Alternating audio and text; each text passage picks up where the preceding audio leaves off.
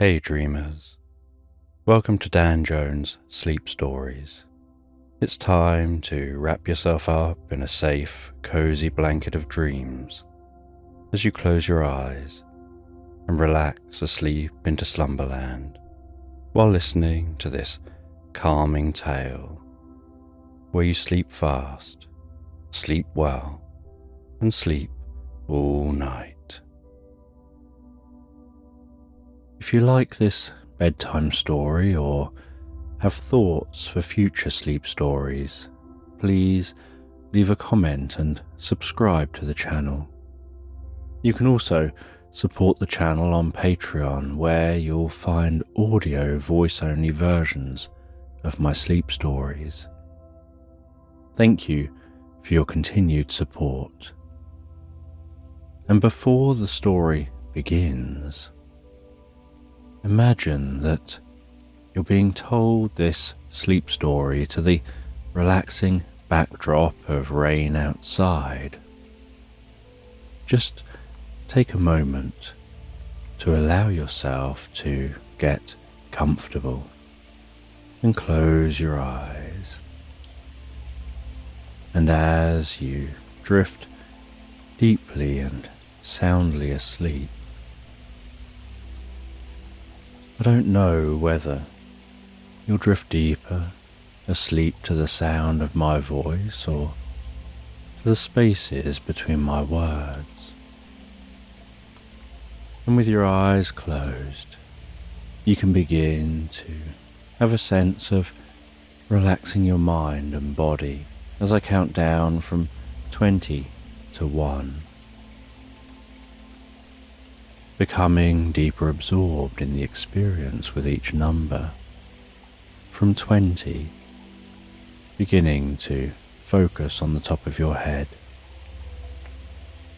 noticing what your head is resting on, how it's supported gently in place, the comfort in and around your head as it rests there.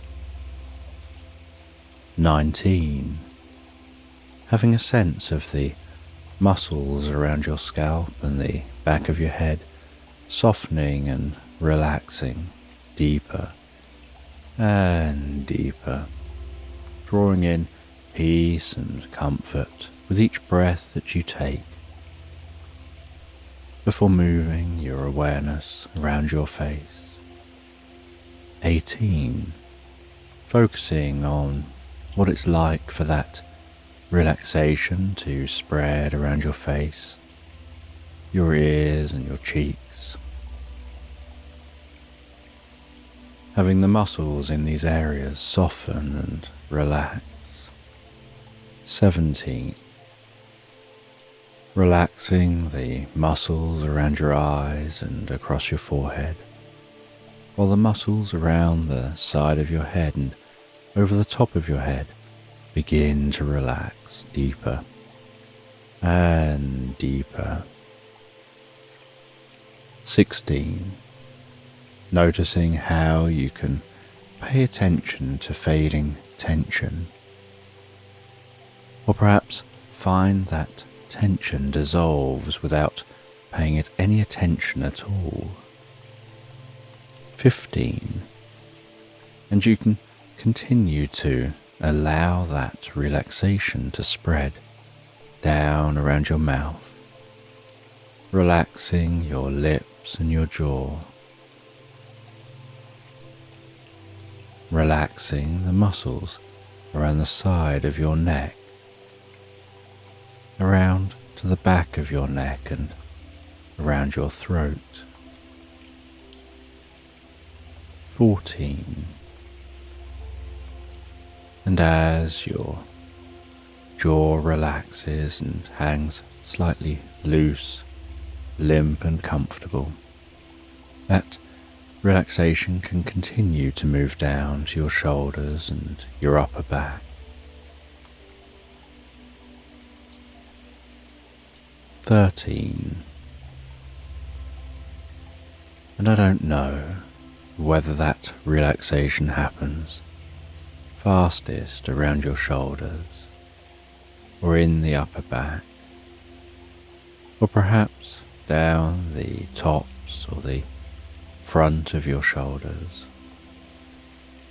As that relaxation progresses around your back and your chest, softening and relaxing those muscles fully, deeply and comfortably.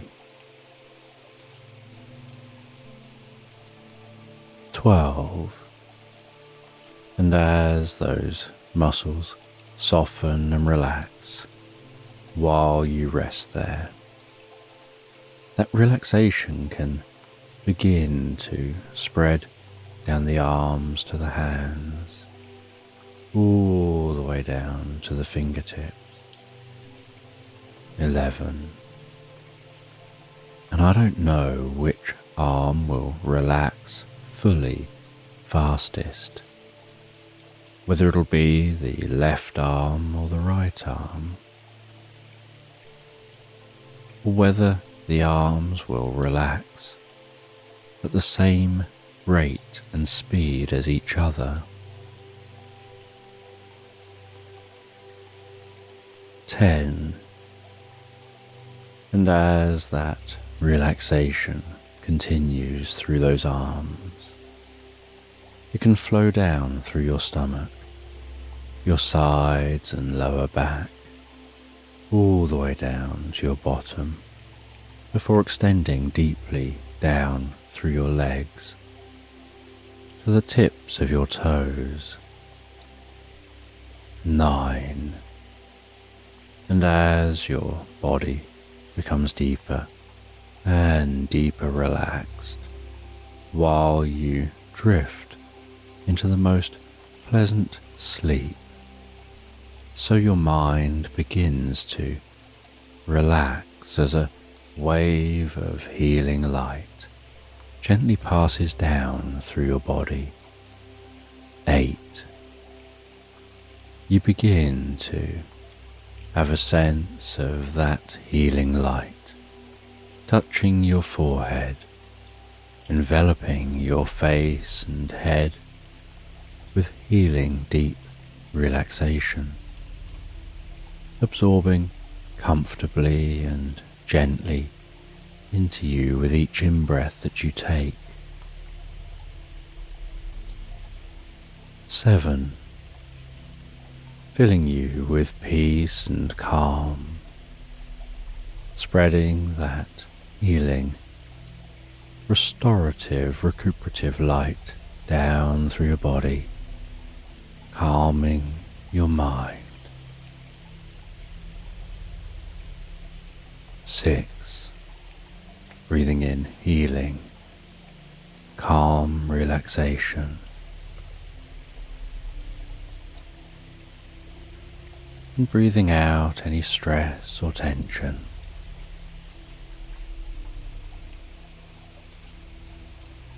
5.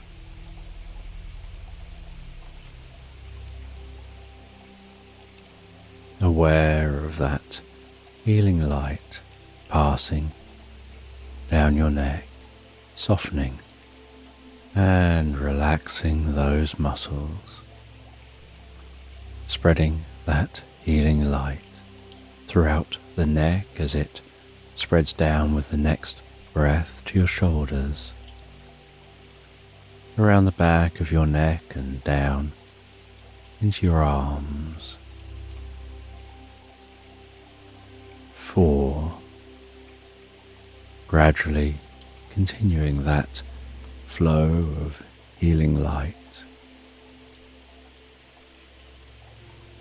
all the way to the tips of the fingers.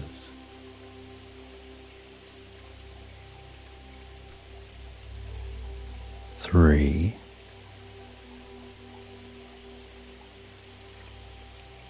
And with another in-breath,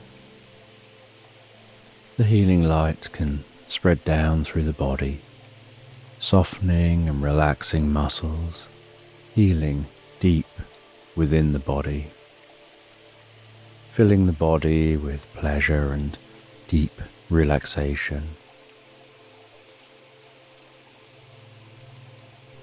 2.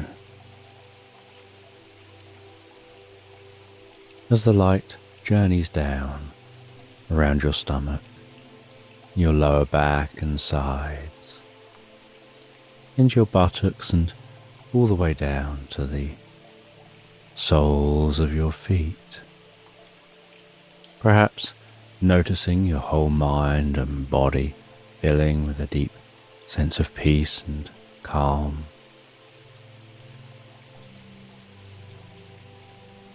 1. And as you allow that light to flow with each breath, you can find your mind drifting deeper and deeper asleep as you drift comfortably into this story. And in this bedtime story, the first light of dawn is spilling gently across the sky, stretching over the vast frosted expanse of a kingdom. And inside a palace, the ancient stone walls are bathed in the softest gold, each sunbeam seeming to almost trickle through windows dusted with frost. And the air is quiet. The world seems so still and peaceful. And inside the great hall, the king stands beside a crackling log fire. He has been a wise and gentle ruler. His years of leadership, praised by the community around him. In a steady, calming voice, with the room listening intently, the king begins to speak. On this sacred day, when our kingdom celebrates, I invite 10 noblemen, lords from across the land, to prove their worth. They'll compete for the honour of Highcastle, a place of intense beauty and history, and for the rarest of jewels, a gem said to bring good luck and prosperity, not only to the bearer, but to the land that they'll tend. The king reads a parchment unfurled in his hands, sharing information about the talk of an adventure that will test the strength and wisdom and bravery and the grace of these lords. The fire continuing to crackle behind him.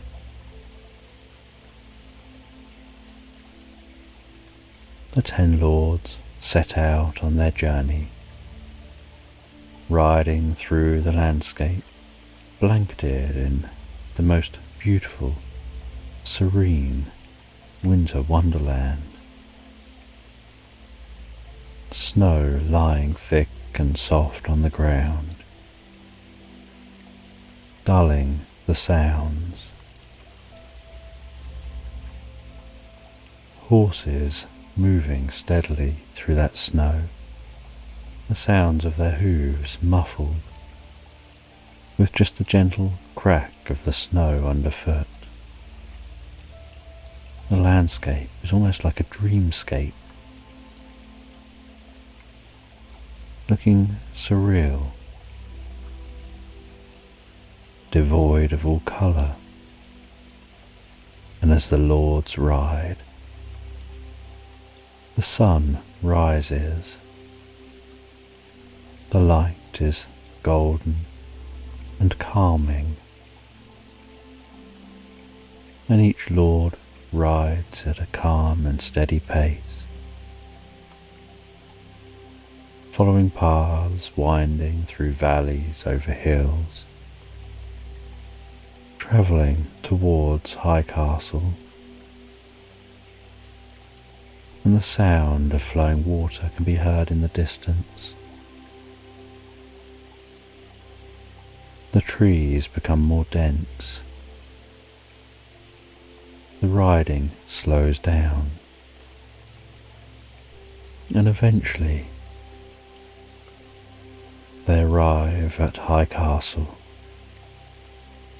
its ancient stone walls standing tall against the backdrop of the blue sky and the white of the landscape. And the castle feels almost alive, as if it has a presence of its own,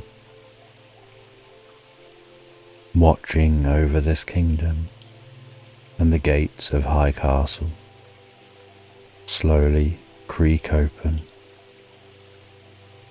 as the lords enter, and inside the great hall in the castle is the warmth of a grand fireplace, chandeliers swaying gently overhead, an echoing stone floor, and the thickest, most comfortable rugs. And the lords are told they need to rest in their chambers before the trials begin tomorrow. And the next day, as the morning dawns and the air is crisp, the lords gather in the courtyard,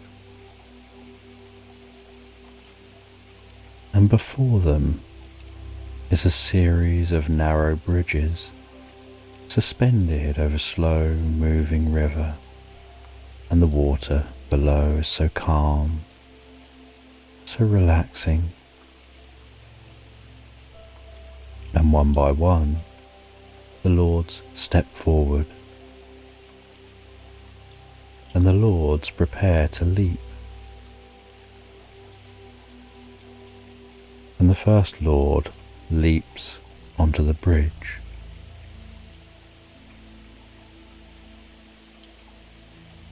and then leaps to the next bridge and the next. The next lord leaps from one bridge to the next, and these lords, all 10 of them, leap from one bridge to the next, seeming to find the task easy.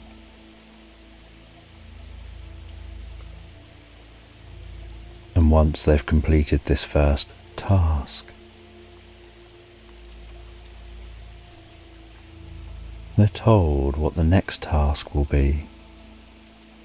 In the centre of the courtyard, heavy stone weights rest upon the snow-covered ground.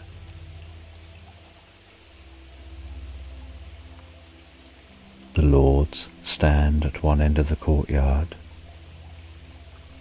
The challenge seems like it's going to be one of brute strength. But it's not about speed or power. It's about an inner stillness. About finding that quiet strength that comes from calm and focus within.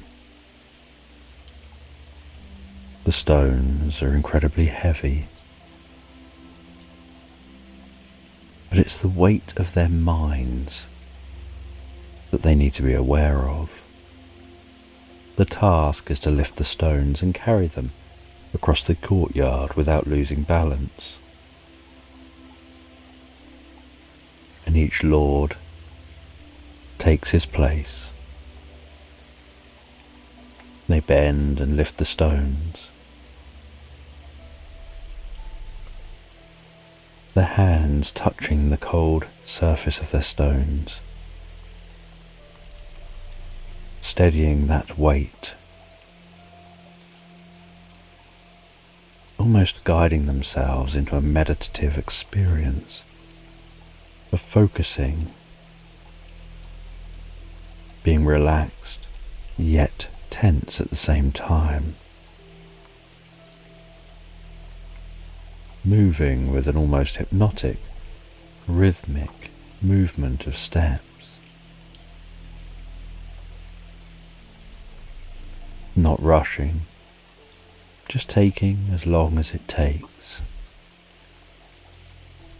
ensuring their balance, breathing slow and steady.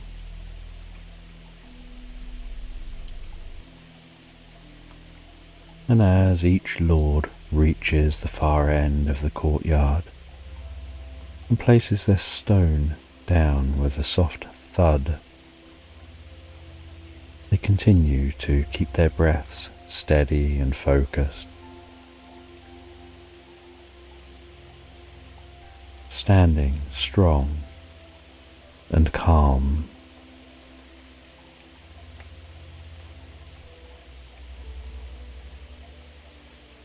And each lord passes the task. And the final challenge, the lords get to head back into the warmth of Highcastle, back into the great hall. They gather near the fire, and the final task is a puzzle that will lead them to the jewel. It's a riddle, a question that requires thought and reflection and a deep understanding of the world around them and the wisdom from within. And they're told the riddle, and the lords sit in silence, listening, trying to reflect on the riddle's meaning. And as they reflect, sitting silently lost in their own thought, the lords find themselves almost drawn into a complexity within what seems simple. And the fire crackles and the silence takes over this hall, while they think deeply, long and hard about this riddle. And then the lords, one by one, find the answer in their mind to the riddle, understanding how it relates to the jewel.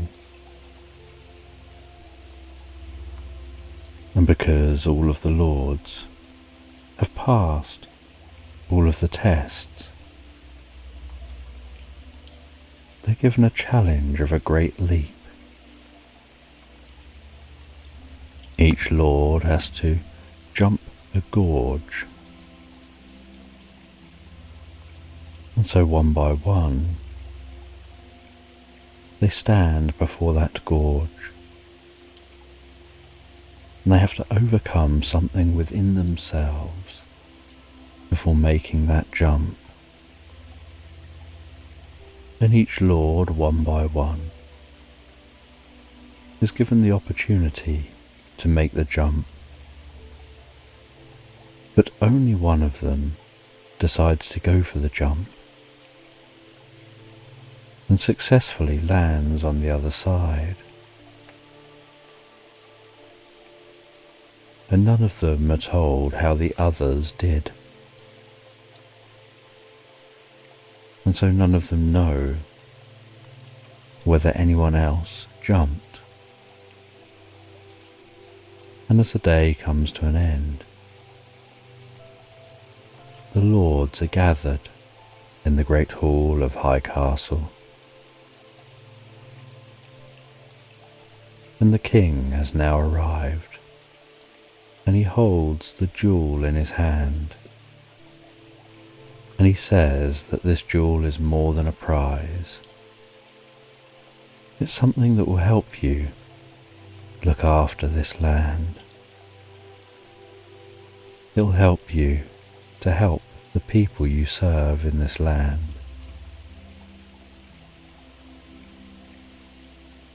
He names one of the lords. He calls them forward as the winner.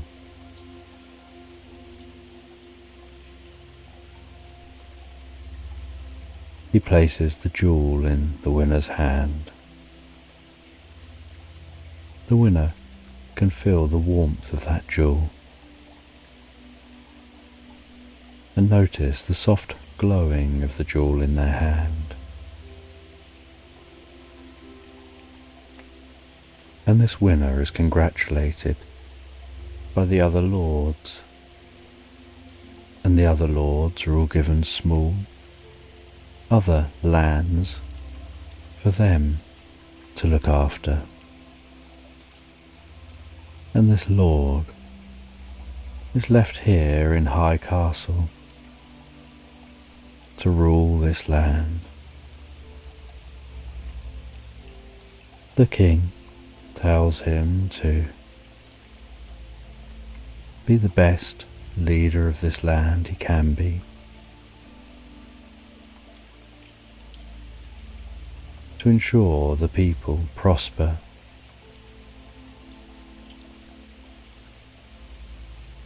and that the kingdom thrives,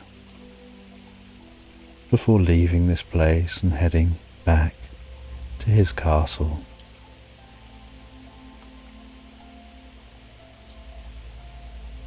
And the Lord places the jewel on a shelf in sight, on a little stand designed for it, under a glass dome, and that jewel sits on that shelf, gently glowing and seeming to almost hum with energy. And this lord then heads to their new bedroom, and as they settle down to sleep, they ponder over life, managing this kingdom, helping the kingdom thrive, with the jewel bringing good luck and prosperity, and the tasks they had to do, and how close it was with the other lords, before gradually settling down and drifting and floating so peacefully, so relaxed asleep, into Slumberland. And this is a story about Rachel, and she's in a cafe, humming quietly with life. There's gentle flickering candle lights within this cafe, and the world outside the cafe is cold and still, and she can watch that world through the large cafe windows. But inside the cafe is warm and comforting, with the gentle murmur of voices, the soft clinking of cutlery and crockery, and hissing of brewing coffee, with that aroma of the coffee filling the cafe. And Rachel is sitting with a friend Sarah, at a small wooden table, enjoying a warm cup of drink, engaging in gentle conversation. And Sarah tells Rachel that she's reluctant and nervous about attending a Christmas party.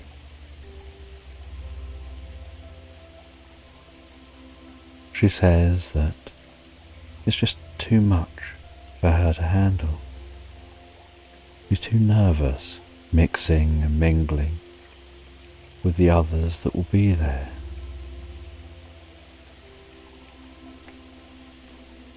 Rachel asks her, what is it about the party that worries her so much? And she explains about how it's like everyone else seems to have their own script, seems to know what they're doing, what they need to say. And she gets lost in her fears. She doesn't know how to stand, when she should laugh or smile. She gets overwhelmed watching everyone else, trying to figure out how to be normal. She says with quotation marks. Rachel reassures Sarah that she's not broken and encourages her that she doesn't have to be perfect. And she also doesn't have to attend if she doesn't want to. And Sarah shares that when she attends events, she always feels like she's wearing a mask. Her voice gets caught in her throat, her hands fidget. She feels like everyone's going to see through that mask and know that she's just faking it. From time to time, they gaze out the window at the world passing by before continuing on in conversation.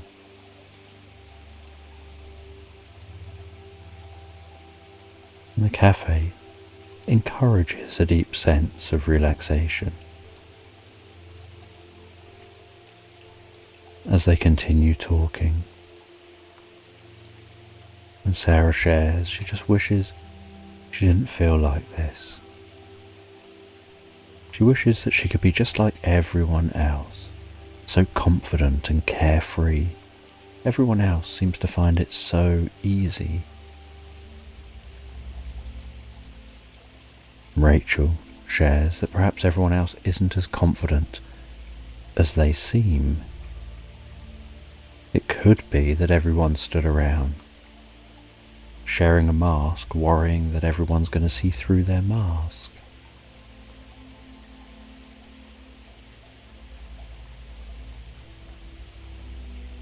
Sarah shares that she doesn't want anxiety to control her. She doesn't want to restrict her life because of her fears and worries. She wants to work out how to be more comfortable attending things like this party. And Rachel shares that she'll come along with her if she wants. They can do this together. And then there's someone there who she can turn to and engage with and use for an excuse if she needs to leave or just wants to engage in conversation rather than standing around, perhaps on her own.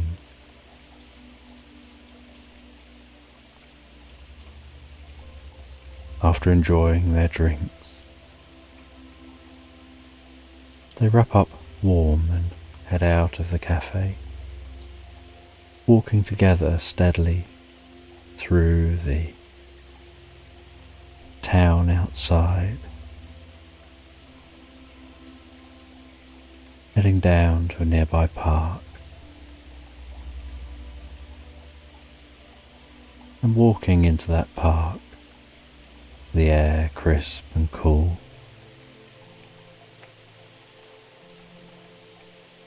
Leaves crunching underfoot. They sit down on a bench beneath the most beautiful grand oak tree. The bench is initially cold when they sit down, and they continue talking with each other. And Rachel says to Sarah, "Why don't we try something together, something to help you relax? Just take a moment to close your eyes," Rachel says. And just begin to breathe in, counting to 7. That's it. And then breathe out, counting to 11. That's it, all the way.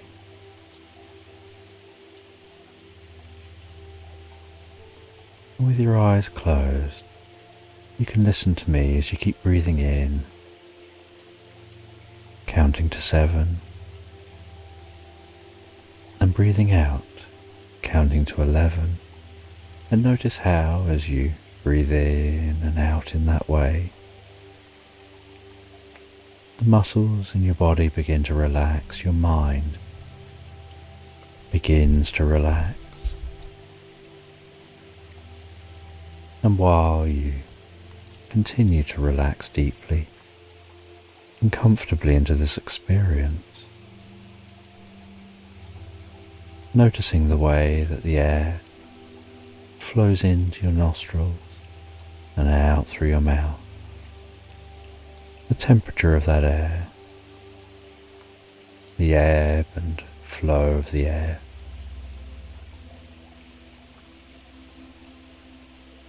You could imagine yourself at that party, and I'm there with you as we walk into the party, and you meet the different people, and you're breathing slowly and gently before you head into the party, and then while you're in the party, keeping your mind slow and calm, hearing the gentle hum of conversations around you, continuing to breathe in this calm way, your body relaxing as you engage with the different people at the party. Before getting to the end of the party, still breathing in this way, saying your goodbyes and heading home.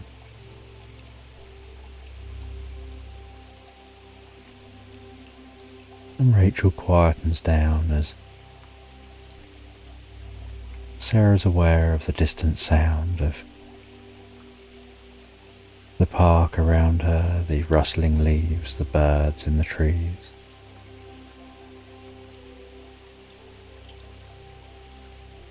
And as her experience comes to an end, she opens her eyes, feeling somehow calmer, like a weight has been lifted or something has shifted gently within her.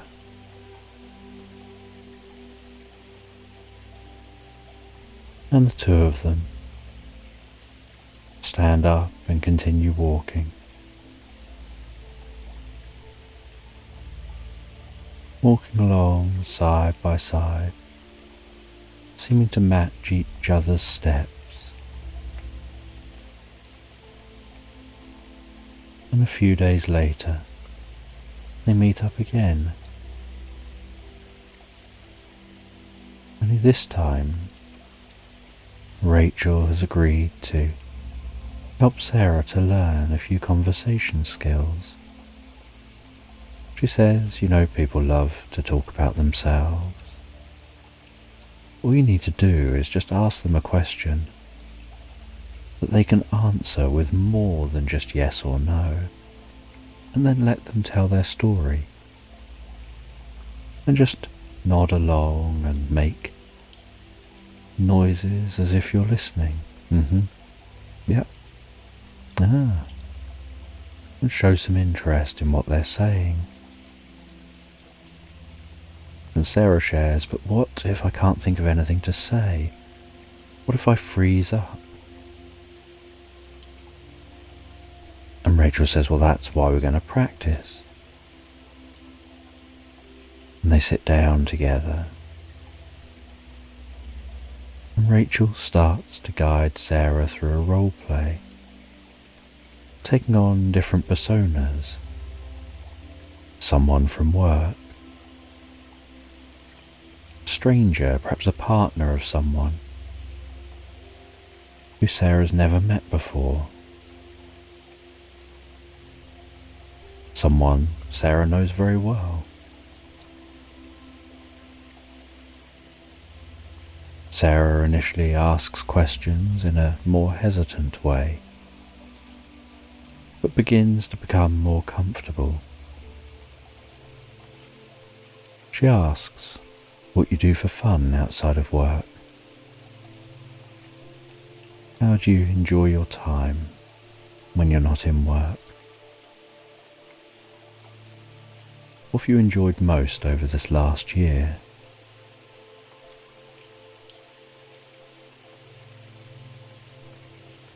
And the more she practices, the easier she finds it to come up with different questions she can ask. And Rachel shares that sometimes someone just won't engage that much, and that's okay. And just say it was great to meet them and say goodbye and move on.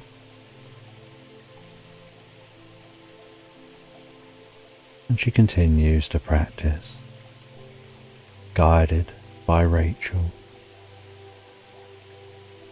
exploring the ebb and flow of conversation. Rachel reassures Sarah that she's doing incredibly well, and that you don't have to be perfect. The most important thing is that you are you. And after a while, they head off again and head home. Sarah feels more confident. Now she feels she's gained a few more skills. And eventually, the night of the party arrives. Sarah still feels nervous, but excited to see how she does. Rachel meets Sarah and they head off for the party together. They stand outside the venue. Sarah grounding herself, preparing herself for this party.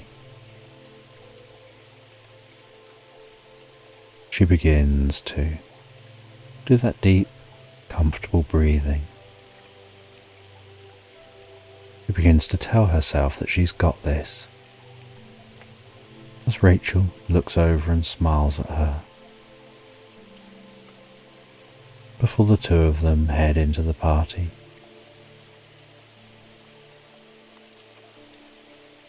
Smelling the scent of the food in here, the drinks, the sound of music, the hum of conversation.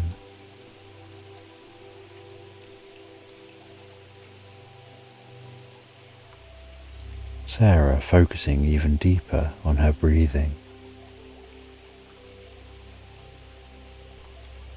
Rachel showing support.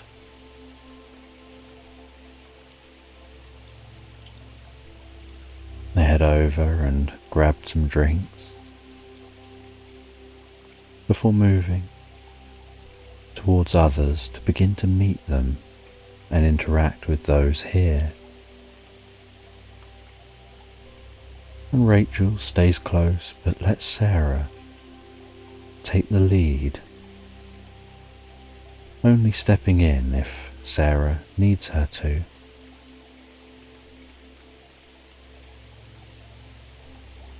And with a flutter of hesitation, a slight nervousness she might get something wrong, Sarah asks the first person an open-ended question, and seemingly effortlessly, conversation begins to flow without it being forced.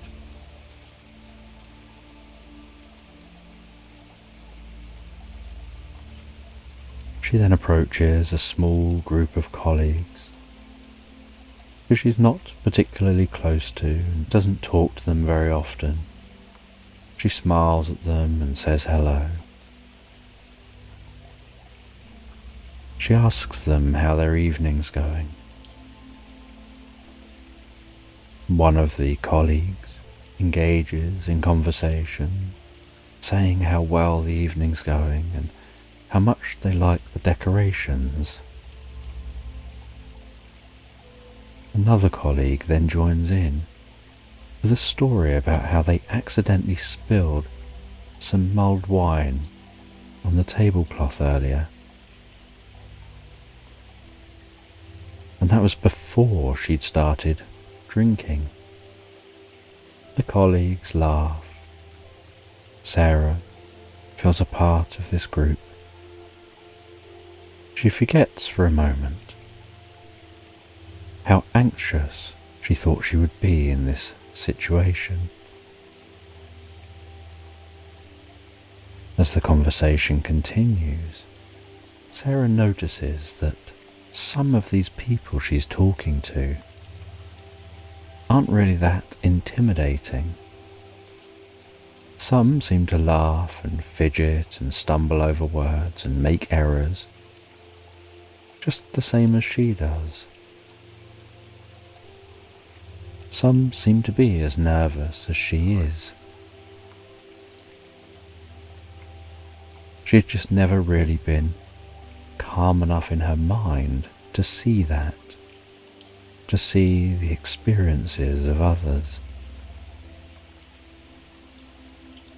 She was always focused on her own experience and her own nerves.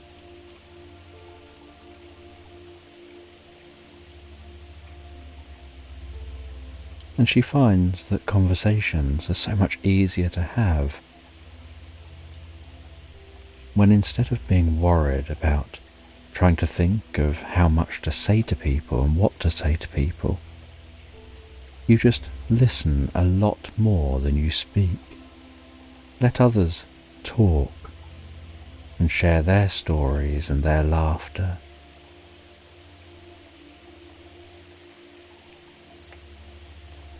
And as the music continues to play through the room, many of Sarah's colleagues begin gathering and moving towards the dance floor. She watches as 9 of those female colleagues take to the dance floor in their bright dresses, twirling and swirling with the music, almost letting themselves go and being lost in the music, becoming one with the sounds and the rhythms. And Sarah feels no longing at all to join them on the dance floor.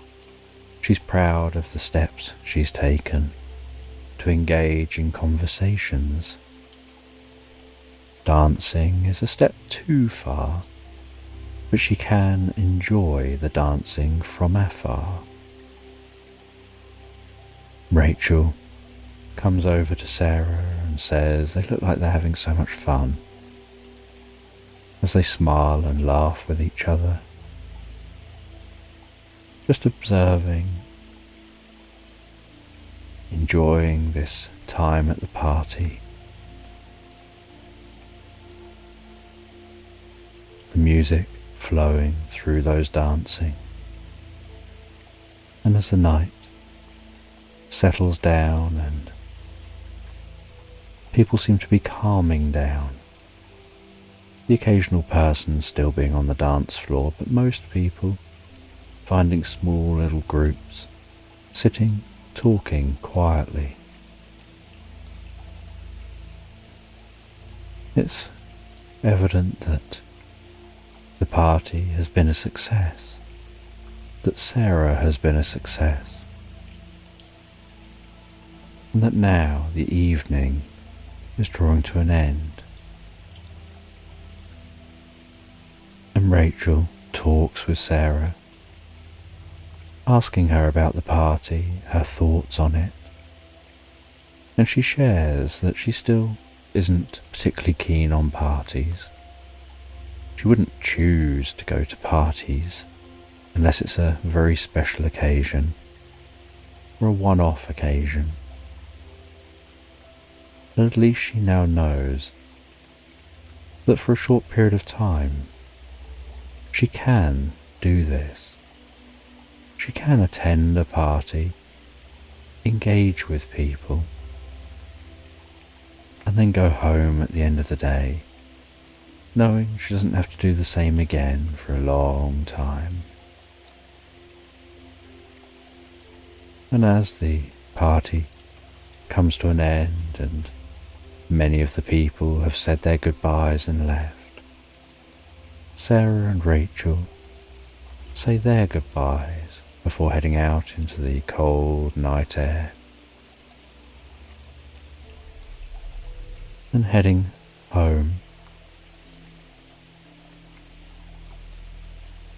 And while walking home, the quiet now feeling more profound, having come out of the party.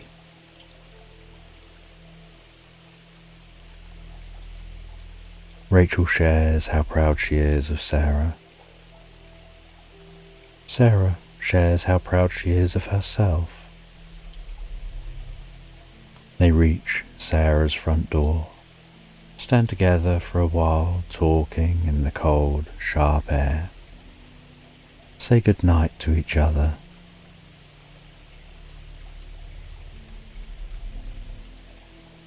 As Sarah opens her door, stands in the doorway watching Rachel walking away before closing that door,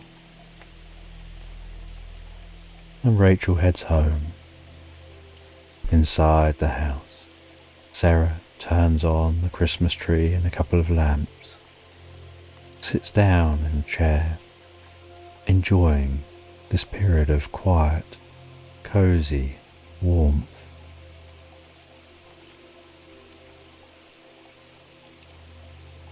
She rests there for a little while before going and changing into pyjamas, grabbing herself a cup of hot chocolate. She receives a message from Rachel to say she's home safely. She responds, thanking her for tonight, before sitting there relaxing, drinking that hot chocolate, feeling the warmth of that hot chocolate spread through her body, sinking deeper and more profoundly into relaxation, and then heading up to bed, enjoying the feeling of resting beneath the covers and relaxing deeply and soundly asleep. into Slumberland. And the night is still, and it's the winter solstice, and the stars seem to be hanging so delicately in the sky, and there is frost clinging gently to the branches of trees, to leaves, to blades of grass. The cold air hangs so heavily and peaceful in the night sky. There's a stillness to this environment, and in the heart of this stillness is a lantern, but it's no ordinary lantern. This lantern was created with starlight. A lantern flickers with that starlight, almost like evoking a lullaby within. And this lantern rises from the ground, almost as if carried on an invisible current of air. It floats over the sleeping world below, its light shimmering and dancing as it goes. And this lantern is a magical lantern. It floats above the land,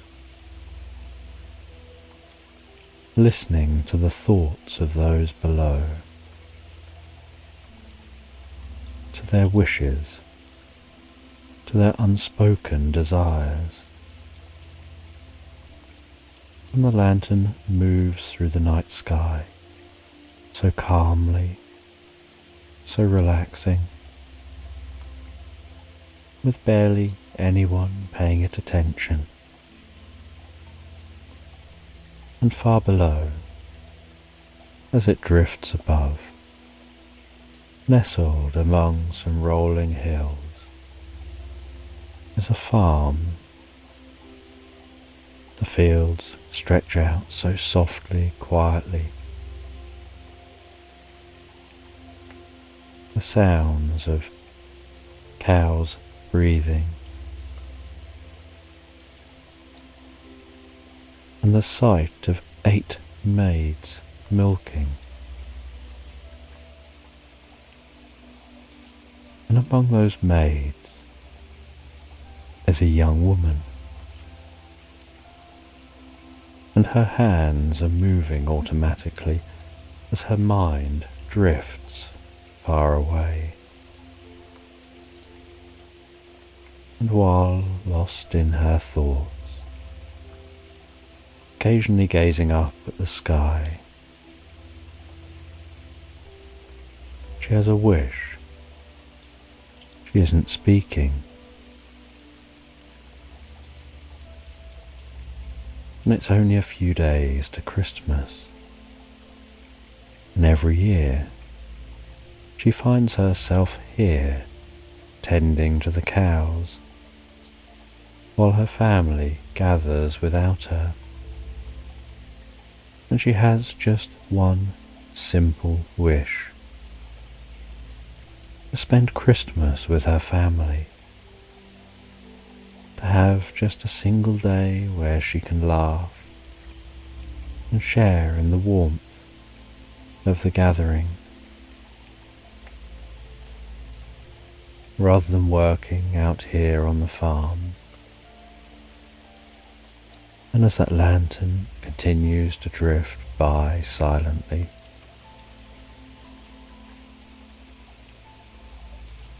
the woman feels a warmth on her skin, a sprig of hope, a light enveloping her, feels that there's something different now, but is unsure what. And that lantern continues to pass over, continuing to gather up more wishes. It floats so effortlessly through the night sky, listening to the whispers of people's minds. Below, noticing children running across snow-covered streets, boots crunching with each step, cheeks flushed from the cold, eyes shining with happiness, snowballs flying through the air, exploding in powdery clouds as they strike their targets.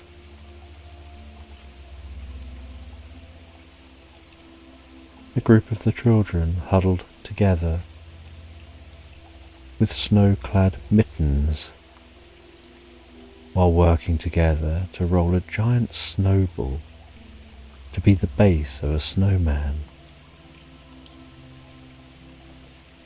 And beneath the joyful sounds of those children, the lantern senses something more.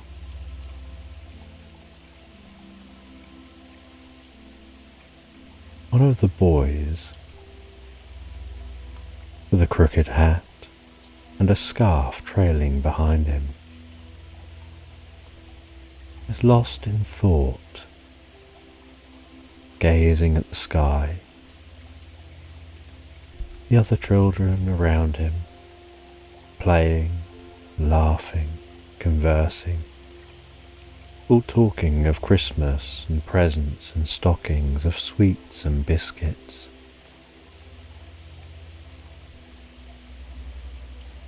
And that one boy longs for something more. They'll see their parents at Christmas. The parents will spend time with them at Christmas. But they would like their parents around, to spend time with them more than just Christmas Day, to tell them stories, to enjoy the warmth as a family. They know that their parents work really hard, very long hours away from home, to make sure they can provide for them as a family. And they never complain. They just wish that they could have more time together as a family. And that child begins to feel a warmth of light envelop them as if something's changing, while that lantern gathers up the wishes and dreams.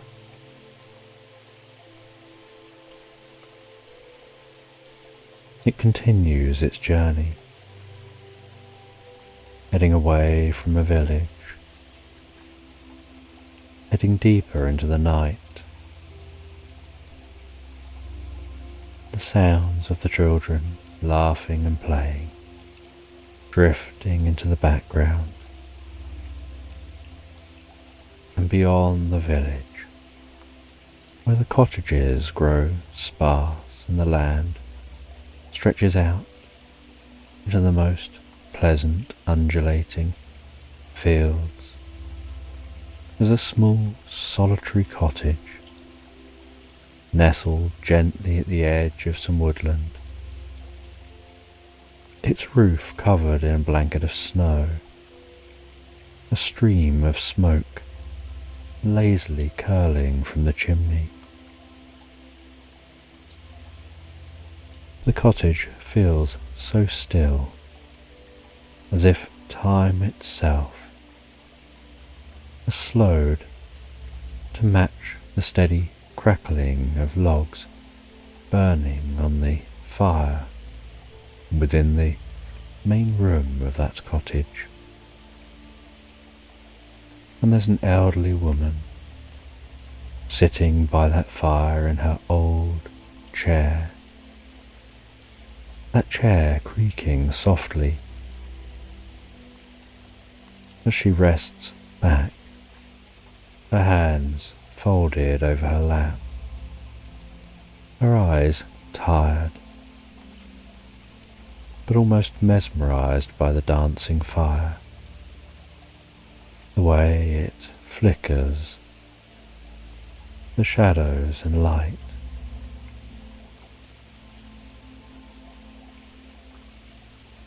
A cold cup of tea sitting untouched on a small table beside her.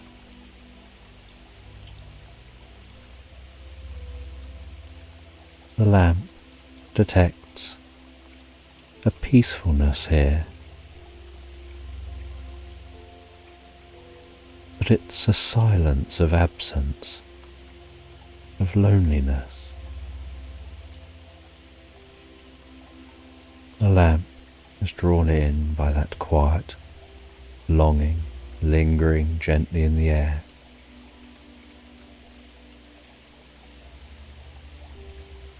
The woman doesn't speak. She's barely spoken about her thoughts for years, but her heart feels deeply.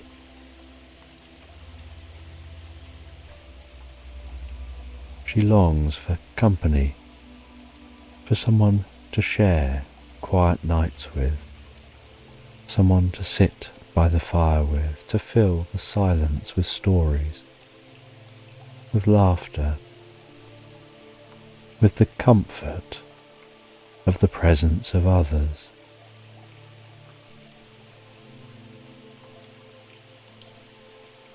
And it's at this time, approaching Christmas,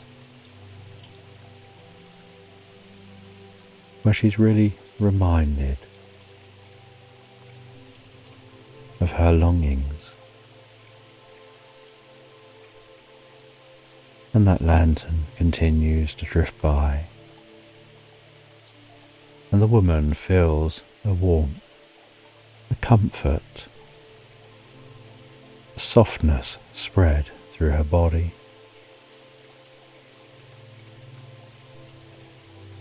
As the lantern absorbs her wishes and dreams.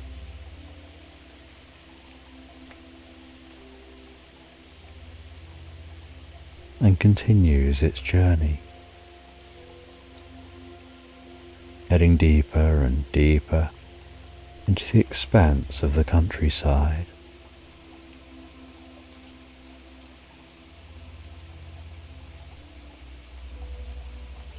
And as it continues out into the countryside, so it detects a lone shepherd standing like a shadowy figure within the snowy expanse. His flock of sheep moving slowly, their thick wool coats blending with that snow. The only sound breaking the silence being the soft bleats of those sheep. The shepherd's eyes weary but calm. His mind worrying about caring for these animals during these harsh winter months.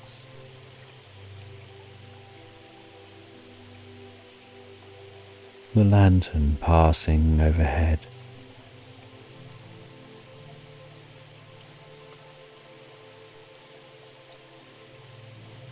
And the shepherd, lost in thought, wishing just for the safety of his flock.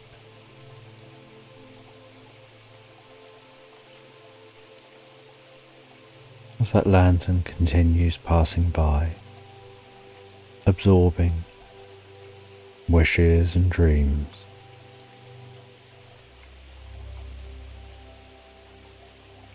continuing over another village nestled deep in a valley, hearing the sound of metal striking metal, the rhythmic clang of the hammer,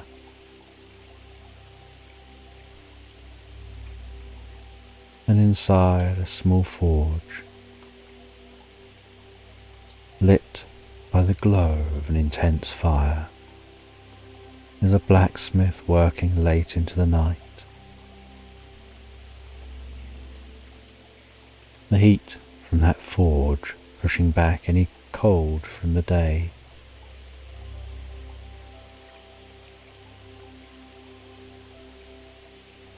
And this blacksmith is a man of deep strength and skill,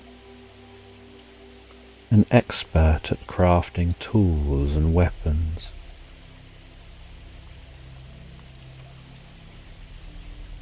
And as he continues to work in that forge, that lantern passes overhead, and he feels a warmth, not connected to the warmth of the fire.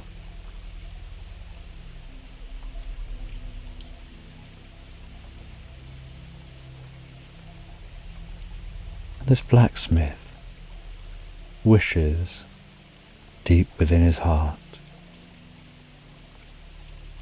that he could stop having to keep making tools and weapons, and instead create something beautiful, something delicate, something creative,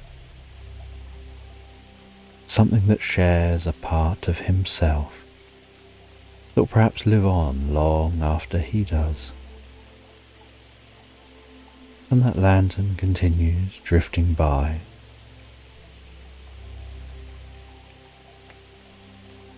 and that lantern drifts deeper and deeper through the night before heading over to some ancient woodland.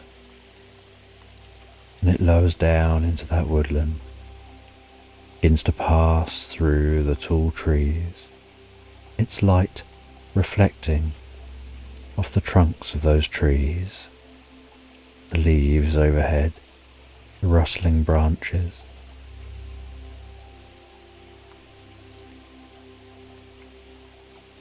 And in the very centre of this woodland is a simple cabin.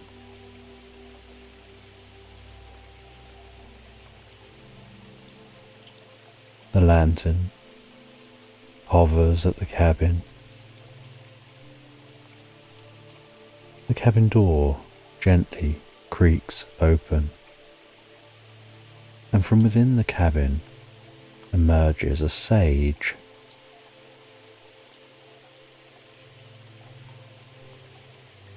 And this old man with silver hair and long flowing robes reaches out, takes hold of that lantern, takes it into the cabin. He sits down with the lantern, closes his eyes, holding that lantern, feeling the warmth of the light passing from the lantern down both his hands, deep within his body.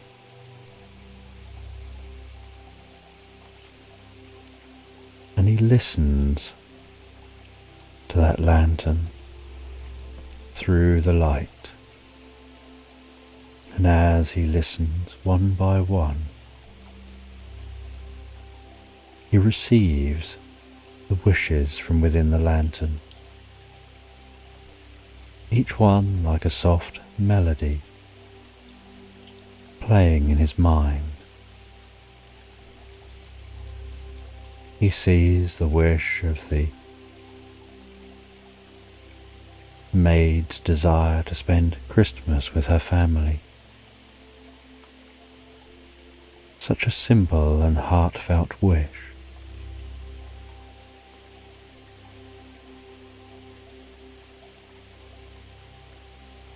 And with a soft breath out, ripples of magic spread from within the sage into the world outside.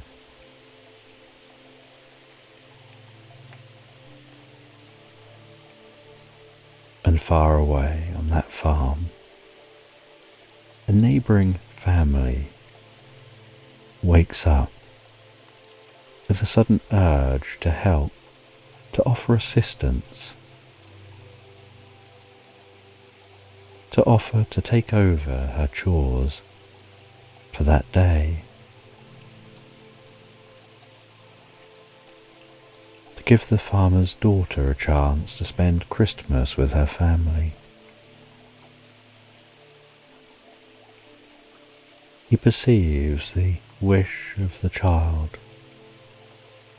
longing for more time with their parents, and time together with family. But the parents, worrying about having to work long hours to provide for their family. And with an out-breath, magic spreads out around the land, and the parents' bosses awaken with a thought of giving a slight raise and offering for the parents to work fewer hours while still earning enough to provide for their families, allowing the parents to spend more time with their children. And the sage picks up on the wishes of the elderly lady, relaxing by her fire.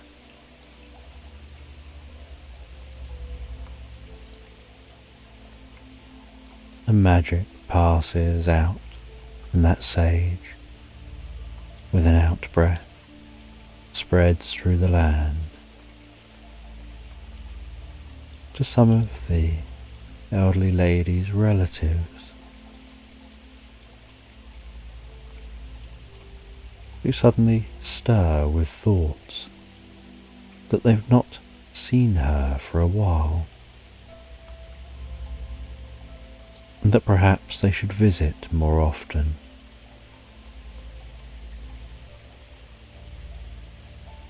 And spend time together. And then a sage picks up on the wishes of the blacksmith and spreads magic out with an out-breath to a nearby manor where a husband awakens with this thought of an idea,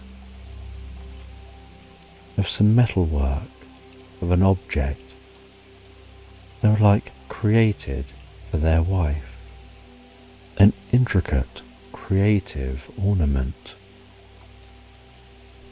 and that they're going to go to the local blacksmith to pay them handsomely to do that work, and that if they do that work, they'll tell all their friends.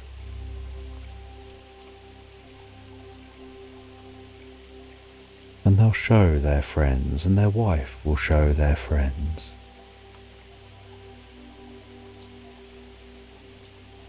and then they may well get many more similar commissions to do creative pieces of work.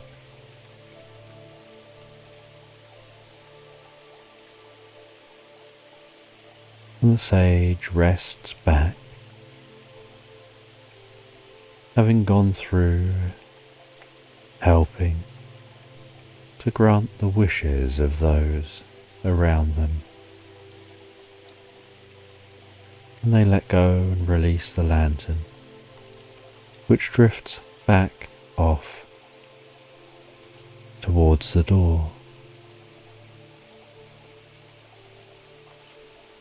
The sage heads over and opens the door as that lantern leaves to continue to gather up wishes. And the sage, with a sense of fulfillment and happiness they can be helpful, settles back down again by that fire.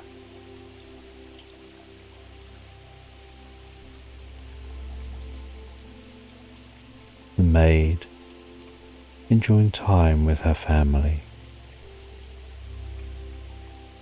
The child, enjoying having their parents around more.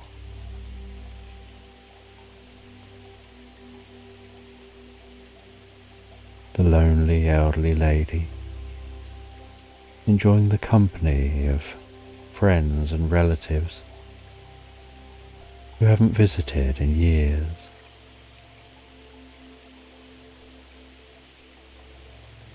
The blacksmith, enjoying crafting new items, delicately creative items. And as days pass on, so the lantern continues through the year, observing,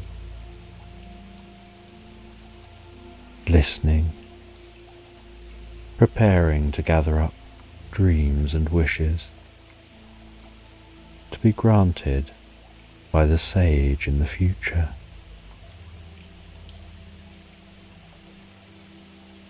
And the sage rests down, and as the fire burns down to embers in the sage's cabin, the sage heads to bed, settles down so comfortable and calmly, and drifts and floats so peacefully asleep into Slumberland. And the morning begins to unfurl slowly, the sky transforming as the sun begins to rise, the world still quiet, as if perhaps wrapped in the softness of a dream.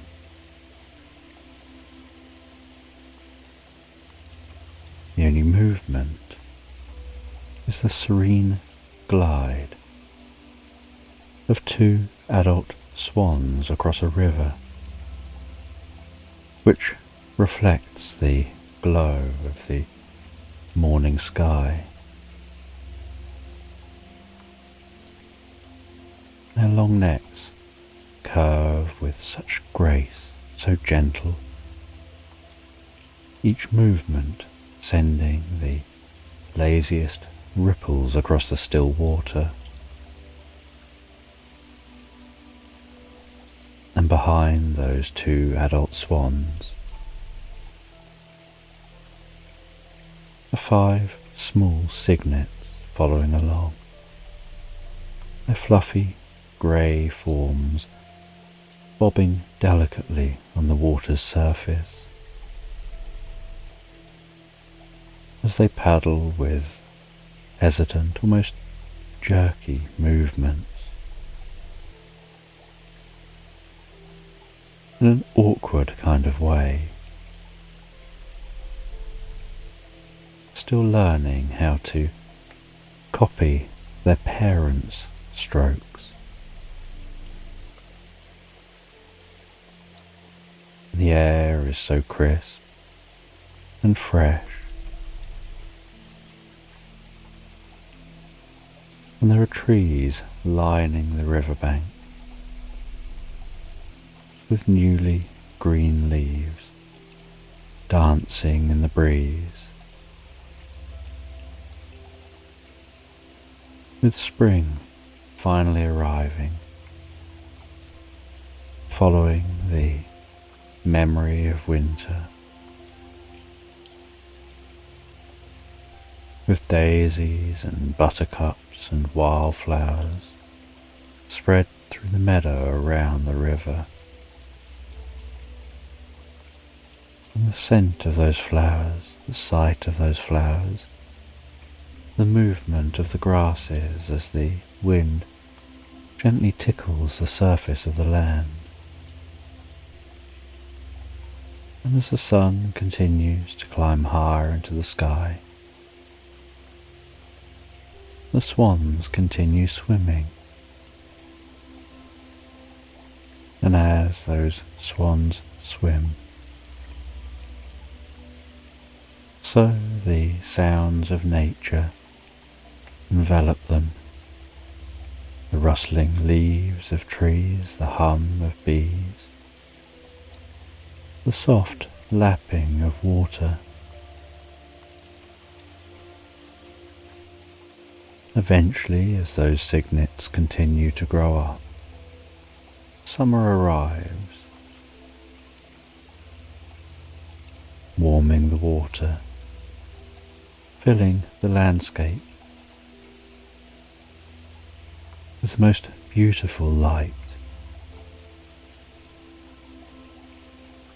and life stretched everywhere.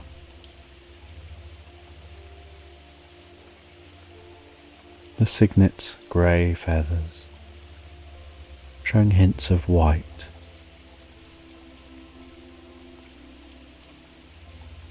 as they change towards the swans they'll soon become. Bees busily visiting different wildflowers, birds darting between trees,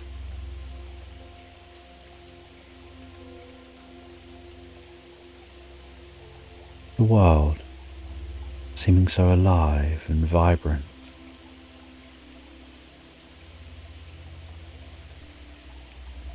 Each day stretching so long, feeling almost like a day will last forever.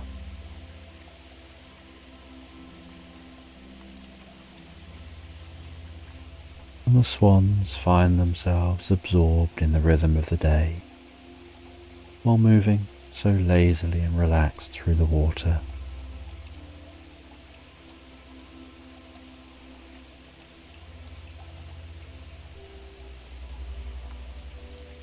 Finding that water so refreshing under the summer sun.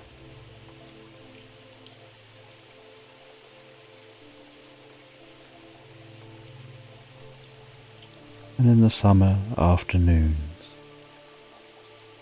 the swans continue to drift lazily down the river,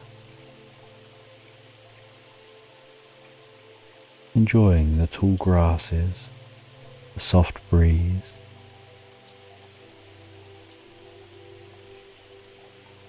the way the air moves across the surface of the water. And while swimming by the bank of the river, their feathers brush against the grasses,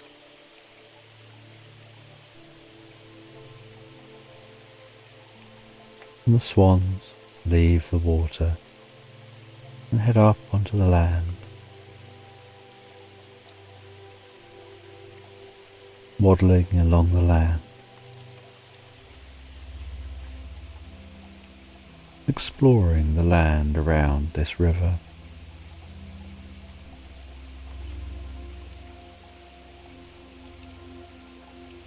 And taking some time to rest on the side of the river, almost drifting pleasantly into dreams.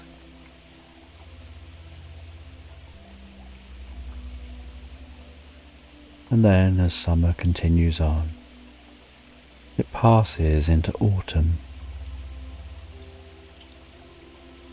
with days shortening,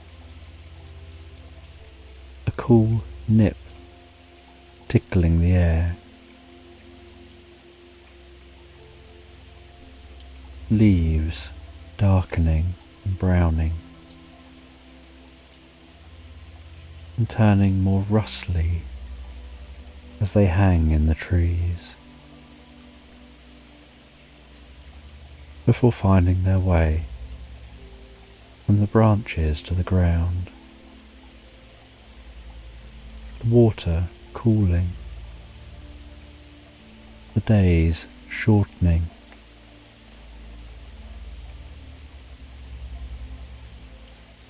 as the swan family glides across the river with deliberate, delicate movements.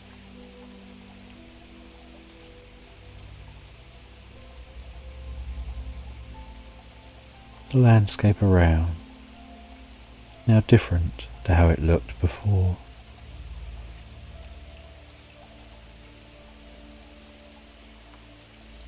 Leaves surrounding the riverbank that crunch underfoot.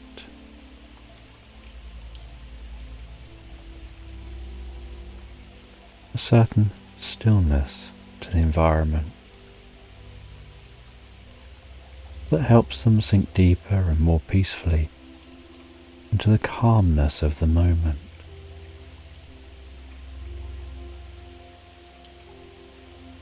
The air becoming more crisp,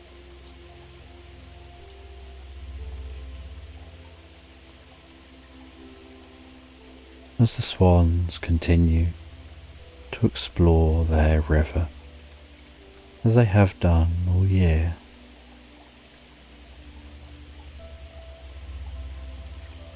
Aware of how, as they glide along the river, the landscape has changed from the lush greens to the golden colours and the browns that inhabit the landscape now, from the long, warm days to the cool softness of the current days. And there's something they find magical about journeying downstream, about noticing the way the world around them shifts and changes with time.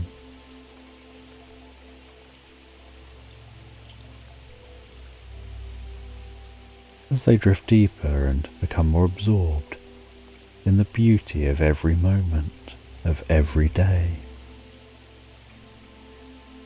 aware of the different bird sounds they've heard through the year,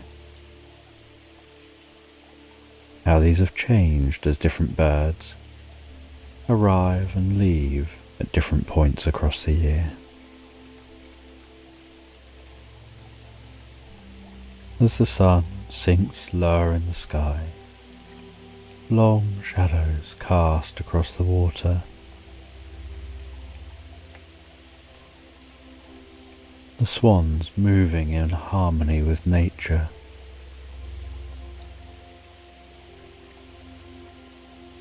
Drifting deeper and deeper into the quiet of the environment.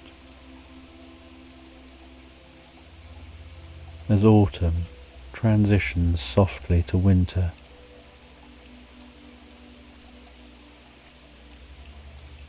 with the first snow beginning to fall so gracefully and delicately,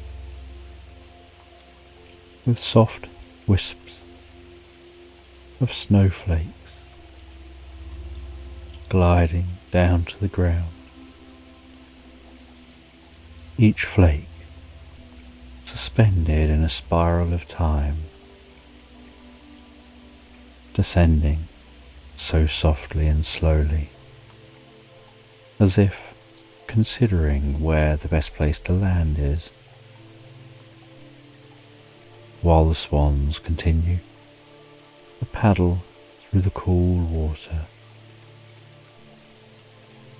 watching the world around them transform like the colour being drained from the landscape as the snow falls.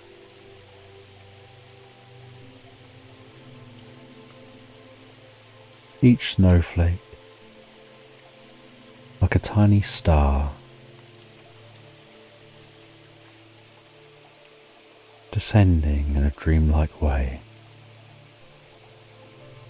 to create the softest blanket of white across this landscape. The sky, a comfortable grey, blending the horizon between the earth and the sky, almost making it feel like the two are connected, while the swans continue to enjoy exploring their river and the way their home changes through time. And the swans step out of the river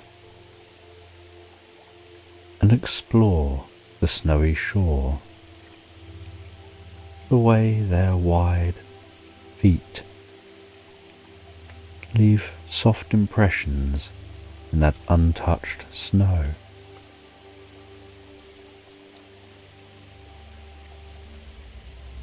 Their steps not sinking in quite as deep as they imagined they would.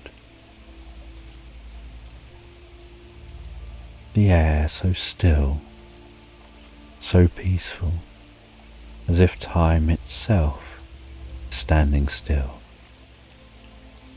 as if the world is drifting deeper and deeper into its own dream. The swans exploring in an unhurried way, and as winter continues on, so the edge of the river begins to develop a little area of ice, and the swans are large enough that their bodies can break that ice with ease, the way it cracks as they lean against it, or if they step on it. The water feeling thicker as the coldness of the environment sets in. But the swans being unbothered by the experience, just enjoying the changes, enjoying this new world with a deep sense of curiosity.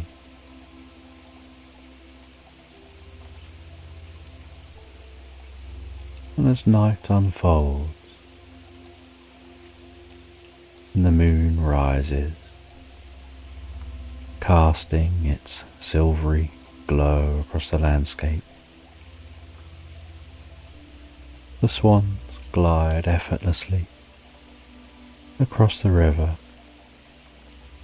each stroke continuing to send gentle ripples out across this river to the shore.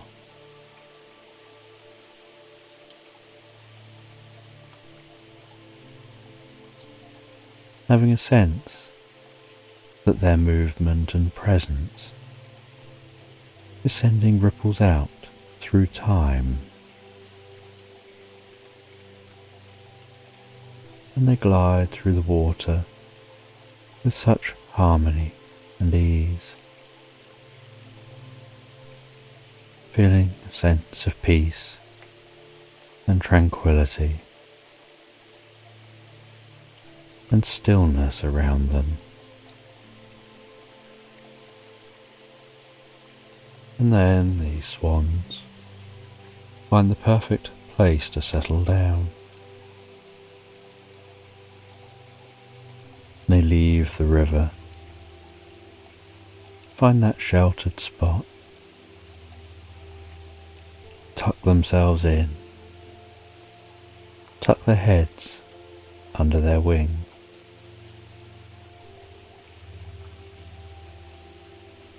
Huddled together for warmth and comfort, before closing their eyes, considering how the next stage is another spring, and they'll all probably go their separate ways and find new families as they relax down, huddle up, and drift and float, so peacefully and relaxed asleep into Slumberland. And this story is about an owl who lives in a forest. And it's Christmas Eve.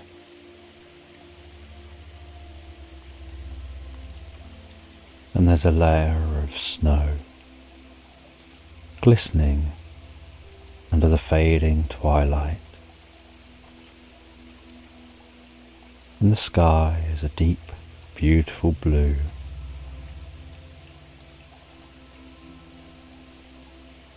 As the last of the day fades away,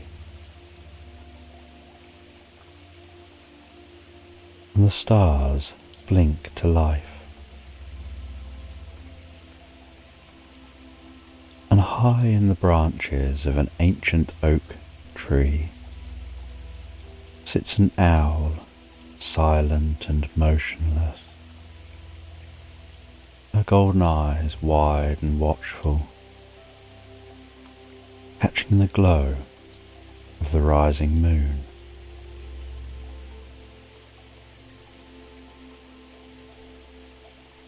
And the owl surveys the sleeping world beneath her, the air so crisp and sharp, laced with the most beautiful scent of the pine, and a freshness to the cold air.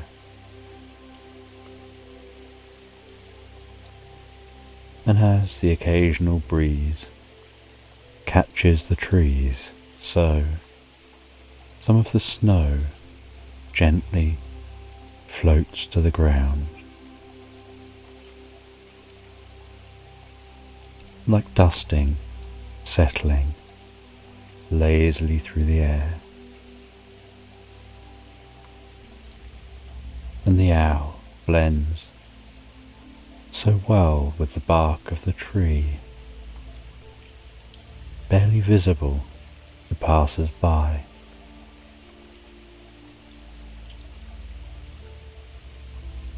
And the landscape looks so gentle and calm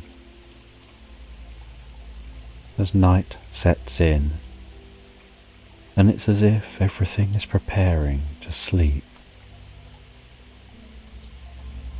The occasional breeze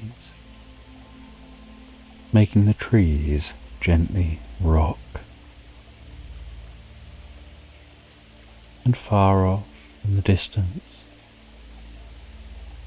is a brook trickling through this forest,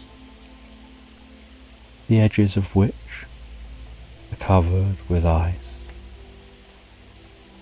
the sound barely audible to anyone but an owl. The snow cushioning any reflections of sounds, absorbing the echoes. The night deepening around the forest, the stillness almost palpable.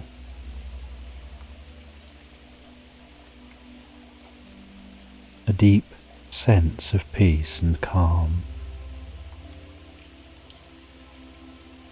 the occasional distant sound of birds as they settle into the trees for the night, and other sounds of other creatures, and some sounds of creatures waking for the night.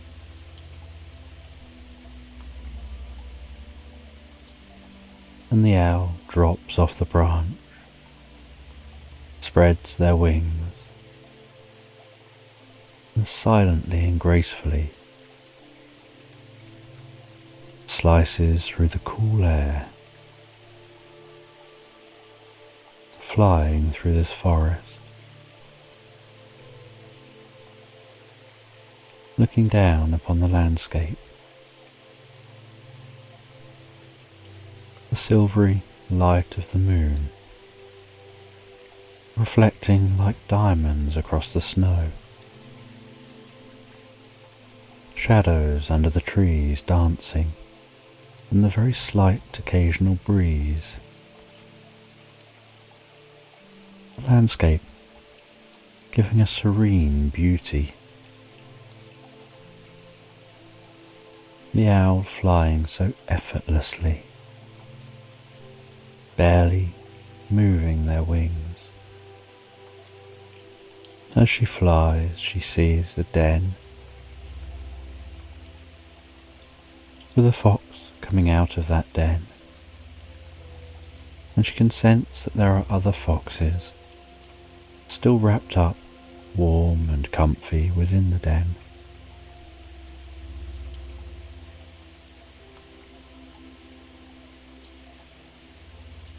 She follows the brook as it leads down to a lake.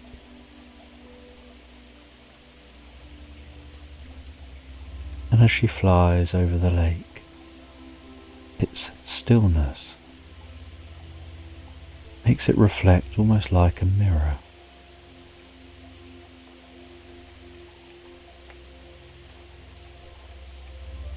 And she lands on a branch of a tree near the lake.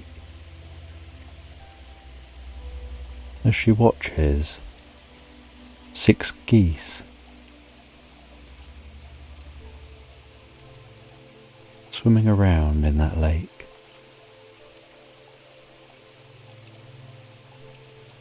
And then she notices those geese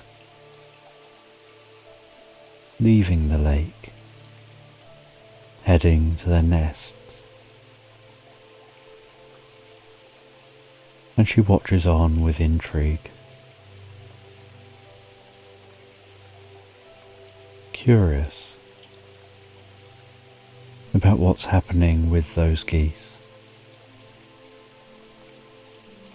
And then she sees that there are other animals heading over towards those geese. The badger, the fox she saw earlier, a deer, a squirrel.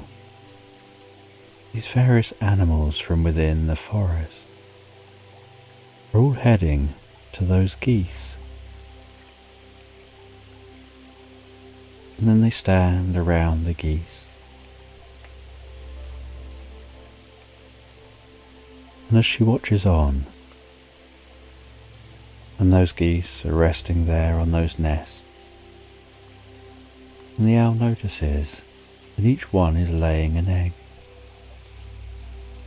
And the circle of animals seem to have bought different items from throughout the forest, moss and twigs, to help pad out each nest, to help support those newly laid eggs in surviving through the winter.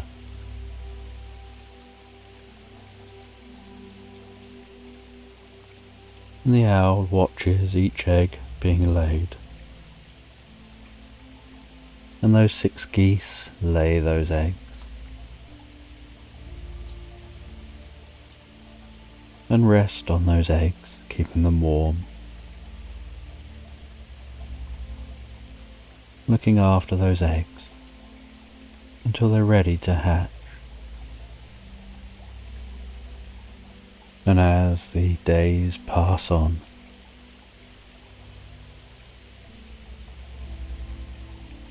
from day to day through the winter, so those geese remain on those eggs, and the animals of the forest come and go to keep an eye on those geese and those eggs, supporting those geese through this process, before eventually one day the eggs begin to hatch as the snow begins to clear.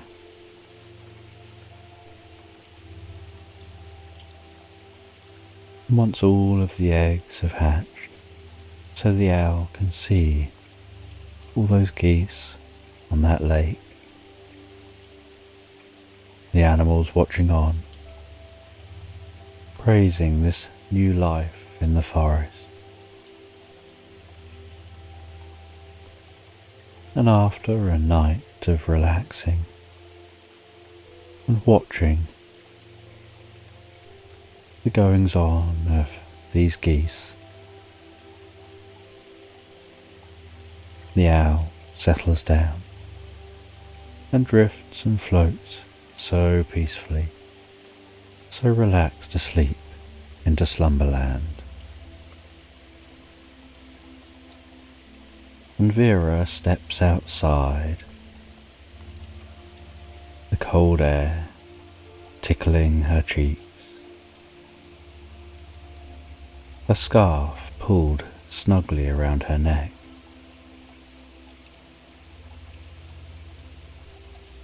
And as she walks in the brisk winter wind, feeling the weight of her coat resting on her shoulders, protecting her from the cold, she enjoys the feeling of being out on this chilly winter afternoon. There are grey clouds hanging overhead, stretching way off to the horizon. Streets are quiet and still. The houses stand so silently, their windows reflecting the afternoon light. And smoke rises from the various chimneys, barely visible against the backdrop of grey clouds. And Vera inhales deeply and comfortably, feeling the sensation of the cold air. As she breathes that in, it passes in through her nose, down into her body, and then breathes out, a cloud of air warmer than the surrounding air.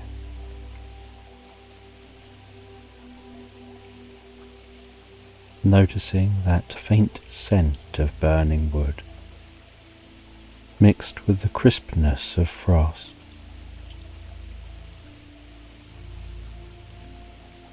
As the smell from the various fires within the houses mingles with the cold air outside. And although windy and overcast,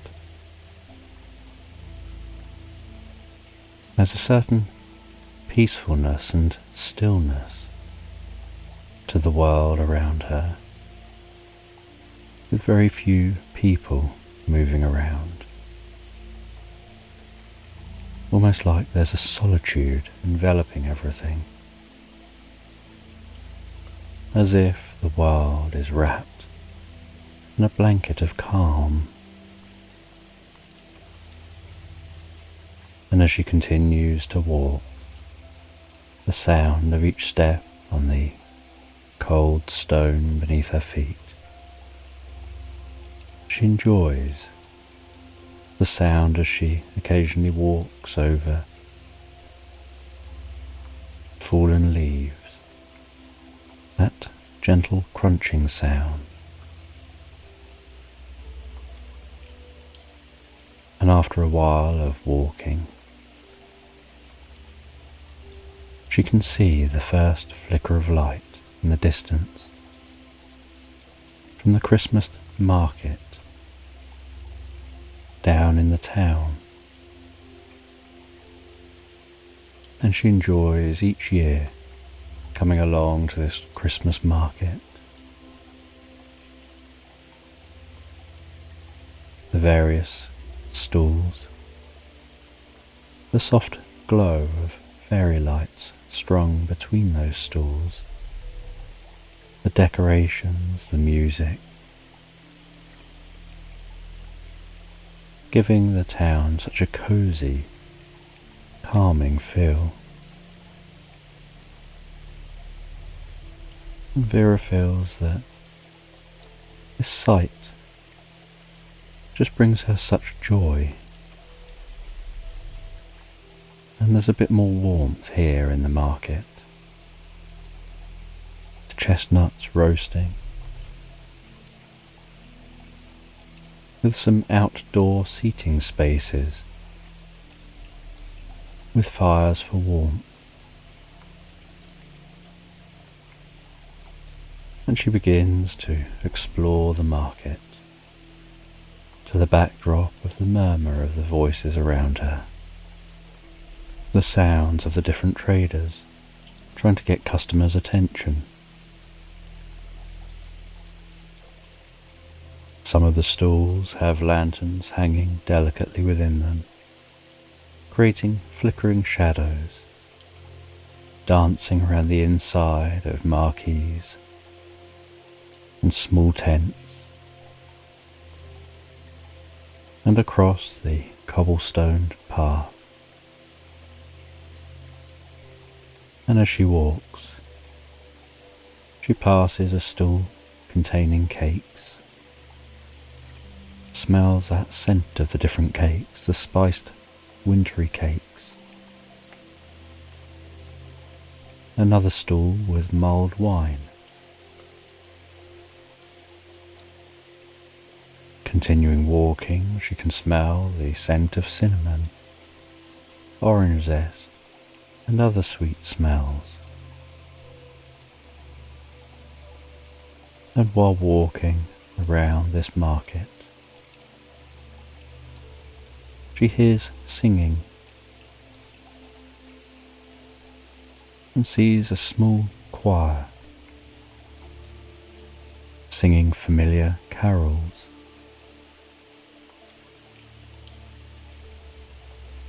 With a small circle of people enjoying the performance.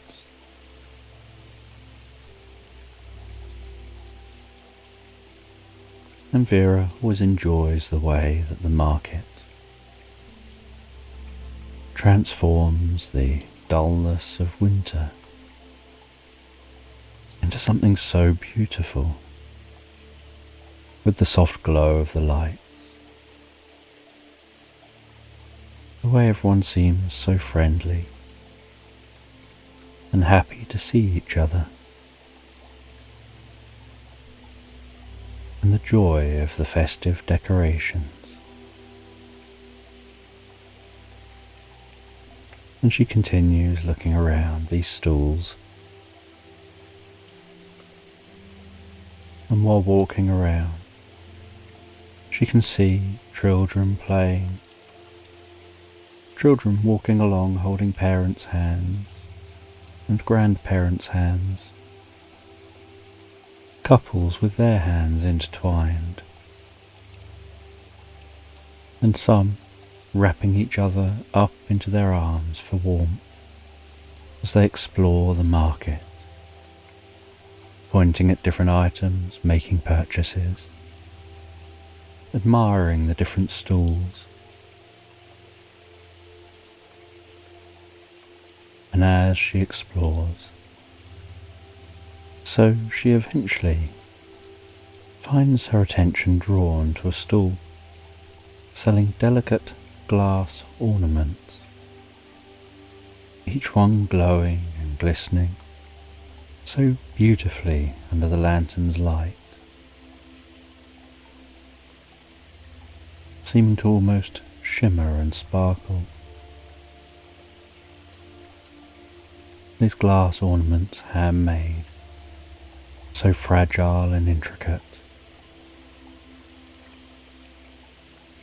some shaped as Christmas tree decorations like snowflakes, their edges seeming so fine and almost too delicate to touch.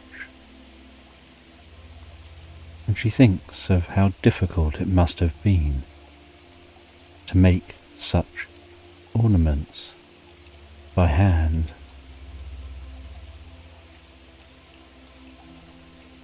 And while exploring, now with a bag with a well wrapped up glass ornament within it, she can smell the scent of pine needles and the other scents around her as she approaches the centre of the market, where there's a tall Christmas tree wrapped in decorations and baubles and Christmas lights, gently pulsing and changing. And people stood around taking photographs of this Christmas tree, and others doing their best to walk around those who are taking photographs.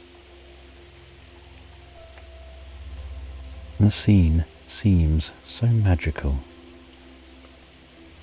so calming, as the light continues to dim around her. As the afternoon draws on, and the sky is still overcast, and so she can't actually see the sun passing across the sky, but she can notice that the light around her is dimming. And Vera heads over to a small cafe, tucked delicately between two stalls. She sits on the cold wooden bench at a wooden table as she's served a cup of tea and a cake.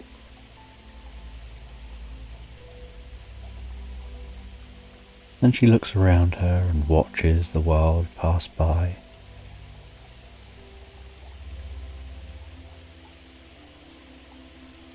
While gently holding that cup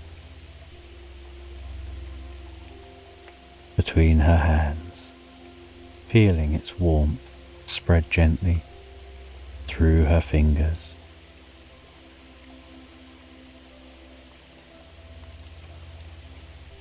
Drifting into her mind as she lazily drinks that drink.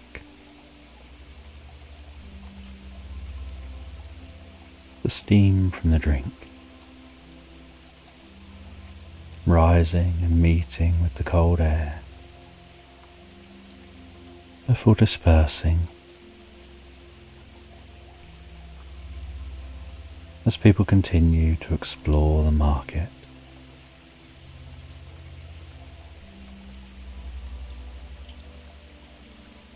And as she rests there, drinking that drink, so her thoughts begin to drift to memories of different times,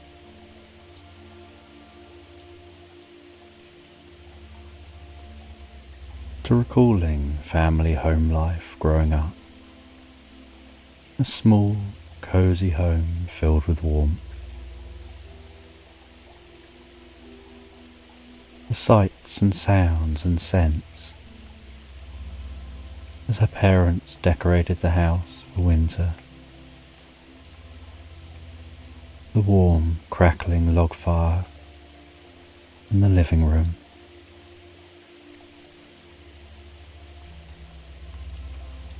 The twinkling lights hung around the room, the decorations on the tree.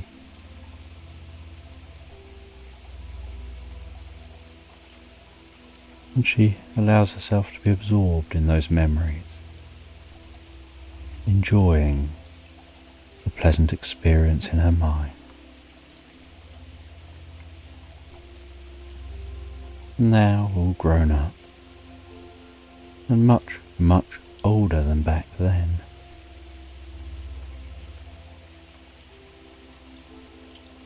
Her family are spread all over the place. But on Christmas Day, they all come together to enjoy time with each other,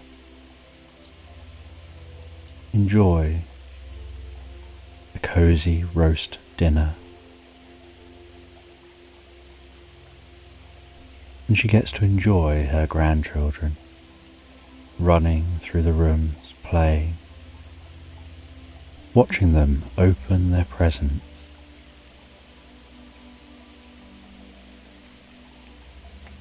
And as her mind drifts and floats, so she recalls a set of 5 golden napkin rings she was bought last year.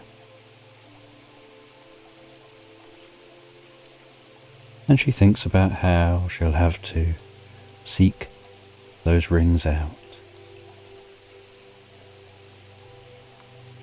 to lay out the dining room table,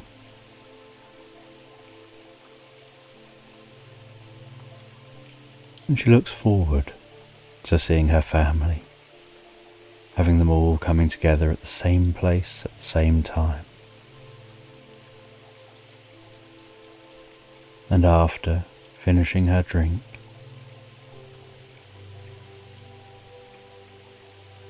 she sets back off from this cafe, heading back, exploring the market. As she explores, so she buys some veg and the meat and other items for the Christmas dinner. She picks up a few items, like last-minute presents for her family, that she just happened to see in this market. Handmade goods she knows they won't be able to get anywhere else.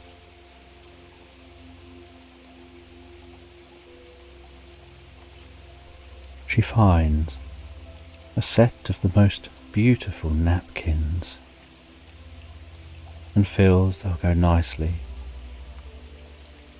with the gold rings she received last year. And so she then heads back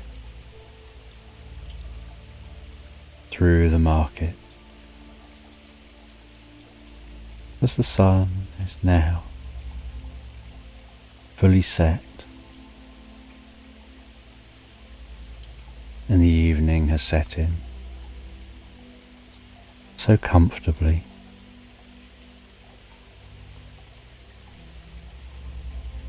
And she heads home with her goods. She does some of the preparation for Christmas Day's dinner.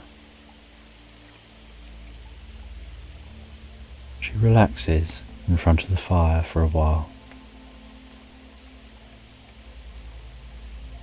before heading to bed, drifting and floating so peacefully asleep.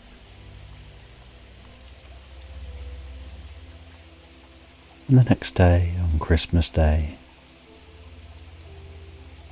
she she continues to prepare the Christmas dinner, she makes sure the house looks so cozy, so calming and festive.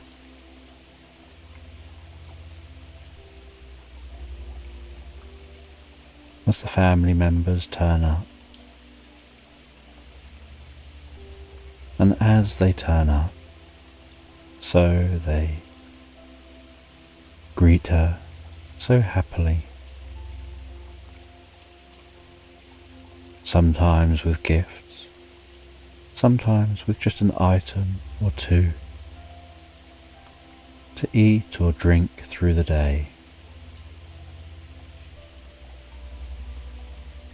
And Vera mixes and mingles with her family, while at times being in the kitchen, preparing the food. But having done some preparation beforehand, this helps her to be able to spend more time with her family. Then she pops up to the bedroom to get the presents that she has wrapped for her family, and takes them downstairs and places them under the tree. And other family members with presents place what they've brought along under the tree too. And then late afternoon, they all sit around the table, enjoying the meal. And after the first course, they pull the crackers, wear the crowns, tell each other ridiculous jokes, look at the different items found within the crackers, enjoying each other's company.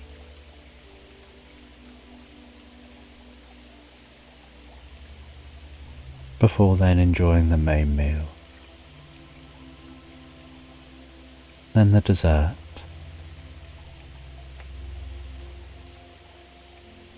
And then by late afternoon, they sit around in the living room, the children on the floor near the Christmas tree, the adults in the chairs, trying not to fall asleep to their full stomachs.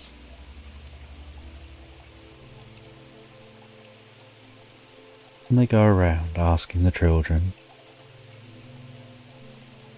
to take one present at a time and pass them from under the Christmas tree to the relevant person.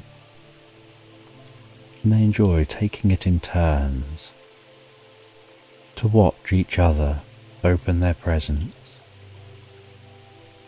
and watch the children open their presents. And by the early evening,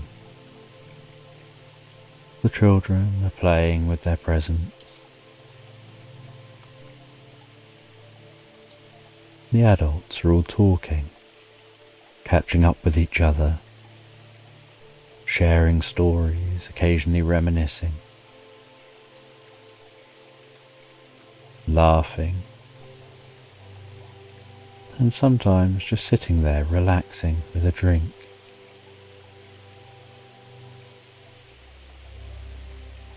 And then as the evening moves on, so the different sets of family members say their goodbyes and set off on their journeys back home. And after everyone has gone and the evening's getting later, Vera, feeling deep contentment in her heart, finishes tidying away and cleaning up before relaxing down for a while, enjoying the peace and quiet, the cozy feeling of resting and thinking back on the family she's seen today, before then heading to bed, where she drifts and floats so peacefully, so comfortably asleep into Slumberland.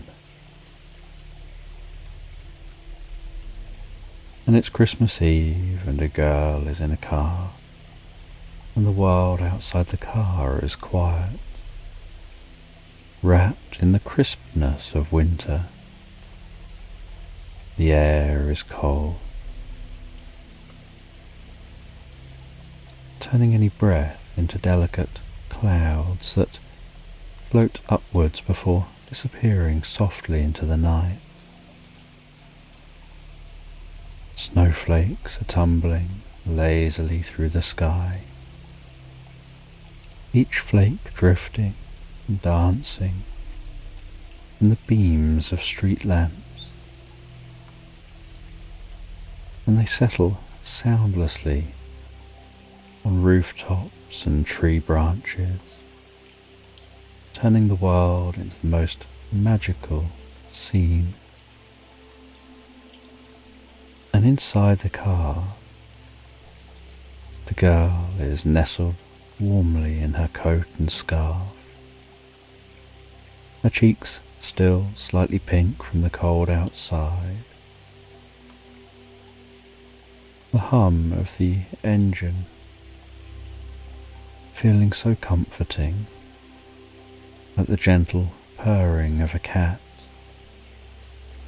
And her parents are in the front, their voices low and soft, adding to that deeper sense of calm. And she leans her head gently against the window, where her breath creates a fine mist, and she peers out at the world. And Christmas lights glow from every house that they pass, wrapped around trees and rooftops, twinkling like stars caught in the branches. There's a quiet rhythm to it all, as if the lights themselves are breathing softly, pulsing with the rhythm of the night. And the girl smiles and turns to her parents, her voice breaking the peaceful hum of the car. I spy with my little eye something green. Her parents, warm with the joy of the evening, play along. A Christmas tree, her mother guesses, her voice light and playful. The girl shakes her head, giggling a little. Nope. It's the reindeer, the one in the garden over there, she exclaims, pointing at a glowing reindeer decoration that stands proudly in front of a house, its soft green light glowing warmly under the snow, as though it too is part of the magic of the night.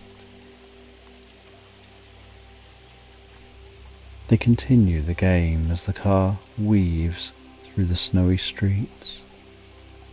She spots candles flickering in windows, wreaths adorned with ribbons, trees standing tall.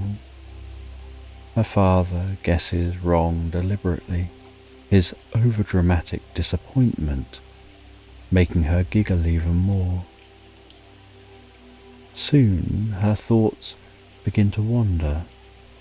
The night feels magical and her mind drifts to one of her favourite questions.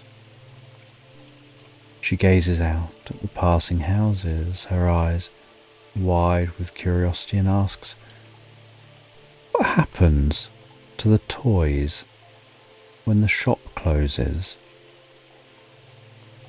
Her father catches her eyes in the rearview mirror and smiles. He takes his time before answering, as if he's considering something very important. "Well, he says, after the doors are locked and the lights go out, the toys come to life. They've been waiting all day for that moment." The girl's eyes widen with delight. "They really come to life?" she asks, leaning even closer to the window as if she might catch a glimpse of this secret world. Her father nods, his voice gentle with the kind of magic that belongs only to Christmas. "Oh yes, they have their own little town inside the shop. They laugh, they dance. They even have adventures of their own." The girl's imagination flares to life. She pictures the toy shop, quiet and still during the day, but at night becomes something extraordinary. Her father's words settle deep in her mind, painting pictures of toy-sized streets and lively adventures as though they're memories of something she's always known. The streetlights flicker by and her thoughts drift. Her father's tale growing roots in her mind, like a dream just waiting to bloom. And the car moves so smoothly over the snow-covered road, its tires barely making a sound. Inside, the warmth wraps around the girl like the most comfortable blanket. The steady hum of the engine, low, soothing, as though the world outside is slowing down and inviting her to relax even deeper. And the streetlights continue to flicker past, casting their light across the windscreen, the glow moving across the glass in slow, rhythmic waves, as if time is stretching and melting, elongating the moments between each wave. Each light sweeping over the car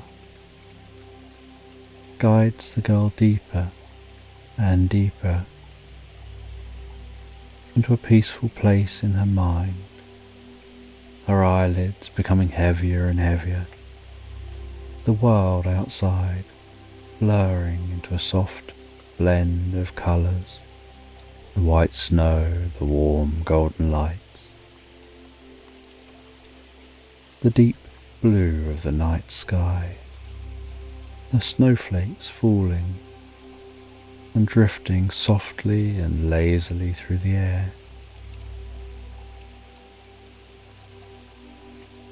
And as the girl watches those street lights flicker by, almost mesmerised by the rhythm of the night,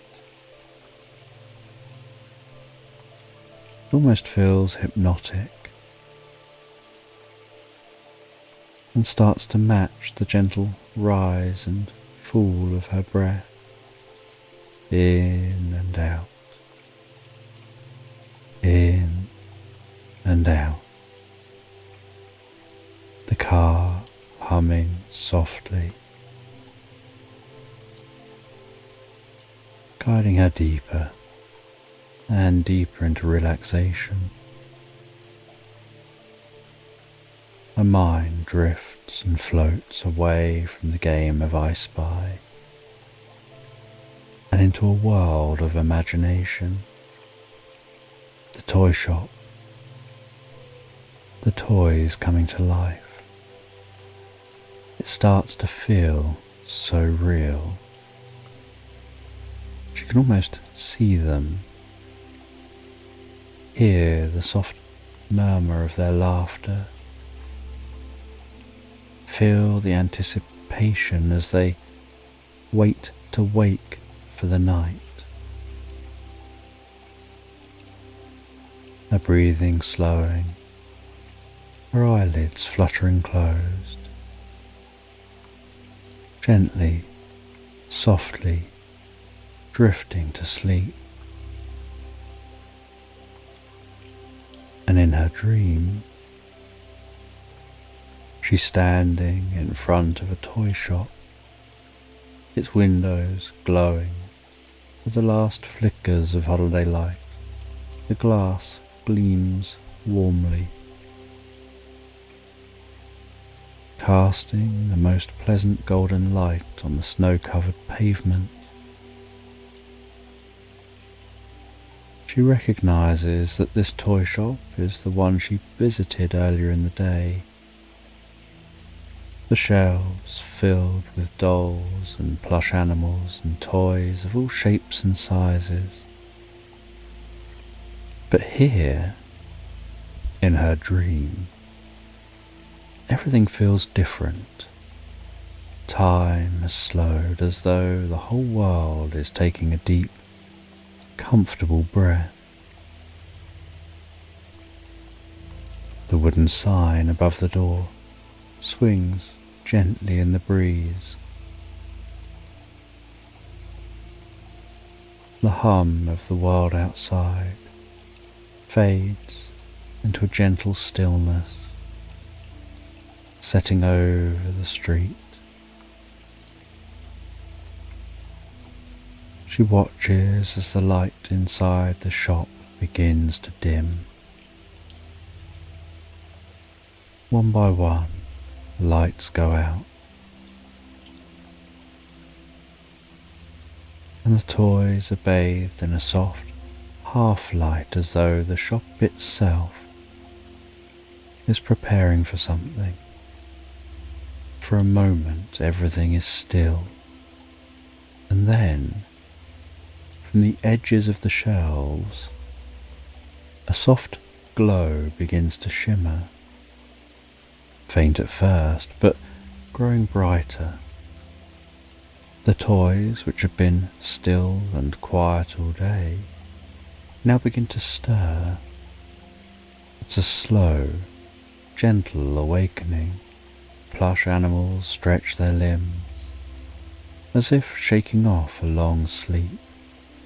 Dolls blink their eyes. Soldiers standing tall on shelves adjust the uniforms with precision. The aisles between the shelves begin to shift, the walls gently pulling back, expanding into something new. What was once a simple row of toys transforms into streets lined with tiny houses made from blocks, puzzle pieces and toy boxes. The shelves stretch higher, and the shop itself seems to breathe, expanding and shifting into a whole world of its own. It's no longer just a shop. It's now a magical town glowing softly with life. The girl feels a deep sense of wonder. Everything feels slow, gentle, as if the toys are moving to the rhythm of a quiet melody that only they can hear. Laughter rises softly, full of joy as toys of every kind come together in the streets, greeting one another after a long day of waiting. Plush animals bounce along the streets, their fur warm and soft, their eyes gleaming with happiness. Dolls in dresses twirl, their skirts swirling around them in gentle arcs, while soldiers march in graceful steps. Everything moves in slow motion. The girl's never seen anything quite like this, and yet something about it feels so familiar, as though this magical world was always meant to exist. hidden just beneath the surface of the everyday. Among the bustling toy streets, the girl notices a soft, fluffy teddy bear standing at the edge of the street. The teddy's golden fur glows warmly in the light, and its round, kind eyes shine with a sparkle of quiet adventure. It looks out over the magical town with a thoughtful expression, as if thinking about something important. Its soft paws rest at its sides, but its stance holds a gentle, determined energy. The teddy glances around as if searching for something, and soon spots a small group of toys nearby, a jack-in-the-box, a graceful ballerina, and a sturdy, wind-up soldier.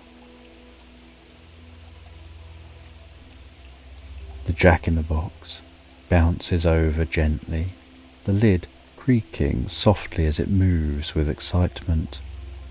The ballerina stands poised, her delicate arms arched above her head, her tutu fluttering slightly in the dreamlike air.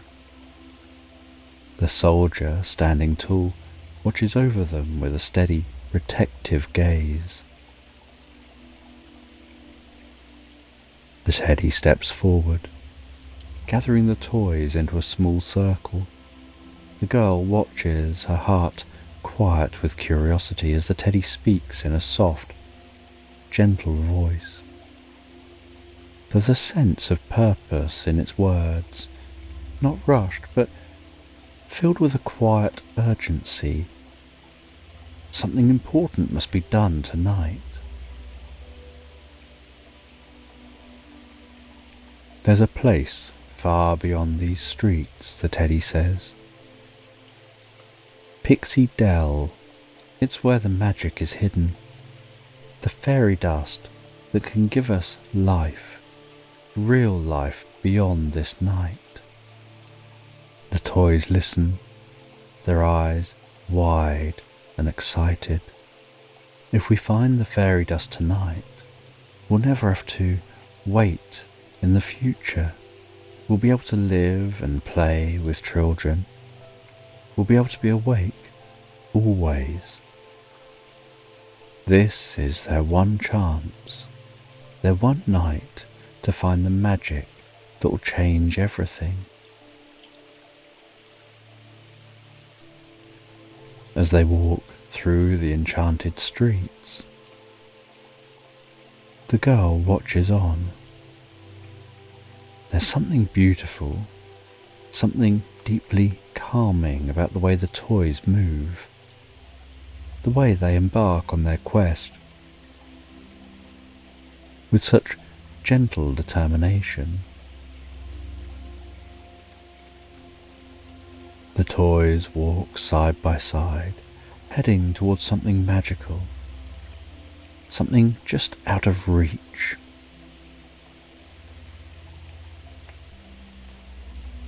They come upon an old wooden door, tucked away at the edge of the town. Unlike the other doors, which are painted brightly and neatly, this one is older, half covered in ivy and mistletoe. The wood is worn smooth, but it feels so inviting.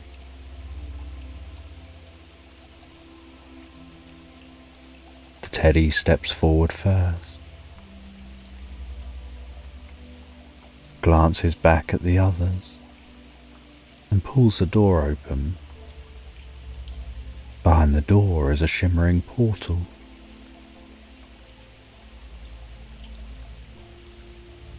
Its silvery light moving gently, glistening and glowing, like moonlight on a pond. One by one, the toys step through that portal. As they pass through, the world changes. They find themselves in a new land, even more magical than the toy town they've left behind. Snow falls slowly and silently from the sky, each flake seeming to hang in the air longer than it should, twinkling softly in the dim light.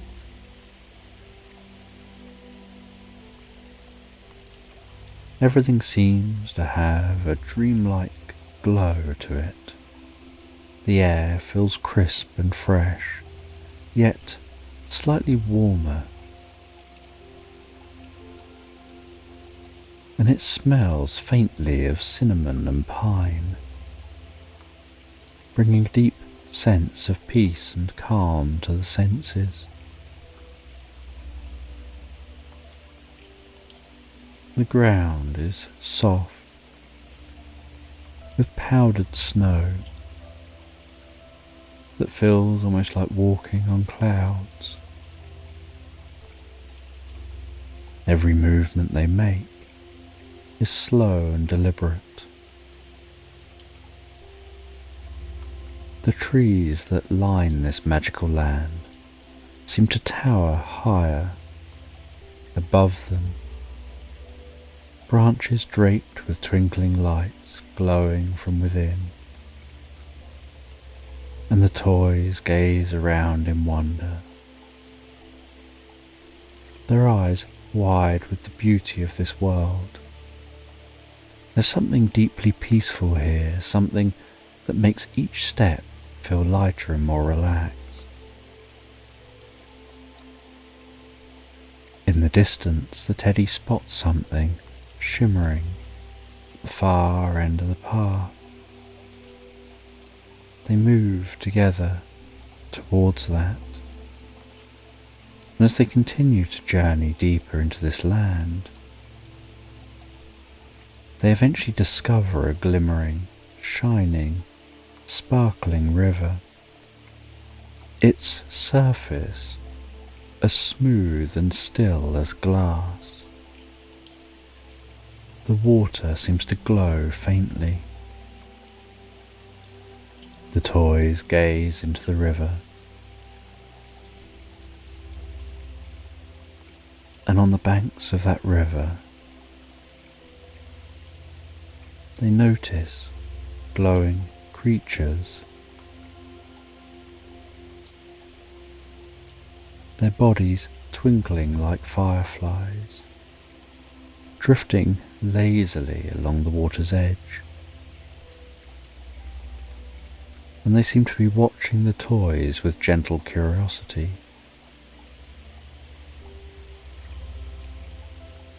And the teddy bear and their friends continue along the edge of this river.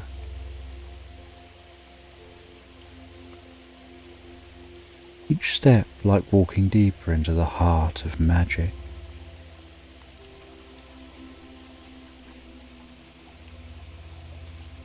And they reach a clearing, a beautiful glade bathed in soft light.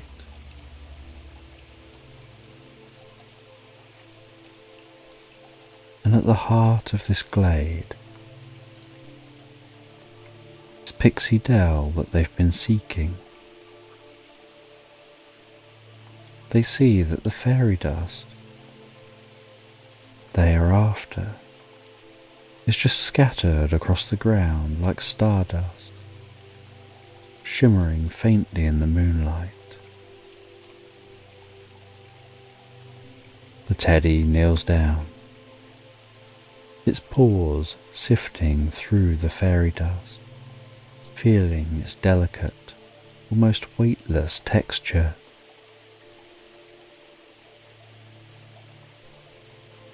The toys begin to gather the dust,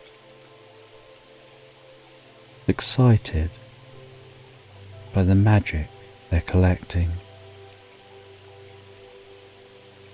And the dust begins to twinkle and shine and sparkle. And once they've gathered all that dust, they start to head back the way they came, They head all the way back to that portal, through the portal, back into that magical town. The streets are quiet, with the townfolk waiting for them. The teddy bear, holding the dust carefully, leads the way.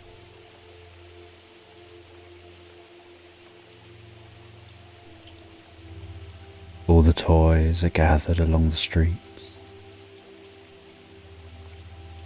Different toy animals and dolls and wooden figures, all moving along the streets and gathering in the town centre. And as the group arrive at the town centre, the air seems so still, and the teddy begins to sprinkle that fairy dust over the toys, and the dust drifts down like snowflakes, filling the air with a faint tinkling sound, like the sound of distant chimes. And the dust floats slowly and gently, settling over each toy with a warmth that feels like a gentle embrace. And as the dust touches them, the toys feel something stirring inside them, a slow, gentle warmth spreading from their hearts, filling them with a soft light, peaceful glow, reflecting the magic of the fairy dust.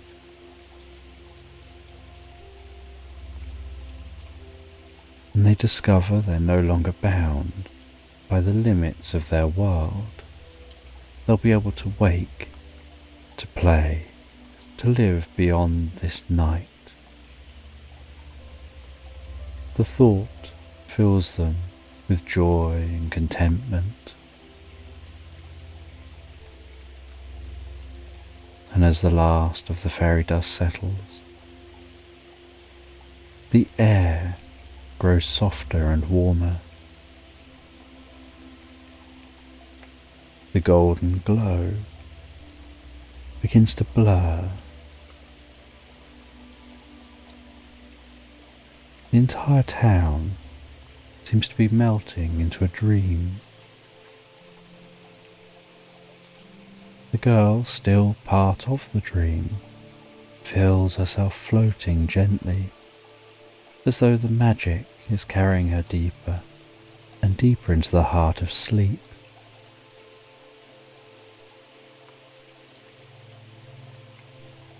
The scene around her softens like watercolours blending on a page. She can feel the warmth of the toy's joy, the happiness they exude. The sounds of this toy town begin to fade, becoming quieter and quieter. The girl's breathing slows as she sinks deeper and deeper into a comfortable sleep.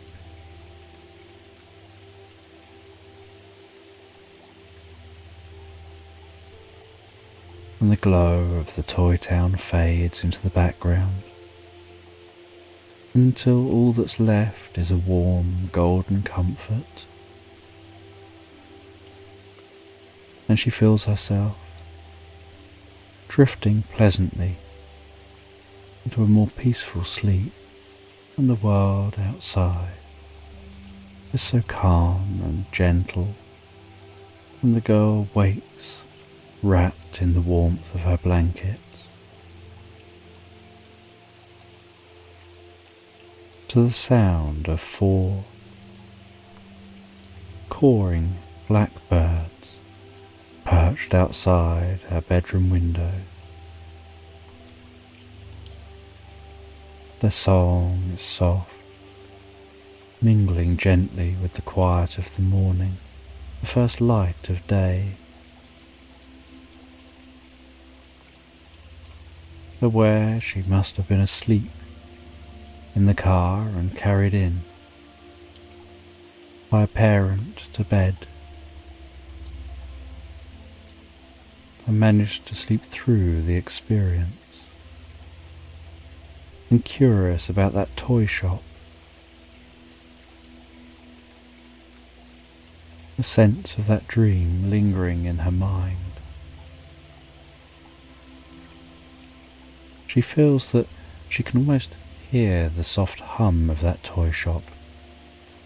She can almost see the streets glowing with life, the toys on their mission.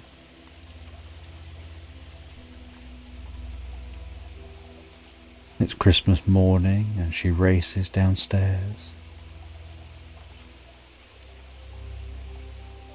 She bounds into the living room, and beneath the tree, presents are stacked neatly, wrapped in bright paper and ribbons. The family gathered around, talking softly and friendly. She sits on the floor cross-legged, touching the different presents and the ribbons. And with her family, she begins to unwrap her gifts. And among the toys and books, one present catches her eye. A small, neatly wrapped box with a simple red ribbon, and she pulls it onto her lap, carefully unties the bow, and as she peels away the paper, she gives a gentle gasp. It's a teddy bear, golden and soft, with round, twinkling eyes that seem to hold a secret just for her. She feels her heart skip a beat as she recognizes it's the teddy from her dream, the one who led the toys through the portal, who sprinkled that fairy dust and brought the magic to life.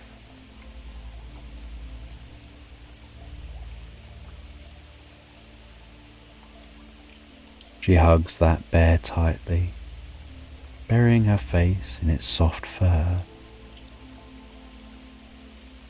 holding on to its warmth, its magic, feeling a deep and instant connection as she squeezes it close, feeling happiness settle over her,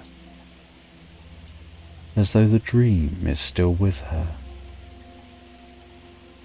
The teddy's eyes twinkle, and deep inside her heart she feels something warm and familiar.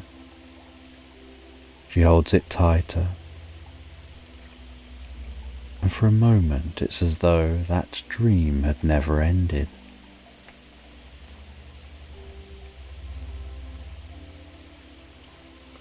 And Christmas Day passes with warmth and joy. The house filled with laughter, the sense of festive meals, the family sharing stories, unwrapping gifts, and the teddy bear stays by her side all day, tucked gently under her arm as she moves from room to room. And as the day begins to fade into evening, and the sunlight melts away into the horizon, she's aware that it's bedtime. She heads upstairs to the sound of the ticking clock. Her parents kiss her goodnight, their voices soft as they wish her sweet dreams. She She feels their love wrapping around her. They turn out the light,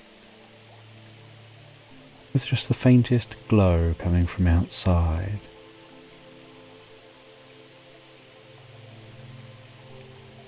And she begins to drift and float asleep. And the teddy bear, once still, blinks softly, its eyes twinkling with magic. It looks around the room, carefully pulls the covers up around itself, tucks them snugly under its chin, before glancing over lovingly at the girl sleeping beside it. And she's already in a deep sleep, breathing slow and steady. The teddy smiles, shifts a little closer to her, and with a quiet sigh, closes its eyes and drifts deeply and peacefully asleep.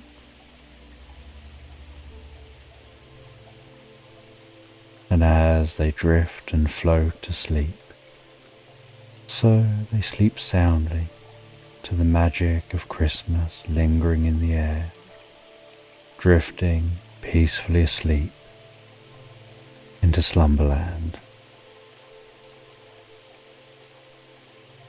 And Reg wakes slowly as if the gentle tug of morning pulls him from a deep, tranquil dream.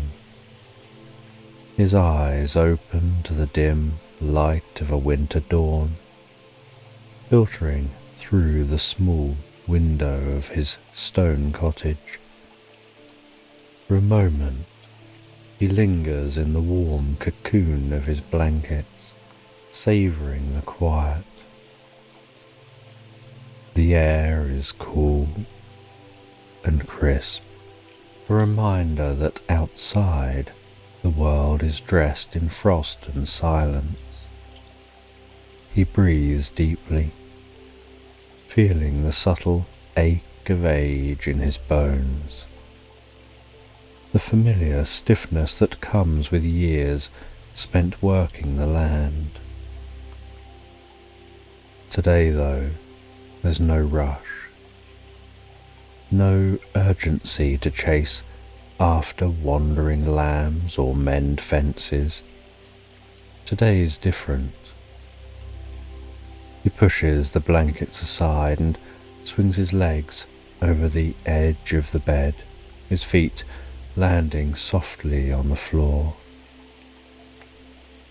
The cold of the floor seeps through his socks, and he lets out a small sigh, his breath hanging in the air. He stretches, his movements slow but deliberate, like the rising sun inching its way into the sky. Outside, the faint glow of dawn peeks over the horizon, painting the world in shades of soft pink and pale gold. A winter's dawn, quiet and unhurried. He dresses warmly, layering wool and thick fabric against the bite of the frost waiting just beyond the door. With a steady hand, he pulls open the heavy door to his cottage, and the chill of the morning air greets him like an old friend. The cold nips at his nose and ears, but is not unwelcome. It helps to wake him, sharpening his senses to the beauty of the world before him. The earth is covered in a blanket of frost, each blade of grass a tiny crystal, reflecting the soft light of the early sun. The air is so still. It feels as though the entire world is holding its breath. His boots sink gently into the frost-crisped grass, and a satisfying crunch follows with each step. The ground beneath his feet feels solid and sure, just as it always has. The land has been his life, his home, his sanctuary. The sheep are already awake, their breath visible in the cold morning air as they huddle together for warmth. Their soft rhythmic bleating is the only sound in the quiet expanse. Reg smiles, his heart warming at the familiar scene. He moves among them, his weathered hands brushing over their thick wool as he counts them, each one a comforting presence, a reminder of the simple joys of life. As he tends to his flock, his mind drifts to the day ahead, Christmas Eve, the day of their annual gathering, a tradition now so familiar, so cherished, that it feels as much a part of him as the very land beneath his feet. Al and Frank, his oldest friends, men who've shared both the burdens and joys of life with him for longer than he can remember. They'll meet again tonight, as they always do, to camp beneath the stars and share stories by the fire, a tradition that had started long ago when they were young and the world seemed so much larger. Reg pauses, straightening up from his work. He looks up at the sky already clearing, the last remnants of night fading into a pale blue canvas. The air is so still, so peaceful, that he can almost hear the silence itself. There's a certain magic to mornings like this, where the world feels untouched, pure, as though time has slowed just for him. A sense of calm settles over him, spreading through his body like warmth from a fire. He knows tonight will be clear. The sky promises it, with not a cloud in sight. A night for stars, for stories, and for remembering. As the sun continues to rise, casting a golden glow over the frost-covered fields, Reg feels a sense of quiet anticipation growing within him. The morning chores are simple, the movements of his hands familiar and easy, feeding the sheep, checking their enclosure, ensuring all is well before he leaves. There's no need for haste today, no urgency in his steps. Everything moves at a slow, measured pace, the rhythm of a winter's morning guiding him deeper and deeper into a relaxed state. With each task completed, his mind drifts further into the peaceful reverie of the day. When all is done, he lingers for a moment longer, standing in the middle of the frosty field. He closes his eyes, letting the cold air wrap around him, letting the quiet sink into his bones. The only sound is the gentle breathing of the sheep, the distant rustling of the bare trees, and his own heartbeat, slow and steady. Then with a deep breath, he turns back towards the cottage, knowing it's time to go, time to meet his friends, time for the stories to begin again. He gathers his things carefully, every item placed with care into his pack. His thick woolen scarf, worn with age but still soft, wraps snugly around his neck, and his gloves, stiff from the cold, slide over his hands.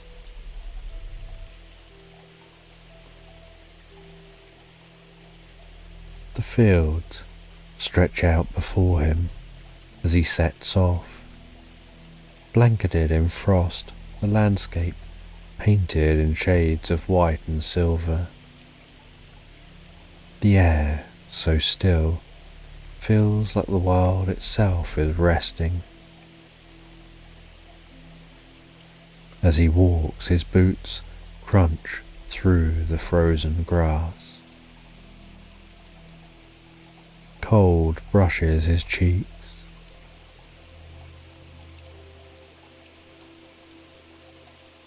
While walking, his thoughts drift back through the years.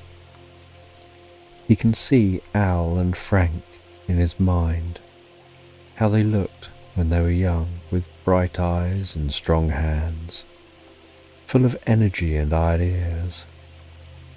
Time has softened them all, worn them down in some ways, but deepened them in others.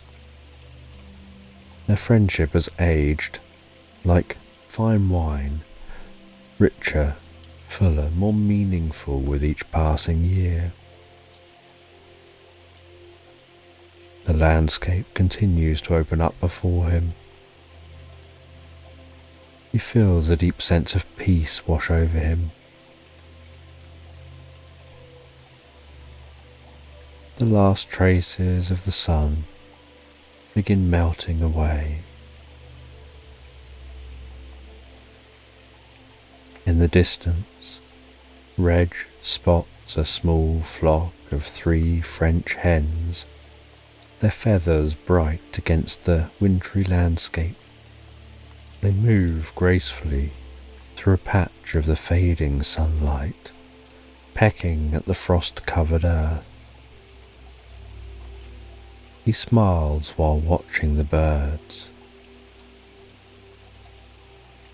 They seem almost out of place in the stark winter landscape.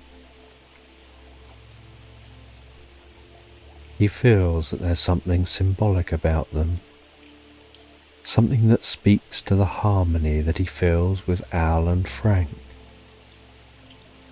The 3 of them, like these hens, have weathered many winters, yet they continue to return to this place to share in the quiet beauty of the land and the stories it holds.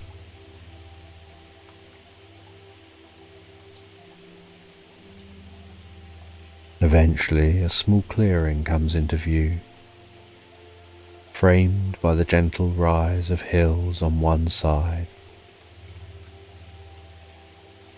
and the forest of leafless trees on the other.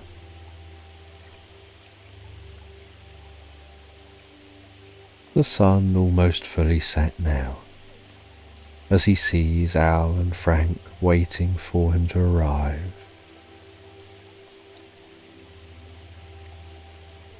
And as they spot each other, they all smile.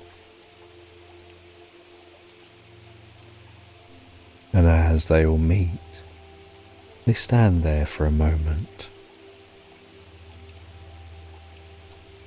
just looking at each other, how they've aged.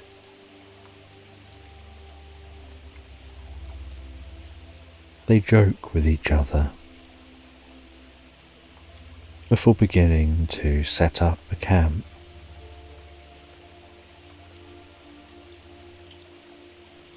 They talk to each other about small and simple things, of the sheep they tend to, of the weather, of the stars overhead. They collect up dry branches, and they begin to make a campfire.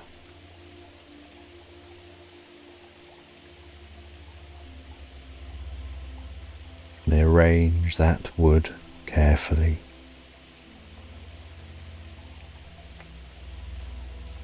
They place some tinder among the wood. They light that fire as it sparks to life with warmth and comfort, sending shadows dancing across the landscape. In the distance, the French hens settle into the branches of a tree, softly cooing, before they'll settle down for the night. The stars twinkle overhead like a million tiny pinpricks of light scattered across the vast expanse. And the three friends sit around the fire,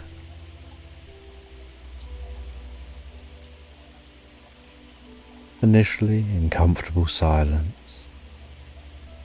enjoying the atmosphere around them. And as the evening gets darker and darker, and cooler, they wrap blankets around themselves while they chat and tell stories to one another. And then Al, the eldest of the group, asks a question. In all these years, apart from that night we first felt the spirit of this place, what's been the most profound moment of your life? His question lingers for a while in the air. Reg and Frank gaze at each other, their expressions thoughtful, each mulling the question over in their mind. Al leans back, his eyes moving from one friend to the other as he waits for a reply. The fire crackling softly, the light dancing lazily.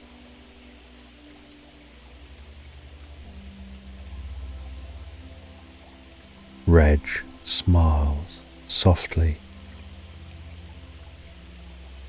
I suppose, Reg says, it would have been the birth of my first son. He pauses for a moment, allowing himself to become deeper absorbed in his thoughts.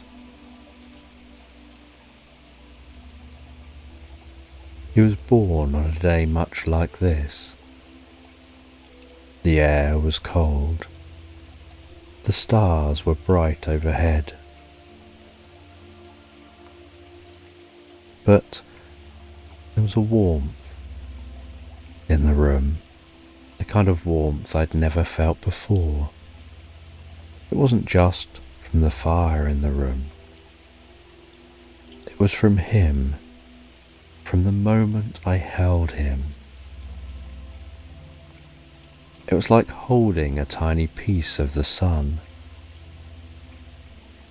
I remember looking at him, and it felt like the whole world had shifted. Everything was brighter, sharper, more alive. I could hear every sound, feel every breath, as though the very air around us had slowed down to watch this moment unfold. The first time he laughed, Reg says, his voice catching slightly, it was like hearing music for the first time. And when he took his first steps, It was as if the ground itself was cheering him on. Frank and Al continue listening in silence. And now, Reg continues, when I see him grown into a man, there's still that same light in him. It's a quiet glow, but it's there, and every time I look at him, I feel it again, that same warmth, that same awe, as though the world is still shifting around him, making space for all the moments yet to come. Reg falls silent, gazing off into space, while his mind drifts elsewhere, to a place where he's standing in a field watching his son run ahead of him, the sun setting behind them, casting long shadows across the earth. It's a memory that holds him gently, like the soft glow of a candle in the dark, and he lets it linger for a moment longer, before drifting back to his friends. The fire continues to crackle softly, its golden flickering light continuing to dance on the ground and stretch into the stillness of the night. Al shifts in his seat as he prepares to share his story. He gazes into the fire. It was many years ago, he begins. I was young then, much younger than I am now. I just started tending my own flock, trying to prove myself, trying to make my way in the world.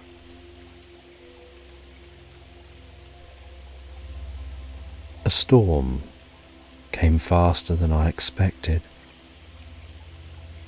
The clouds gathered overhead, thick and dark, like great ships sailing across the sky. Before I knew it, the wind was howling through the trees and the rain began to fall in great sheets so thick I could barely see my hand in front of my face.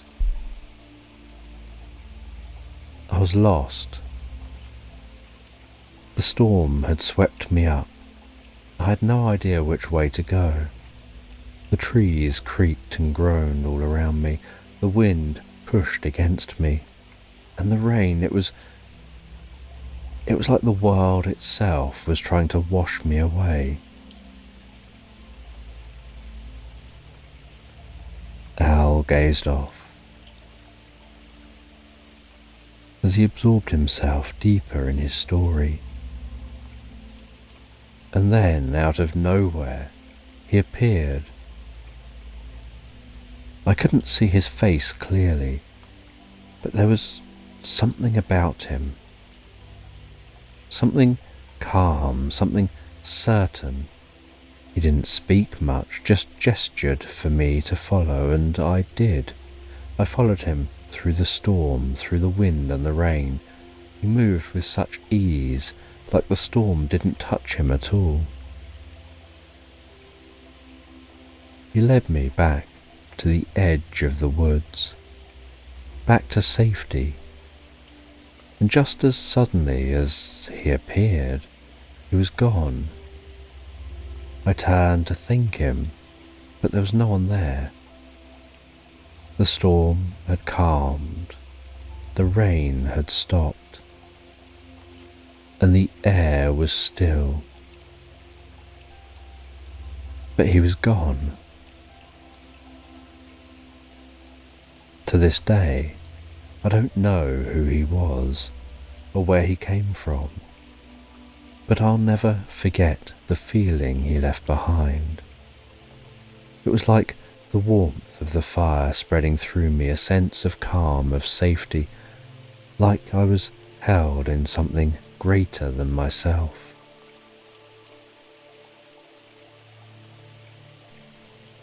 Frank isn't a man of many words,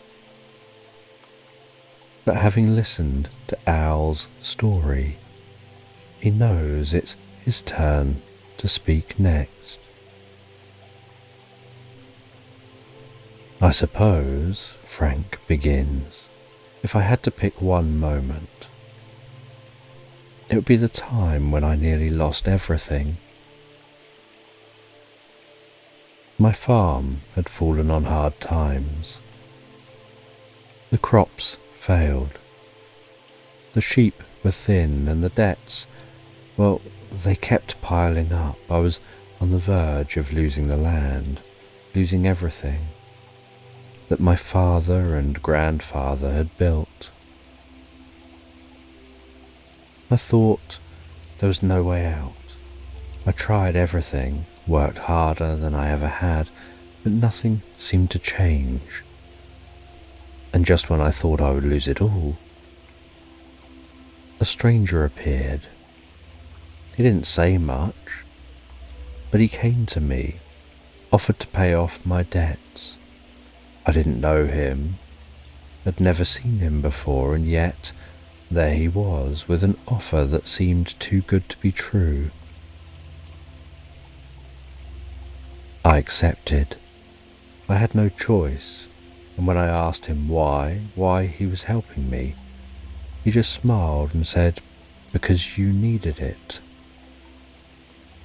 He didn't ask for anything in return, didn't leave his name, and when I tried to find him later, he was gone as though he'd never been there at all.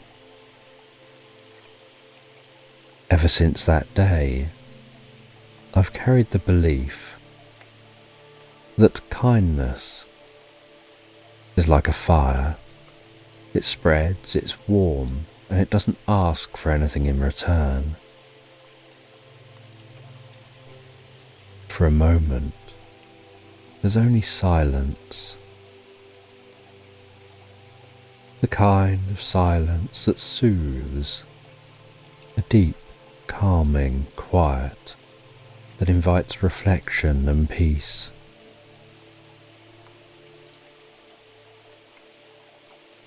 The three friends have shared their stories, each one a gift shared around the fire. Their words now a part of the air, the land, and the night.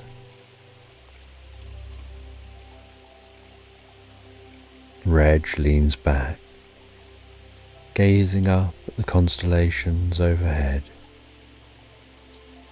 the stars twinkling so softly, as though winking at the earth. Al and Frank sit beside him, breathing slow and even, feeling a deep sense of comfort and peace. They watch as a shooting star streaks across the sky. It feels almost like time is standing still.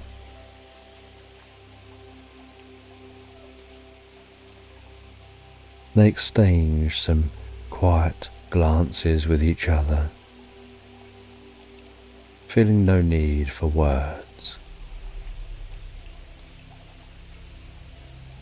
just enjoying their friendship and their time together. The three of them head to their tents as the fire has burned down to embers. They sit in the entrance to their tents, talking softly with each other for a little while, all feeling increasingly tired.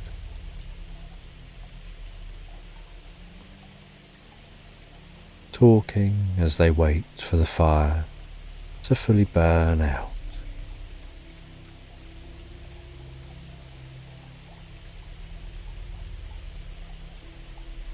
And once the fire is fully burned down, and nothing but warmth remains,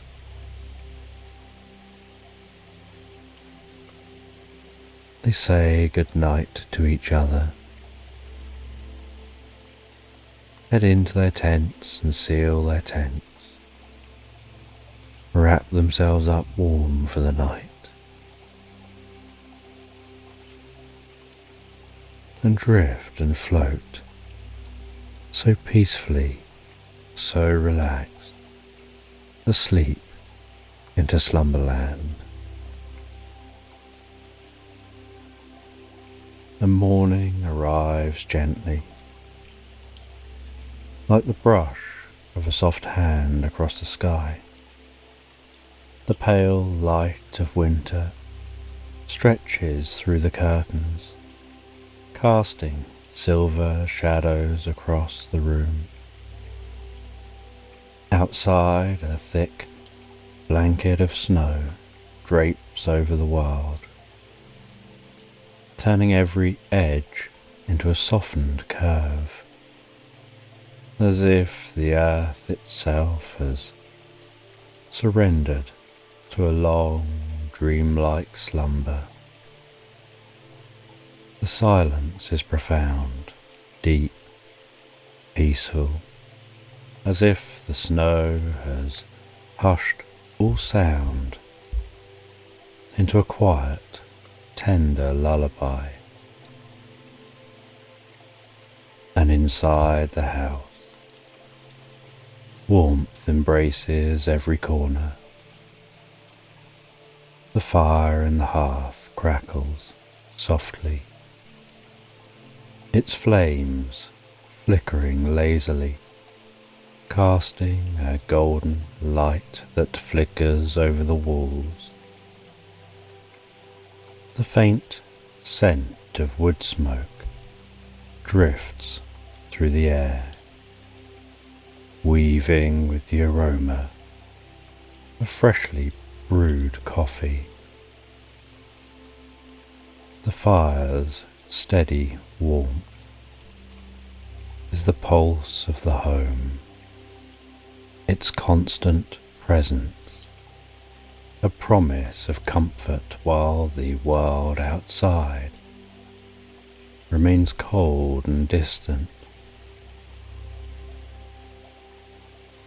The mother moves through the house with graceful ease, her footsteps a mere murmur against the wooden floor.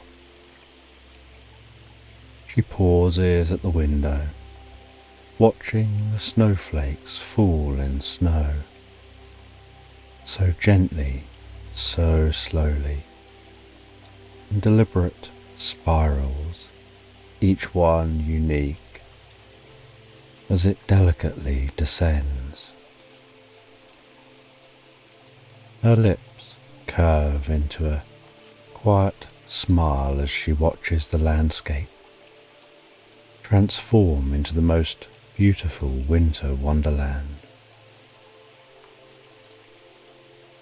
The air thick with the promise of a peaceful day, she inhales deeply, the scent of the fire mixing with the crisp coolness that seeps in through the window panes. Upstairs, the children are cocooned in their beds, tucked beneath thick, cozy blankets. The youngest is a small bundle of warmth nestled deep within his covers, resisting the pull of the morning. His face is half hidden in his pillow, his breath slow and steady. When his mother enters the room, her gentle voice guiding him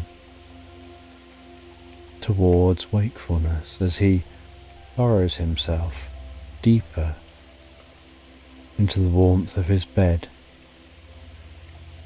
trying to resist her coaxing.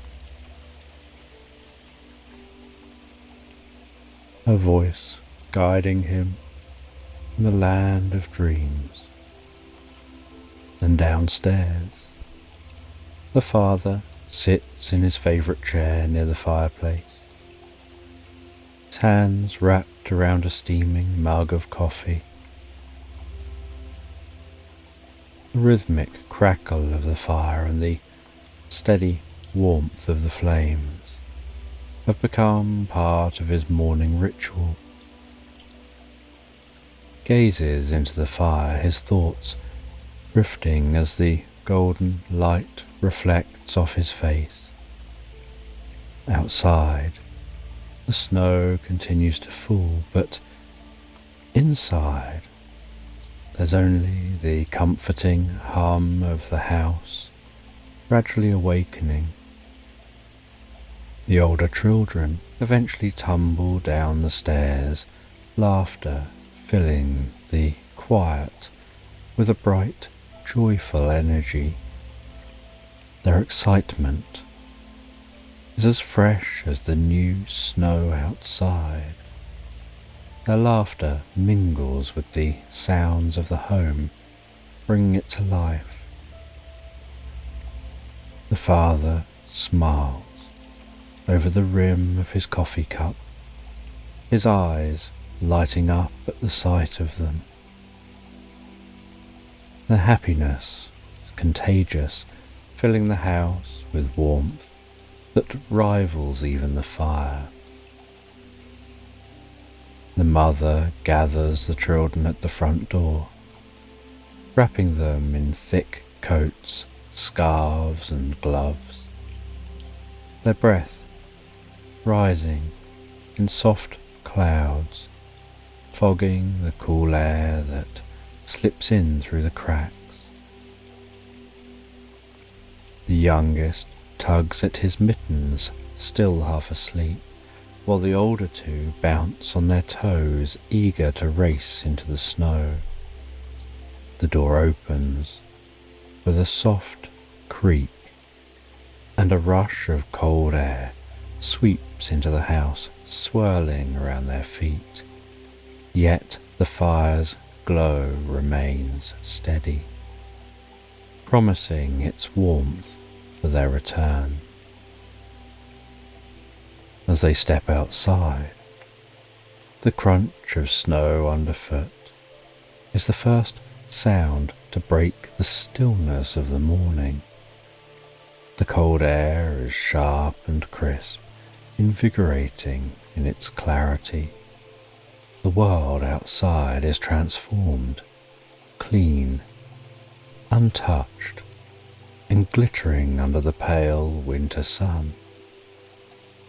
The mother breathes out, her breath visible in the cold as the children's laughter fills the frosty air. Behind them, the house remains, its windows glowing faintly with the warmth of the fire, a beacon of comfort awaiting their return.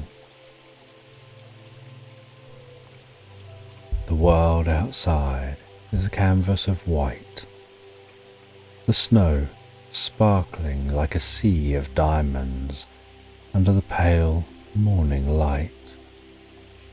Each step sinks into the snow with a satisfying crunch, leaving behind imprints that mark their path. The children, bundled tightly in their coats, walk alongside their mother, their small boots creating a trail of footprints that meander through the pristine landscape. The air is cold, biting gently at their cheeks and noses, turning them a soft shade of pink. Above them, the sky stretches out in shades of silver and grey, blending with the snowy world below. The trees stand tall, their branches frosted with delicate icicles that catch the light and glimmer like crystals. Icicles hang from the rooftops, each one a winter jewel, sharp and glittering in the soft sunlight. The youngest child lags behind for a moment, his mittened hand outstretched to catch a snowflake. He marvels at its intricate pattern, watching as it melts almost immediately upon touching the warmth of his glove. His breath forms soft puffs in the air, each exhale mingling with the falling snowflakes, as if he's adding his own breath to the quiet stillness of the morning. His mother watches with a smile, her heart warmed by the sight of his wonder. The streets are quiet, the snow muffling every sound, creating a serene stillness that feels almost otherworldly. Only the occasional bird calls out, its voice a bright contrast against the muted tones of the snowy morning.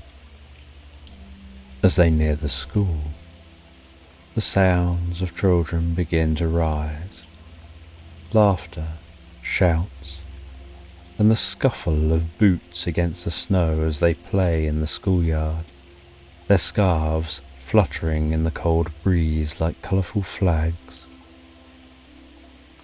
The mother watches as her children join the fray, their faces bright and full of life. The youngest hesitates at the gate, turning to wave, his small hand raised in a gesture of farewell. She waves back, her heart full with the sight of her children, so at ease in the world, their joy as pure as the snow itself. She stands for a moment longer, watching the schoolyard fill with the busy energy of the day, before turning back towards home. As she walks, the quiet returns, wrapping itself around her like a comforting blanket. The snow beneath her feet is soft, absorbing her footsteps, and the air is filled with the sharp, clean scent of pine and cold. Her thoughts drift, carried along by the rhythm of her steps, and the peacefulness of the morning settles deep into her bones. The world feels hushed, as though it's waiting, wrapped in the soft promise of a day full of quiet, unhurried moments. Back at the house, time seems to slow. The gentle, rhythmic fall of snow outside matches the quiet stillness within. Inside, the warmth from the fire embraces the entire room, its golden light flickering across the walls in a lazy dance. The father sits at his desk near the hearth, his back warmed by the steady heat from the flames. It's a comforting presence, as familiar as an old friend. His pencil moves steadily across the paper, sketching the lines of a new design. Each stroke is careful, deliberate, the soft scrape of graphite on paper blending with the crackle of the fire.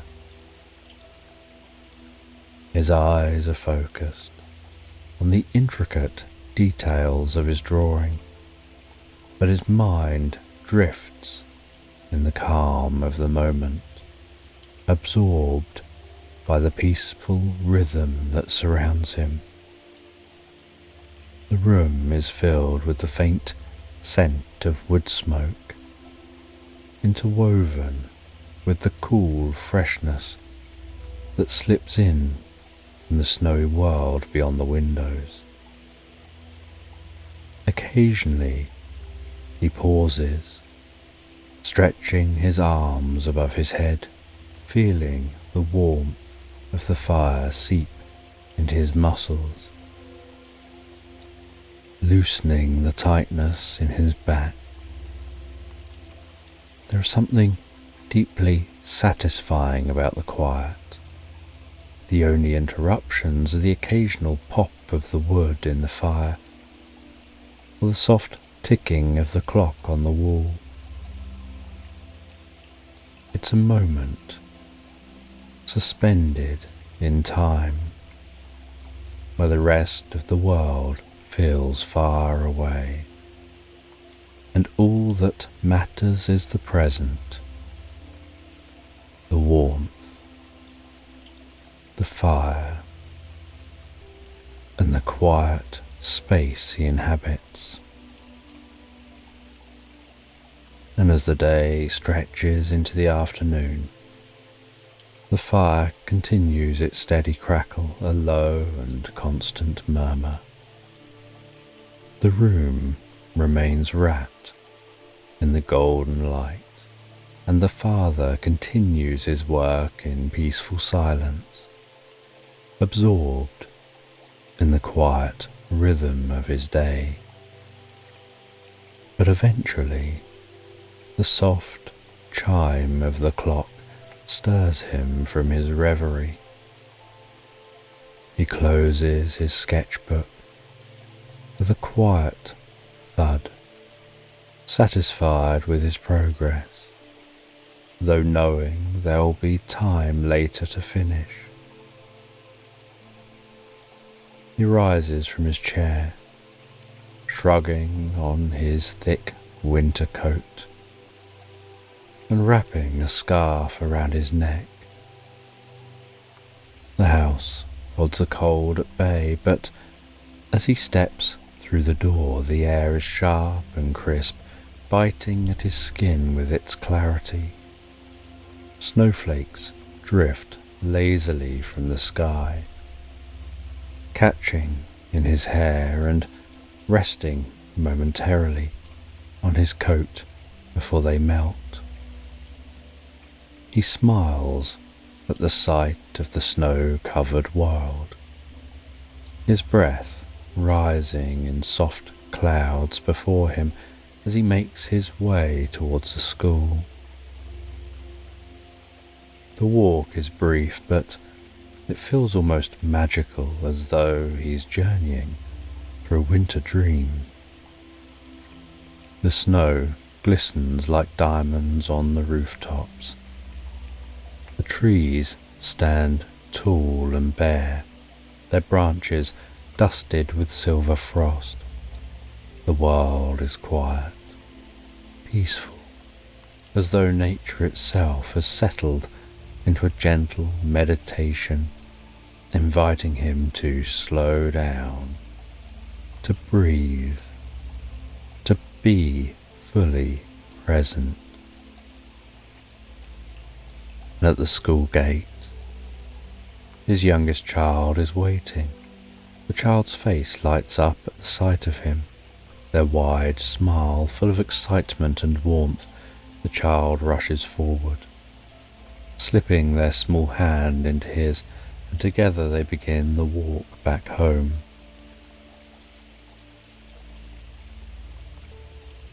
The child's voice is filled with stories of games played during break time, of snowflakes caught on their tongue, of friends and laughter. The father listens, nodding along, his heart full with the simple joy of his child's voice.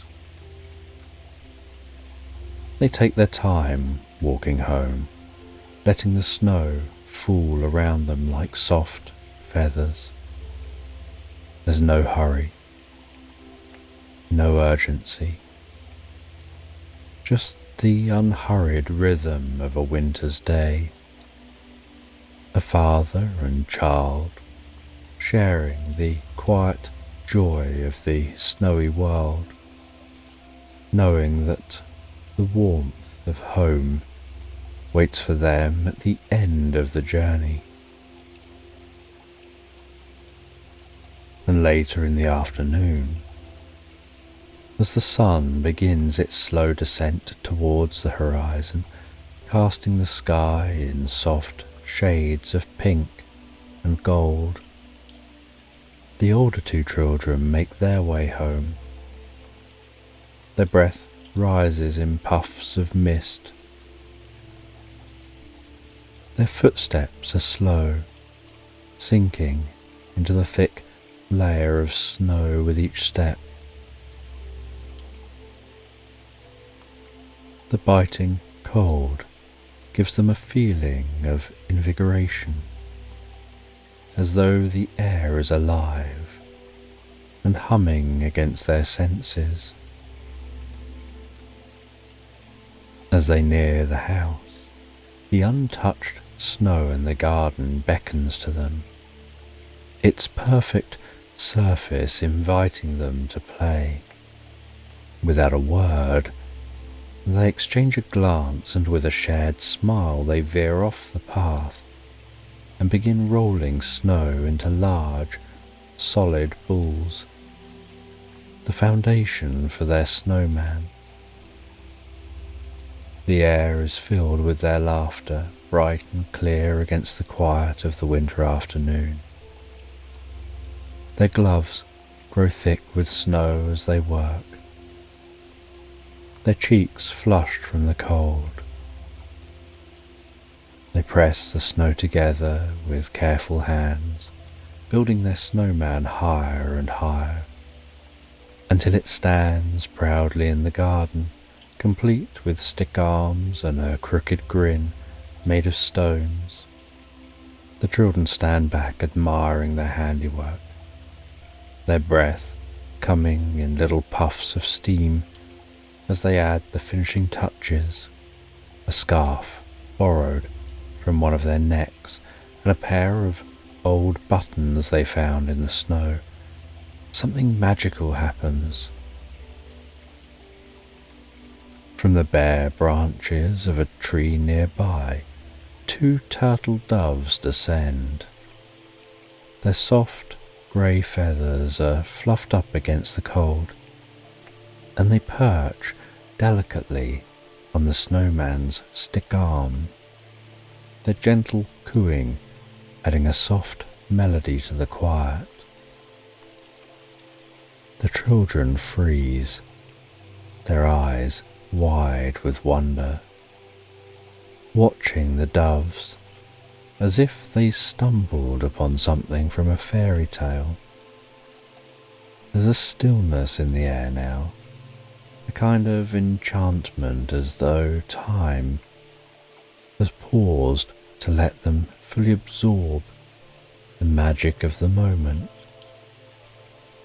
The soft light of the afternoon, the snowman, the doves. It all feels like part of a story, a winter tale where the world holds its secrets close, waiting to be discovered. For a long moment, the children stand quietly, watching the doves as they fluff their feathers, as they gaze back with dark, thoughtful eyes. The children stop noticing the cold, lost in their quiet wonder. Finally the doves take flight, their wings beating softly as they soar into the pale sky, disappearing into the distance.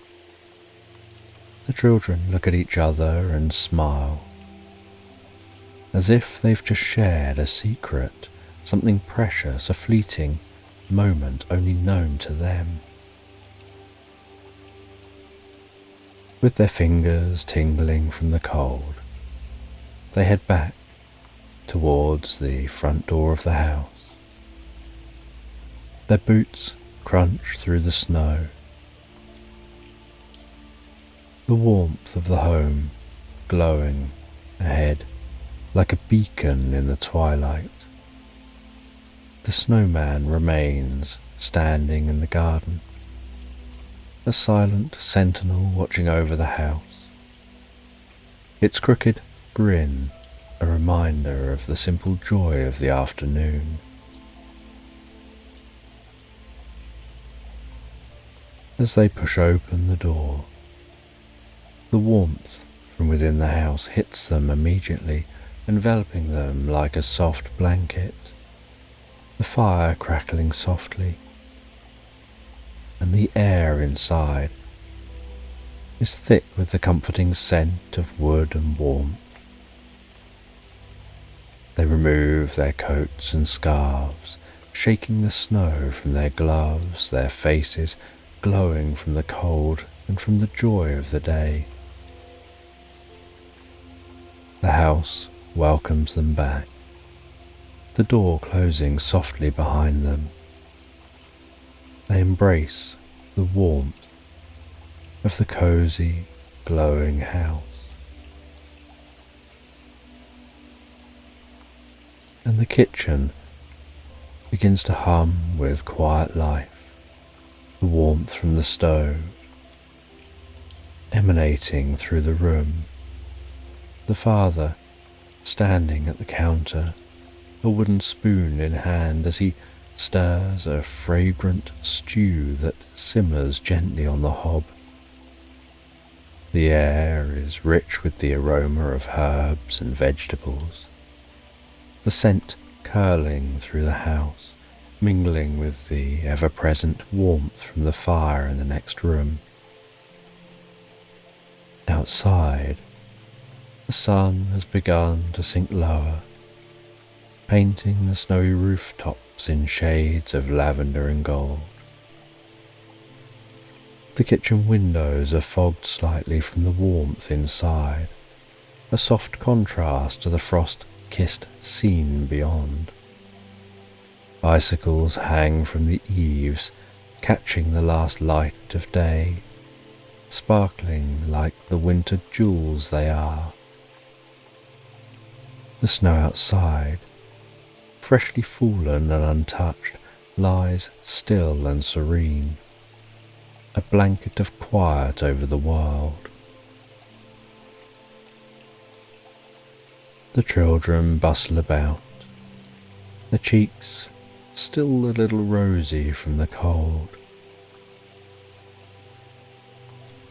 They move and dance and play around,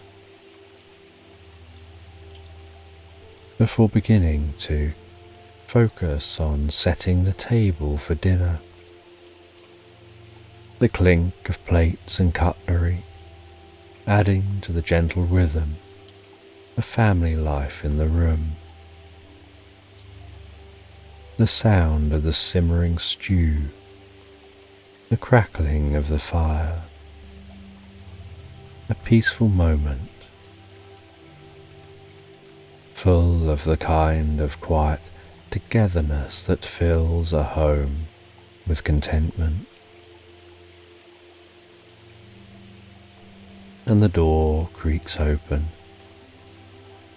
and a brief gust of cold air sweeps through the house as the mother steps inside, her boots dusted with snow. She pauses for the moment in the doorway, breathing in the warmth of the home, the scent of dinner, enjoying the sight of her family, feeling a deep sense of joy. And as the door closes behind her, the cold is instantly replaced by the deep, soothing warmth of the house. The children run to her, their laughter bubbling up as they fling themselves into her arms, their excitement filling the room with a renewed energy. She wraps them in hugs, brushing the snow from her hair as she leans down to kiss the tops of their heads. Across the room, the father glances up from the stove, his eyes meeting hers with a look of quiet affection. There's a wordless greeting shared between them, a warmth that fills the space between them like a second hearth. With dinner being finished, the father brings the steaming pot to the table, its rich aromas filling the air as bowls are passed around. The family sits down together, the clinking of cutlery blending with the gentle murmur of conversation. Their voices are low and easy, the worries of the day melting away with each bite of food. Laughter flickers lightly across the table, and the warmth of the meal, the home, the fire, it all wraps around them a comforting cocoon of contentment. Outside, the last light of the sun fades, giving way to the deep, cool blue of evening. Inside, the glow from the fire spills into the kitchen, casting everything in a soft, golden light. The house is full but not crowded, lively but not loud. It's the kind of evening where time seems to stretch out, inviting them to linger in its warmth, to savour the simplicity of shared community. And when the meal ends, the plates are cleared and the soft rhythm of the evening continues, flowing gently from one moment to the next, like a river that knows its course, leading them deeper and deeper into the heart of the night. And with dinner behind them, the family naturally drifts towards the living room, drawn by the steady warmth of the fire. The flames are low, flickering gently, casting long, dancing shadows that move with a rhythm that feels as old as time itself. The fire is more than just warmth. It's the heart of the home, a steady, glowing presence that draws them all together. The family settles into their favourite places around the fire. The father reclines back into his armchair, his feet resting on a footstool, the soft creak of the leather chair, a familiar sound. The mother curls up on the sofa, the youngest child nestled against her side, their eyelids already drooping, with a gentle and deep pull of sleep. The older children sit cross-legged on the floor near the fire, their faces illuminated by its golden light as they share stories from their day, their voices a soft murmur in the quiet room. Hot chocolates passed around, thick and creamy, its rich scent mingling with the warmth of the fire. Each sip is a comfort, warming them from the inside out, the sweetness lingering on their tongues as they sink deeper and deeper into the calm of the evening. The youngest child is cradling their mug in both hands, eyes barely open. The heat from the fire and the velvety taste of the chocolate is soothing them all into a peaceful drowsiness. Outside, the snow continues its slow and steady descent, but the world beyond the window feels far away, as if the house exists in its own pocket of time, separate from the cold night outside. The fire crackles softly, burning low and steady, offering a gentle glow, a soft pulse filling the room with warmth. The youngest child sinks even deeper against their mother,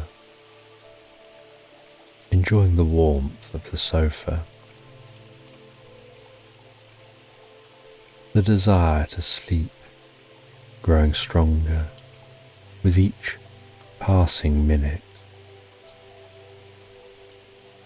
and their eyes flutter closed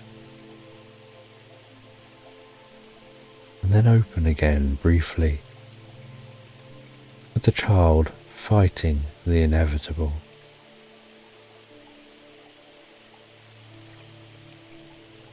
Heading deeper and deeper towards sleep, the mother brushes a stray strand of hair away from the child's forehead. The older children still chatting quietly, occasionally pausing to enjoy the fire, with thoughts drifting in the soft glow.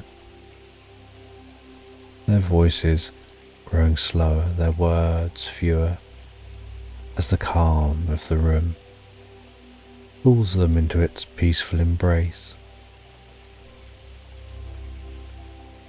The evening continues to settle over the house, like a thick, soft blanket, filling every corner with warmth and the steady rhythm of nightfall. The youngest child is ready for bed. The mother rises slowly, careful not to disturb their child, before gathering them up in her arms, feeling the comfortable weight of their body, the warmth of their skin, and carries them in their half-awake, half-asleep state, as they drift even more asleep, carrying them up stairs to bed.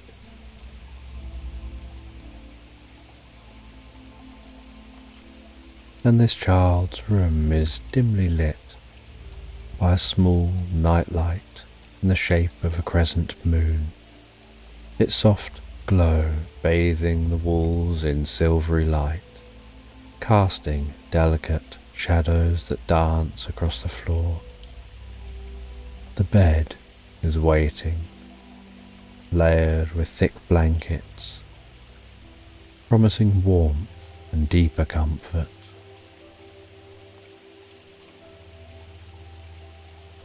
The mother tucks in the child, smooths down the blankets up to their chin, sits on the edge of the bed, and begins to read a children's storybook from the bedside table. Her voice is calm and rhythmic as it fills the room, the child barely awake, each word flowing so softly, so gently, the story familiar to the child like an old friend, guiding the child's mind deeper and deeper asleep. the pages being turned quietly, the sound blending with the slow, steady rise and fall of the child's breathing, each breath a little slower and deeper. The child's eyes finally close fully as they sink deeper and deeper into their dreams. And as the child drifts and sleeps deeply, their face looks so soft and peaceful. The room is still, bathed in the soft glow of the nightlight. The mother lingers for a moment longer, watching the peaceful rise and fall of the child's chest. She bends down, pressing a soft kiss to their forehead, then quietly, ever so quietly, stands, leaves the room, and pulls the door closed, leaving the child to the deep, peaceful rhythm of sleep. And back downstairs, the older children remain by the fire, their bodies stretched out on the rug, their eyes half focused on the simple card game they're playing. The air is warm and still, the fire now just glowing embers.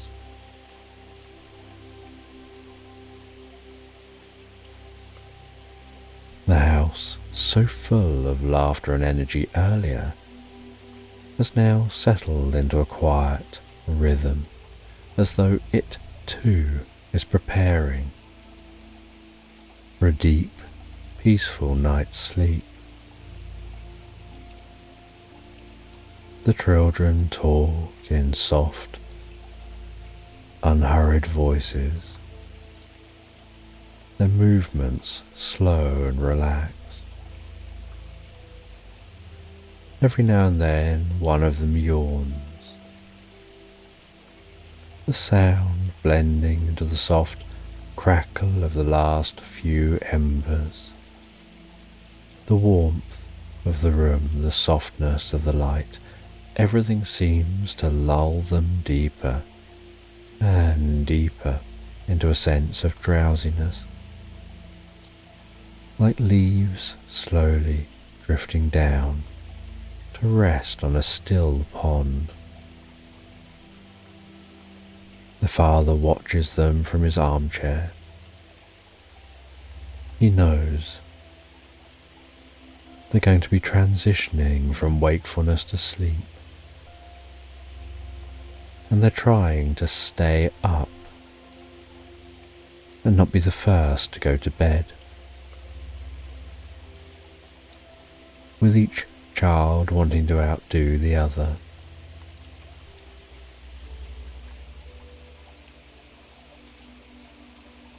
But eventually, sleep catches up with them. They both rise from the floor. The father stands with them. They head up the stairs, and in their rooms, they head to their beds.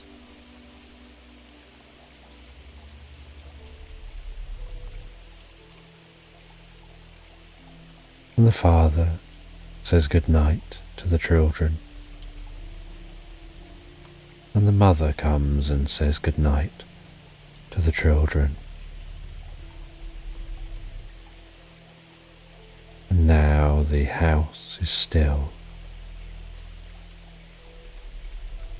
wrapped in the deep quiet that only comes when the day is done and everyone is finally tucked up in bed.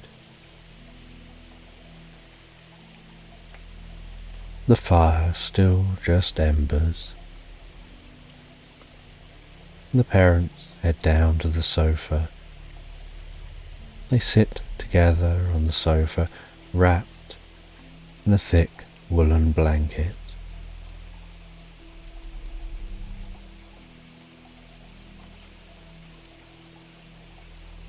They feel the stillness in the room, the comfort in the room, how cozy this room feels.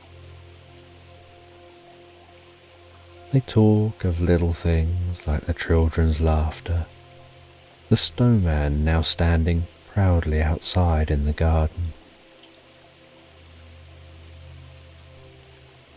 the way the house was so warm and alive earlier.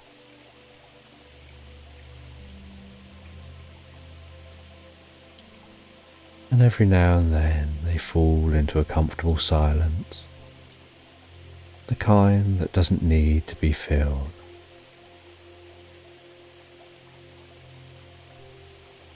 They sit side by side, resting on each other, as outside the snow continues to descend.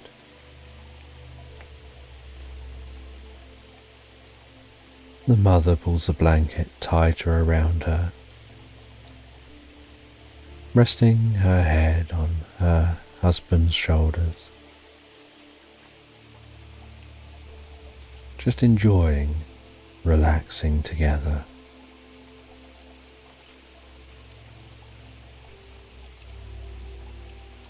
And as the night continues to deepen,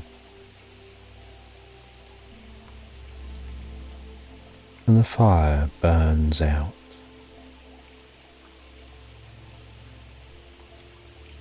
the parents begin to drift to sleep.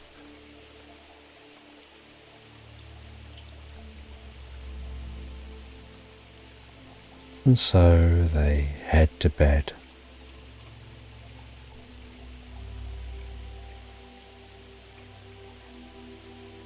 They let go of the last traces of wakefulness.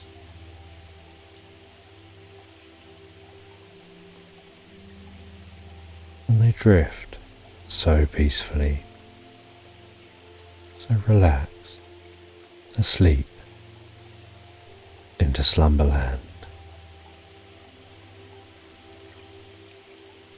And in the far northern reaches of the world lies Santa's workshop, a hidden sanctuary of quiet magic, nestled deep in an enchanted forest. It stands beneath a blanket of stars, its wooden beams framed in frost and glowing faintly in the moonlight. Inside, the glow of the hearth spills warmth across the polished floors, casting flickering shadows that dance like playful sprites along the walls. Everything here feels alive, but it's not a place of noise or bustle. It hums with quiet joy, a serenity woven into the very fabric of Christmas. The elves are hard at work, but there's no rush, no frantic movements. Their tasks are performed in rhythmic calm, as if the entire workshop moves to the cadence of a lullaby. Small hands glide over delicate ribbons, tying bows in rich shades of gold and emerald. The wrapping paper rustles softly, like the gentle rustling of leaves in a dream, as tiny silver bells, each as delicate as a snowflake, are placed atop each parcel. The bells chime quietly as they're added, a soft and reassuring sound, filling the air with the warmth of anticipation. Overhead, the rafters are adorned with glistening strands of tinsel, catching the glow of the firelight. sparkling like stars reflected in a frozen lake. The hum of magical machinery provides a soothing backdrop, blending with the rustle of paper and the shuffle of elves' feet as they move with a grace born of years of Christmas preparation. There's no sense of urgency, only the slow, steady rhythm of a night that stretches longer than usual, wrapping the workshop in a soft embrace of timelessness. Scents of the season weave their way through the air. Cinnamon, warm and spicy, mingles with the refreshing sharpness of freshly gathered pine needles. Peppermint floats in the background, cool and crisp, like the breath of winter itself. And beneath it all, the comforting smell of wood smoke rises from the crackling hearth, anchoring the room with the deep warmth of safety and home. Each elf moves with delicate precision, their focus steady, yet their movements are slow, unhurried, as though they know that time itself has softened to accommodate them. There's a quiet expectation here, so peaceful, deepening with every moment. Christmas Eve is on the horizon, but for now, the workshop is a sanctuary of stillness, a place where time stretches out, inviting everyone within to slow down, to breathe in the calm. In this peaceful rhythm, every element of the scene, the light, the sounds, the scents, work together to lull anyone who enters into a deeper state of peace and relaxation. The workshop feels not just like a place of work, but a place of rest, where the heart slows and the mind begins to drift, becoming absorbed in the soft rhythms of preparation. Time here is a gentle companion, moving quietly alongside the elves as they work. But amidst the tranquility, something shifts. It's subtle, like the faintest ripple disturbing the surface of a calm pool, yet noticeable to those who know the workshop well. The quantum superposition generator, usually glowing with a soft golden light, flickers briefly, its once steady hum faltering. The light dims as if the machine is growing tired, and the elves, ever attuned to the magic that surrounds them, pause in their tasks, their eyes turning towards the heart of the workshop. This machine, nestled in the very centre of the room, is no ordinary device. It holds the key to Christmas itself. The generator's magic is what allows Santa to be everywhere at once, leaping through time and space, delivering joy to every child on earth in a single night. Without it, the wonder of Christmas morning would be impossible, and stockings would hang empty by the fireplace. The elves gather around the generator, their steps soft but filled with concern. The light, once bright and steady like the first golden rays of dawn, now flickers weakly, like a candle fighting against a breeze, casts long, trembling shadows across the room. Its comforting glow now uncertain, its hum reduced to a faint murmur.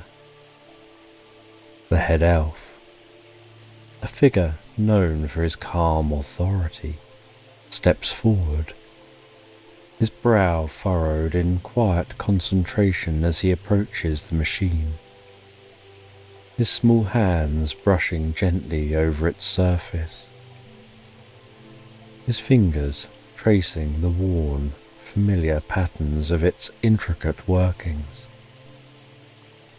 The elves watch him in silence, their breaths held, not out of fear but out of reverence for the delicate magic at work. The generator splutters once, twice, and then its glow fades entirely, leaving the room dimmer as though a bit of its magic has slipped away. Yet there's no panic.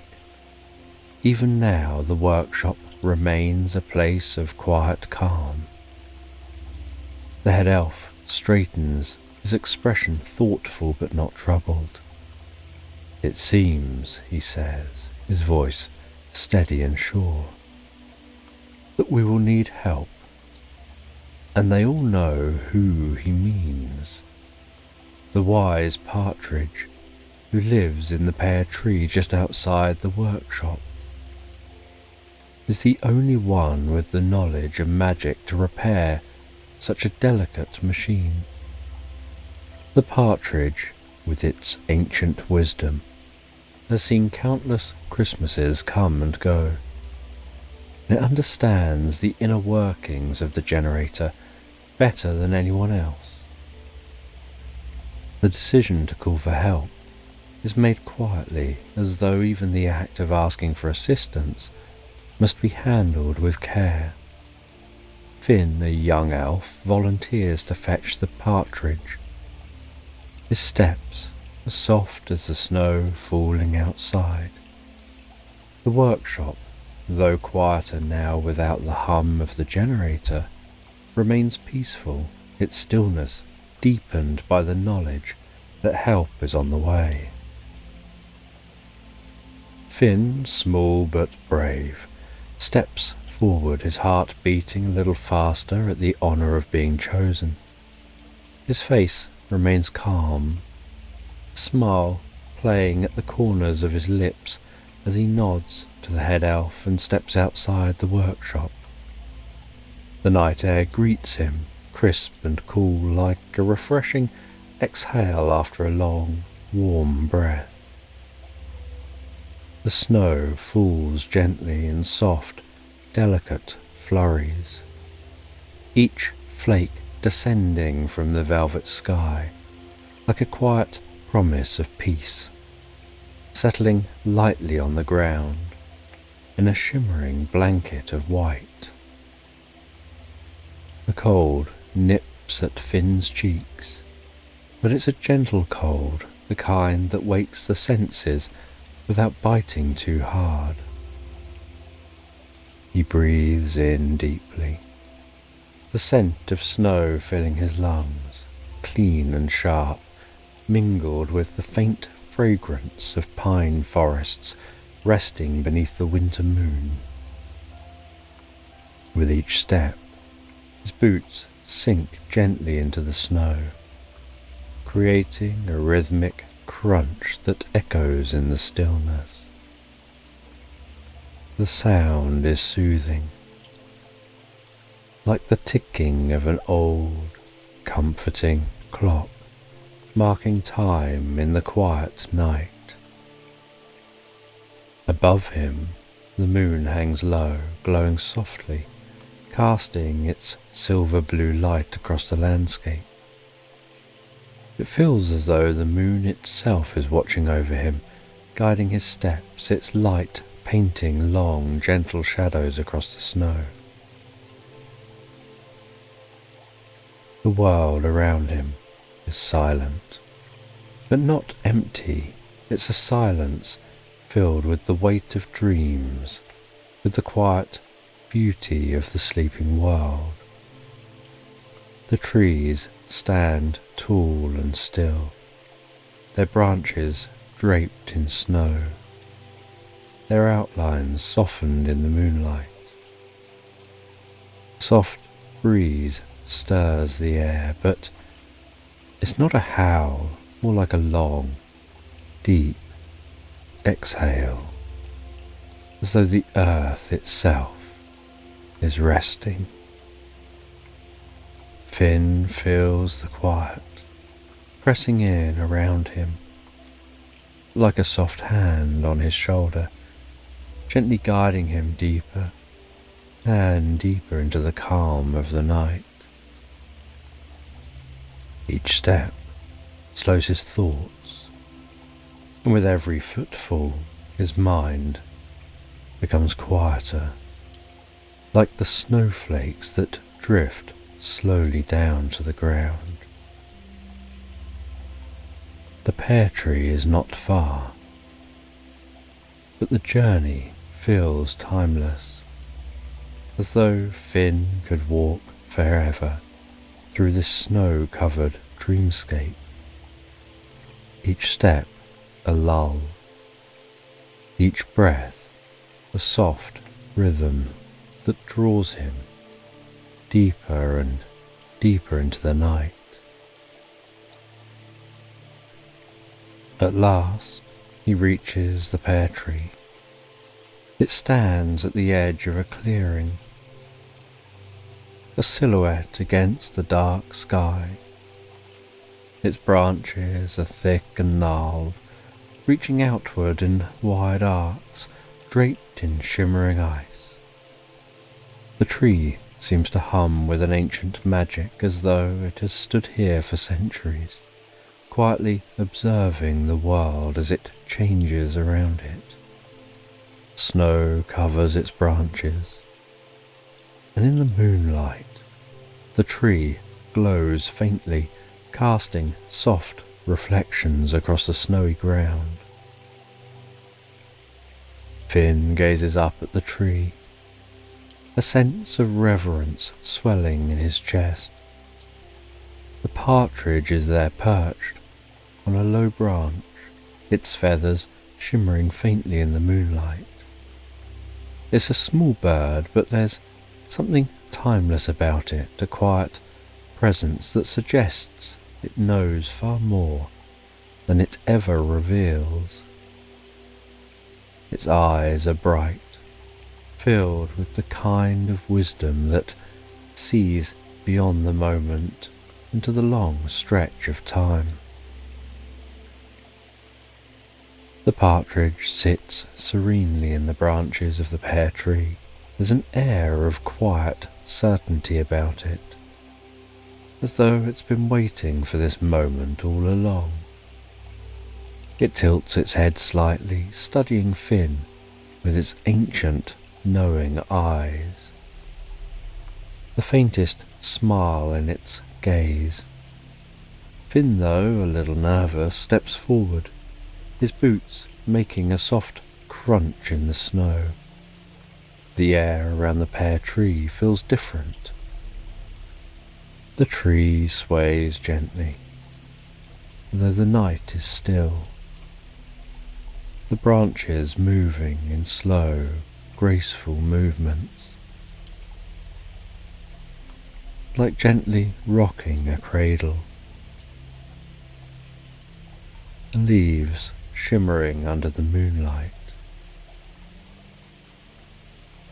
It feels like a place outside of time, where the rules of the world soften, and magic flows as naturally as the falling snow.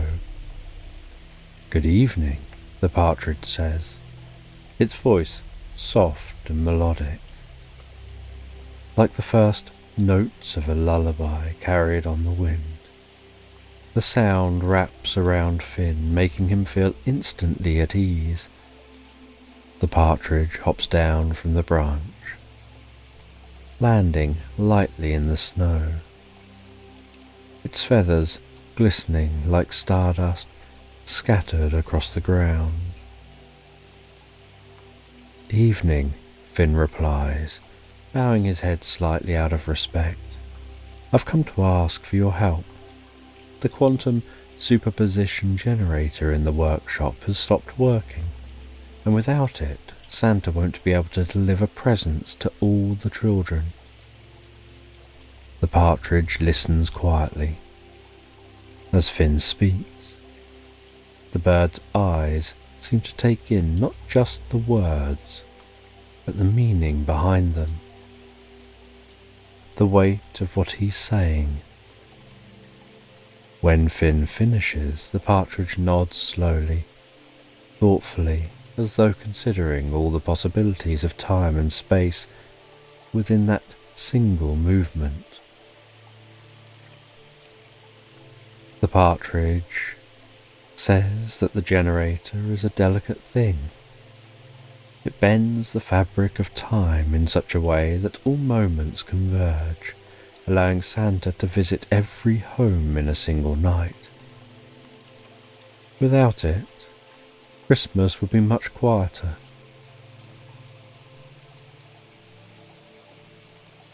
The partridge says that they'll help, and together the partridge and Finn head back to the workshop. The partridge decides to walk with Finn rather than fly, and the snow crunches delicately beneath their feet, with Finn's boots making a deeper sound and the partridge's steps barely a whisper against the snow.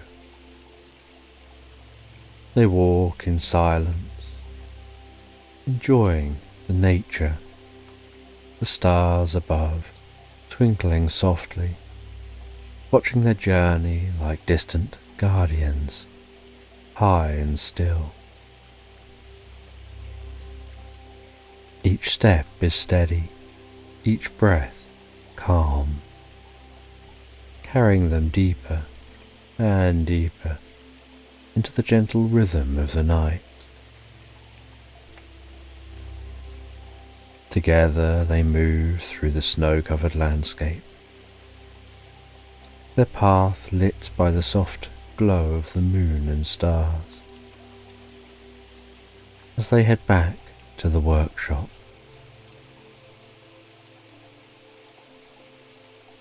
and back inside the workshop, the warmth of the fire and the soft glow of the twinkling lights envelop Finn and the partridge as they step through the door. The gentle hum of the elves' work surrounds them like the soft murmur of a gentle song. Santa stands nearly half, his hands folded behind his back, his eyes calm but watchful. His presence is steady, comforting, like the glow of a lighthouse guiding ships through the night. He observes the elves as they continue their tasks, wrapping, sorting, preparing, all of them working quietly without rush. Despite the uncertainty surrounding the generator, there's no panic, no hurry, just quiet determination. As if everyone knows deep down that everything will be okay. The partridge approaches the quantum superposition generator, the machine sitting silent and still.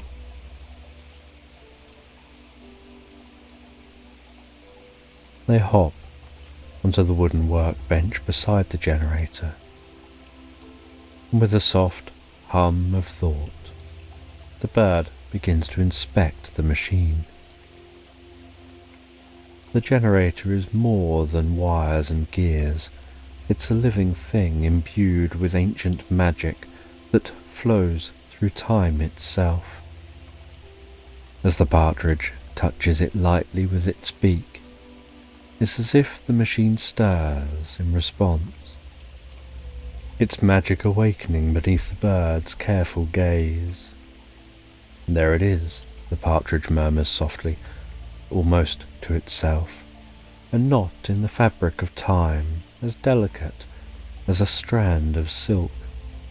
Its eyes gleam with quiet understanding as it peers closer, its head tilting thoughtfully.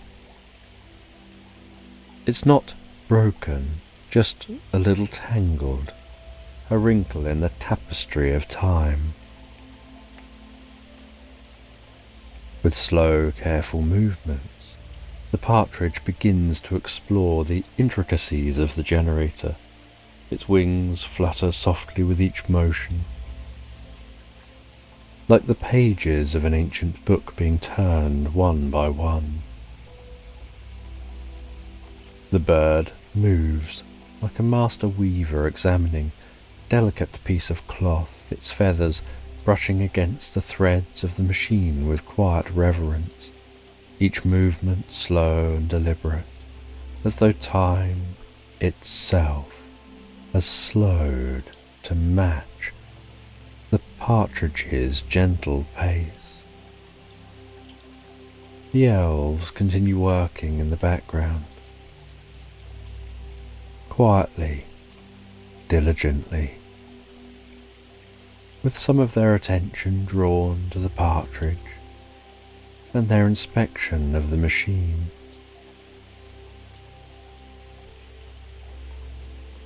Everyone in the room seems to know that this moment is part of the natural flow of all things. Santa steps closer, his boots making barely a sound against the wooden floor. He watches the partridge with quiet respect, his eyes gleaming with firelight. The workshop feels still. It's a stillness born out of wonder and curiosity. The partridge hums softly to itself. "There we are," it says at last. A knot to untangle, a thread to pull. It pauses, its eyes bright. But it cannot be done alone. It will require many hands working together in harmony. The elves gather round, their eyes wide with curiosity and readiness. Though small, their nimble hands are quick and deft, and they understand the delicacies of magic just as well as they understand the craftsmanship of toys. The partridge nods at them, its gaze warm and knowing, as though it recognizes the talents in each of them. "We must work together," the partridge explains, its voice carrying through the room like the soft notes of a distant melody.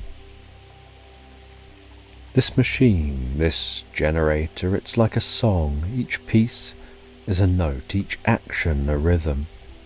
Alone, the notes are lovely, but together they create the harmony we need to bring it back to life.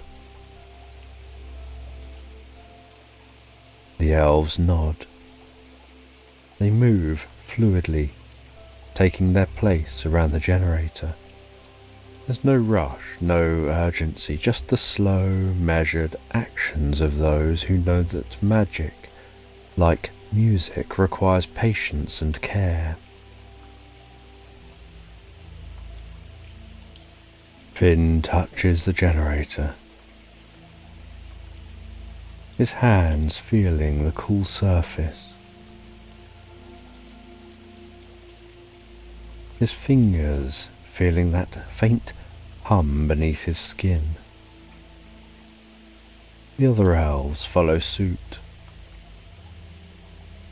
The room begins to feel lighter, as though the very air is moving with them, cradling their work in a soft, invisible embrace.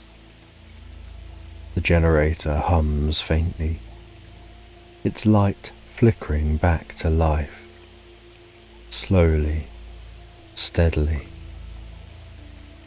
It's like the first light of dawn creeping over the horizon, quiet and gentle, bringing with it a promise of renewal. As they work, the elves begin to hum softly, a tune mirroring the rhythm of their movements. The partridge watches on. Bit by bit, the generator's light grows stronger. The golden glow spreads through the room like the warm light of a lantern. It pulses gently, like the heartbeat of the night itself, steady and sure. The elves continue. As the light brightens, as the generator continues to hum to life, the room fills with a sense of joy and a deep, peaceful contentment. As the quantum superposition generator springs back to life, the elves step back. They gaze at the softly glowing machine. Santa steps forward. His face is warm, glowing with the soft golden light pulsing from the generator. His eyes crinkle at the edges as he smiles. The golden light fills the room with warmth and comfort, a healing vibration passing through the land and through the fabric of time itself. The machine is back up and running. The glow of the generator being such a wonderful sight. Santa thanks the partridge and thanks the elves for their help. And with the generator restored, the time has come for Santa to begin his journey. His sleigh waits outside of the workshop. The reindeer stand tall and strong, their breath puffing out in soft clouds that dissolve into the night sky. They're calm, their eyes bright, looking forward to the journey ahead. Santa climbs into his sleigh, the sleigh bells jingling faintly in the cool air. He thanks the partridge and elves once more. He tells them that they've made this night possible. And with a soft call to his reindeer, Santa begins his magical journey. The sleigh rises smoothly into the air, as though lifted by the dreams of every child awaiting Christmas morning. The stars above twinkle like distant lanterns, guiding the sleigh through the night sky. Santa's sleigh glides gracefully, cutting through the air like a gentle breeze, leaving a trail of sparkling stardust in its wake. The quantum superposition generator hums softly, its magic spreading through the sleigh, allowing Santa to leap from one place to the next.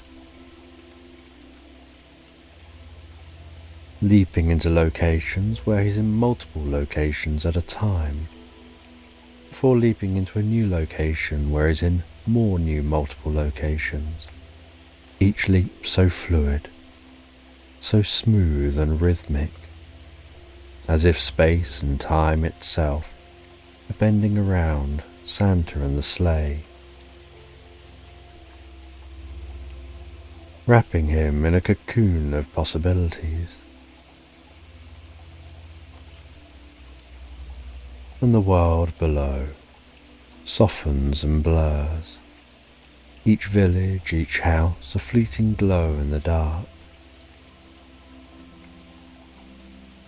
And Santa delivers the gifts to each sleeping child.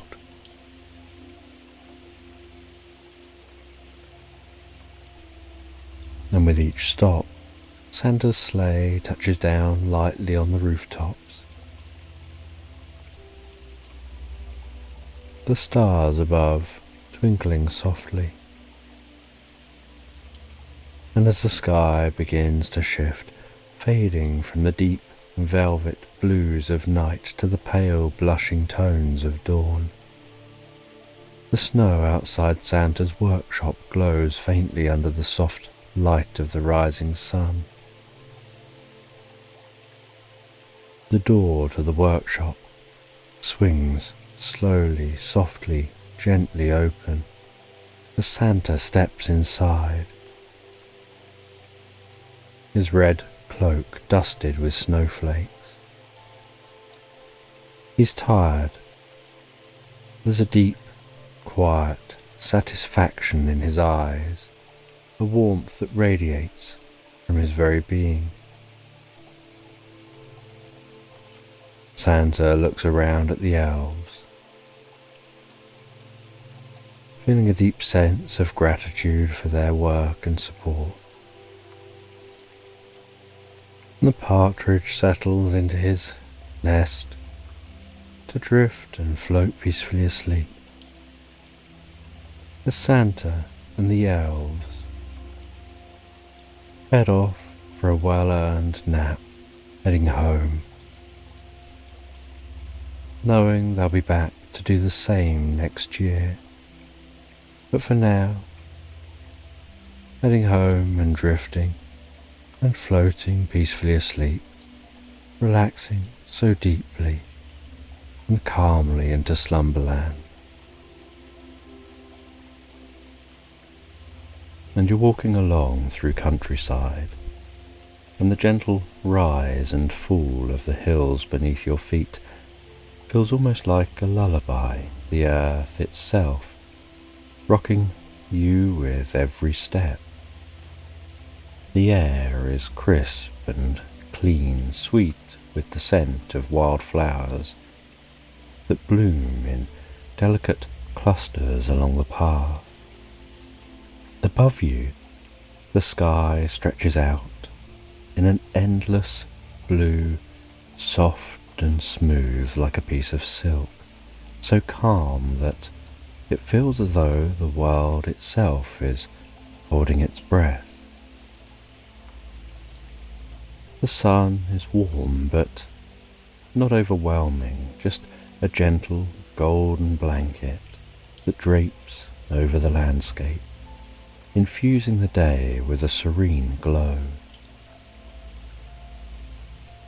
illuminating the hills, the grass, warming your skin with a kind of quiet tenderness, as though it's inviting you to relax deeper and deeper, to let go of anything that might be on your mind. And you continue to walk, and the ground beneath you gives slightly, the grass parting softly as though it recognizes every step that you take.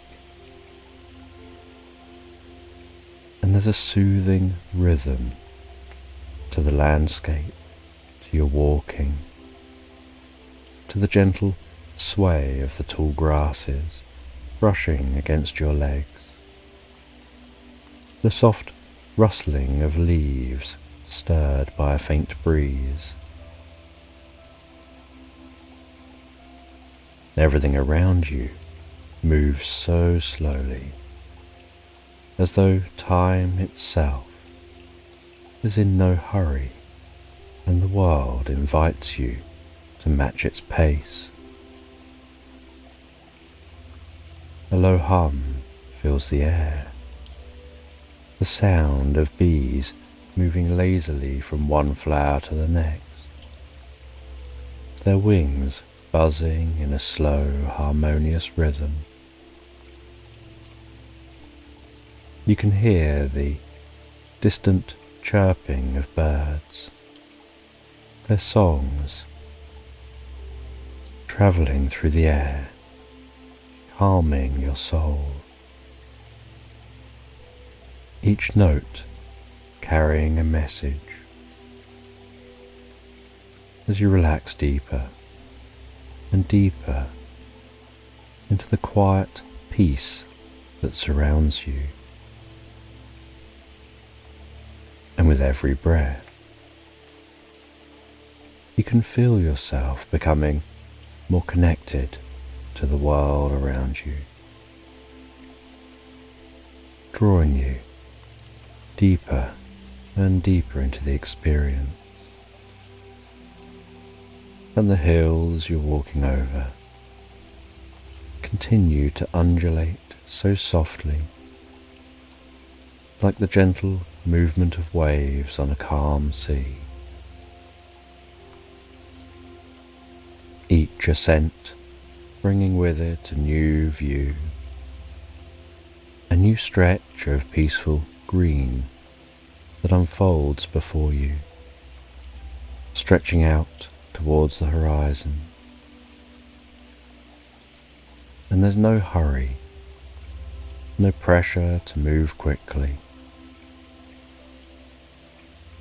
And the path beneath you is soft, its edges lined with wildflowers swaying gently in the breeze, petals glowing softly in the golden light.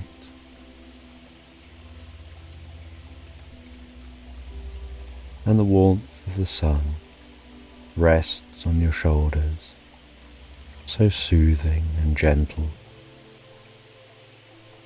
radiating through your body, filling you with a soft, drowsy comfort. The air around you so fresh, carrying those scents of the earth and the flowers. Each inhalation feeling like a deep, restorative breath,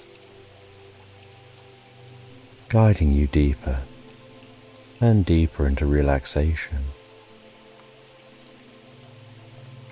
while your own footsteps merge with the natural rhythm of the world, sinking you in calmness with the environment.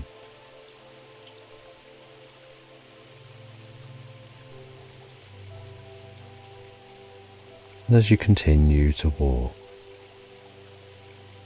those hills stretching out before you, you continue to feel so deeply and so comfortably relaxed. And as the day begins to slip gently towards evening, the light shifts, casting long shadows, stretching across the hills. The sun hanging lower in the sky, its golden rays softening and kissing the tops of the trees ahead. As you approach the edge of a forest, its entrance marked by tall, majestic trees, their branches arched overhead, and as you enter, the air changes. You start to smell the scents of the forest, and as you enter the forest, passing into the dimly lit environment, you can notice the soft crunch of leaves underfoot. The world beyond the forest grows quieter, more distant. The trees towering overhead, branches gently rustling in the breeze, occasional leaves falling to the ground.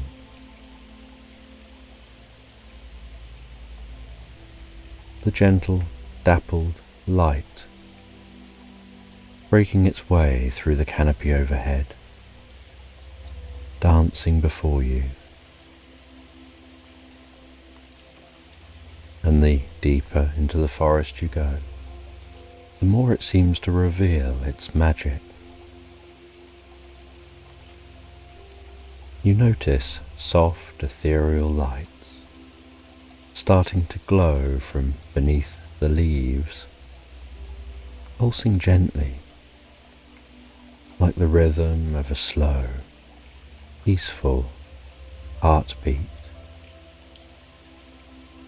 You notice that the plants here are unlike anything you've ever seen before, their leaves shimmering with a faint luminescence, casting an otherworldly glow across the landscape. Small creatures moving quietly among the undergrowth. Everything moving so slow and graceful, as though this whole place is part of a dreamlike rhythm. A relaxing symphony designed to lull you to sleep.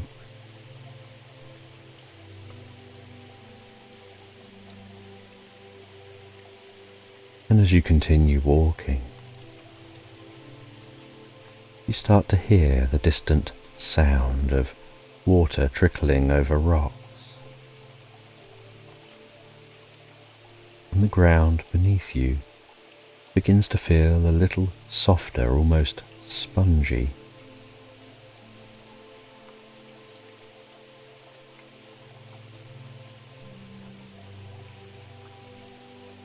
And you continue walking deeper and deeper into this forest,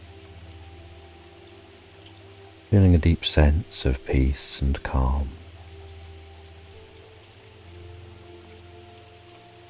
And as night begins to set in, you find your way to that sound of flowing water.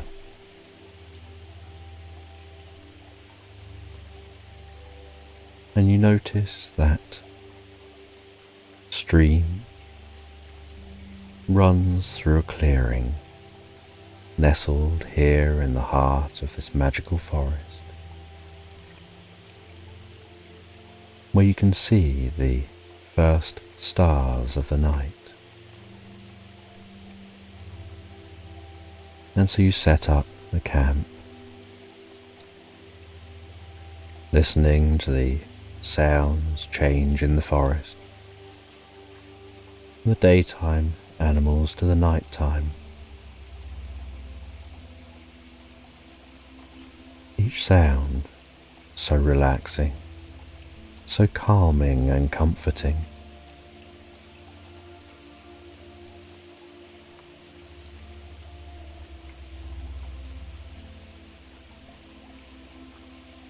You can notice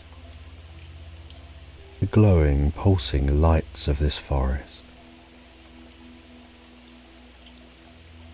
from the plants and the animals, the insects flying in the air.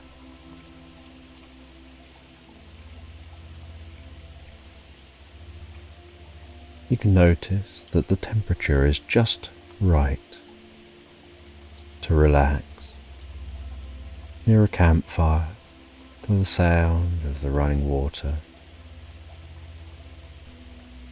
sitting in the entrance to your tent.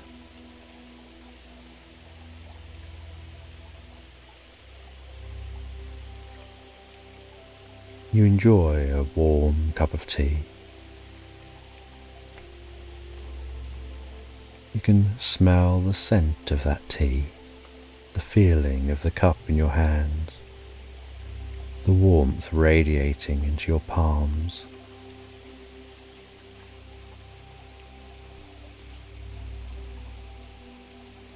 Noticing the sensation with each sip of tea you take,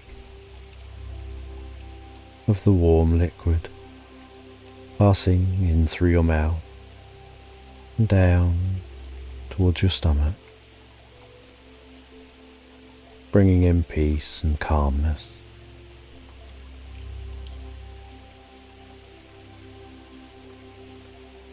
And as the night continues to deepen, so you can see the broadening blanket of stars and the most beautiful silvery crescent moon gently rising above the trees in the way that it is reflecting in the water of the stream. And the scene is so enchanting and magical.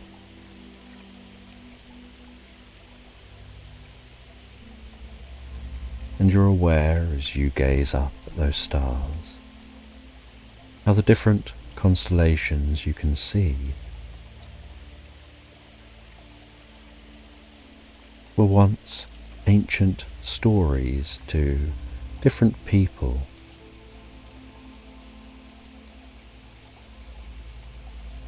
As people imbued the night sky with the stories of their time, of the myths and legends they wanted carried through the generations.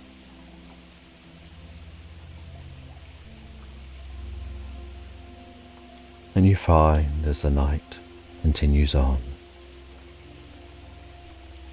that any thoughts that were once racing through your mind begin to drift away like leaves passing down the stream, each breath relaxing you deeper and deeper into the experience,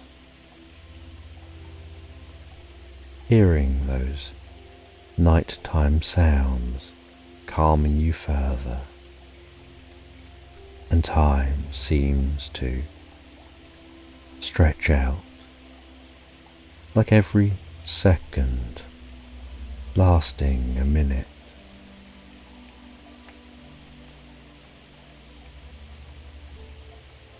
And then after a while,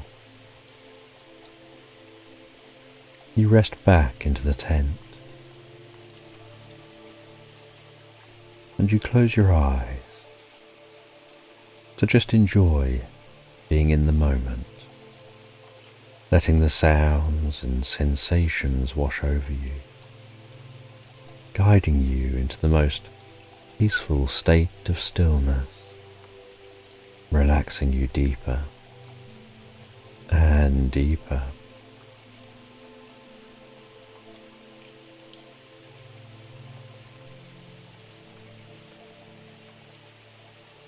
And as you lie back in the tent, listening to the sounds, you begin to comfortably drift asleep.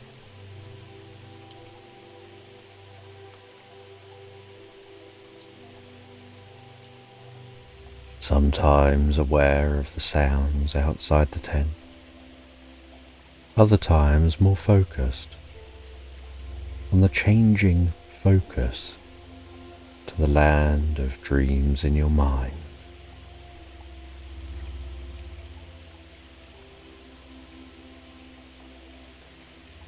The last of the worries fading away as you rest into peaceful slumber.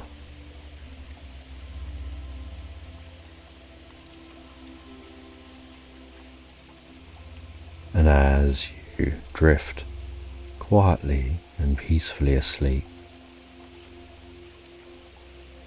you can notice your body beginning to feel weightless, as if suspended in a state of perfect relaxation. The temperature around you just right to facilitate the most deep and comfortable sleep.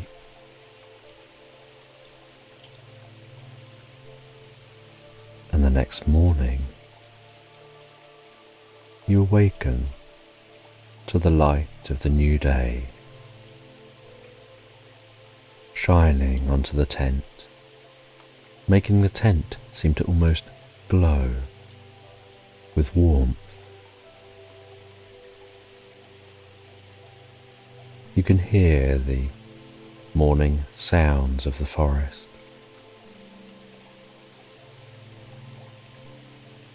You can breathe in the fresh, cool and comfortable air, and continue to hear the sound of the stream flowing.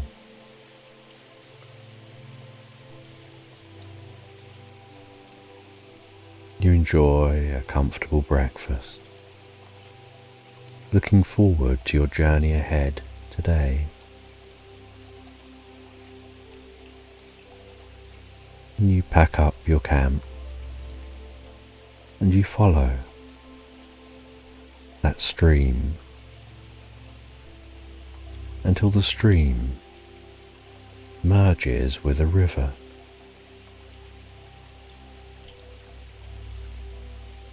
You continue to walk alongside this river,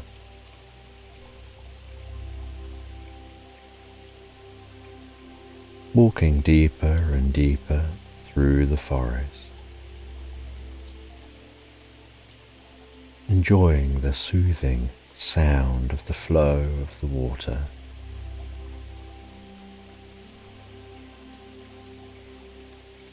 Each step relaxing you deeper and deeper into the experience. And after hours of peaceful walking, you find yourself approaching a secluded clearing where you discover the remnants of a forgotten civilization, with crumbled stone walls half hidden by moss and vines, reclaimed by nature over centuries.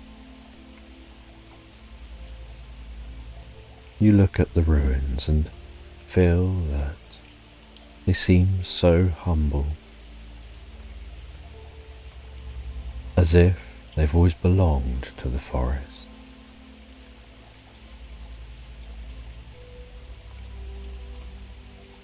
You notice the way that nature has so gently folded these ancient structures into its embrace. You walk among the ruins. You reach out and touch one of the crumbling walls, your fingers brushing so delicately against the rough surface of the stone, feeling the cool beneath your hand, solid yet fragile. And you notice that some of the stone is adorned with intricate carvings, faded and worn by time. You can't work out what they tell the story of, what their meaning is, but you have this feeling that ancient wisdom lingers in this area, and that these ruins once held great meaning.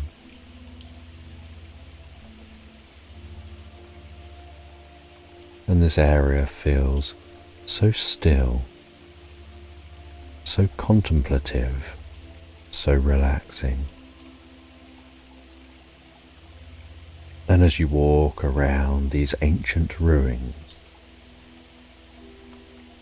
you discover an entrance to what appears to be an underground chamber,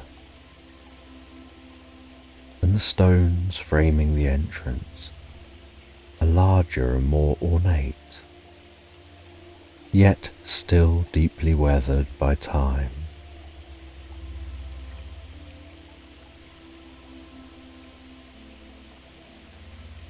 And you head towards that entrance, and with curiosity and excitement, you walk through the threshold, descending, curious what you'll discover.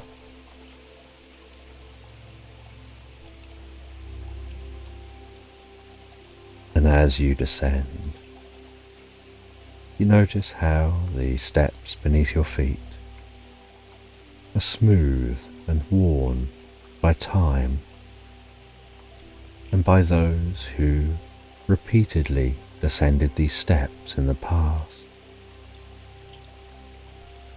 And each footstep echoes so gently around the walls of this underground chamber.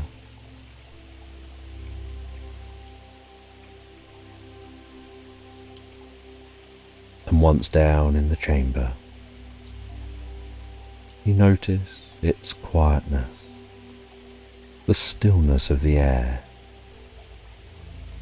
that it's cooler than on the surface.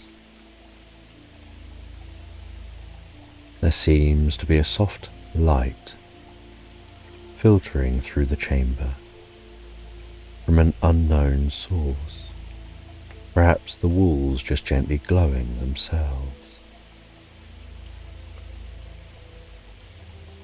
You can see faded carvings, intricate designs, the way they seem to be depicting scenes of a flourishing civilization now long gone. Their stories etched forever into these stones, and in the centre of the chamber, bathed in that soft ethereal glow, sits an ornate bottle resting on a stone pedestal. The bottle is small but exquisitely detailed, covered in gems which catch the soft light and sparkle and shimmer.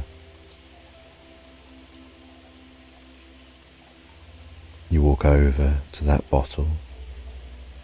You run your fingers around the surface of the bottle.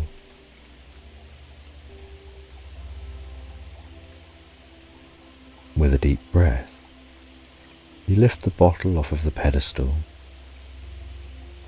noticing that it's much lighter than you'd expected. You take a look around the whole bottle while holding it.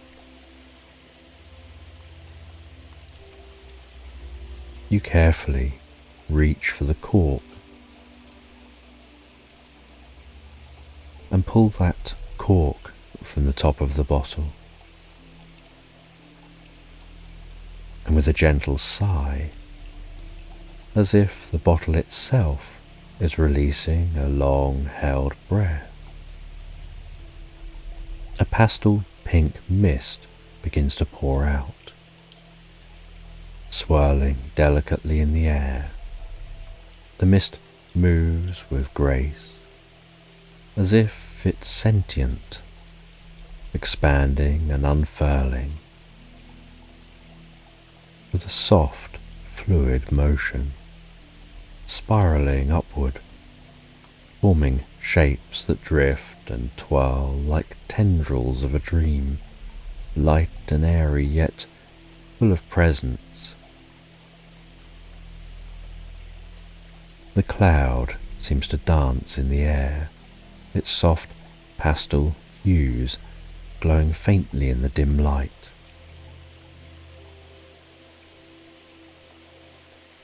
It swirls around you, its form ever changing, shifting like a gentle breeze through an open window.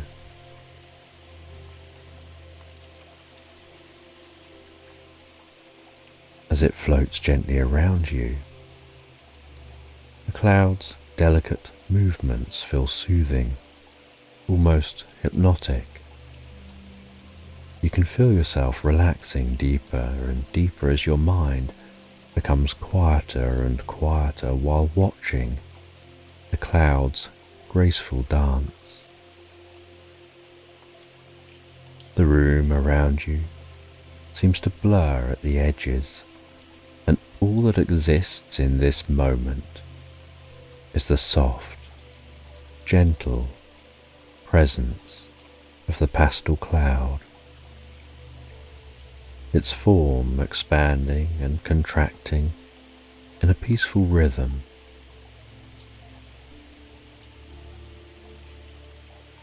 The cloud moves closer, and you feel its cool, light presence brushing against your skin. It carries with it a faint, sweet scent, like the first breath of spring flowers blooming after a long winter. The soft air stirs gently around you, and with it comes a sense of freedom, of release, as though the weight of time itself is melting away.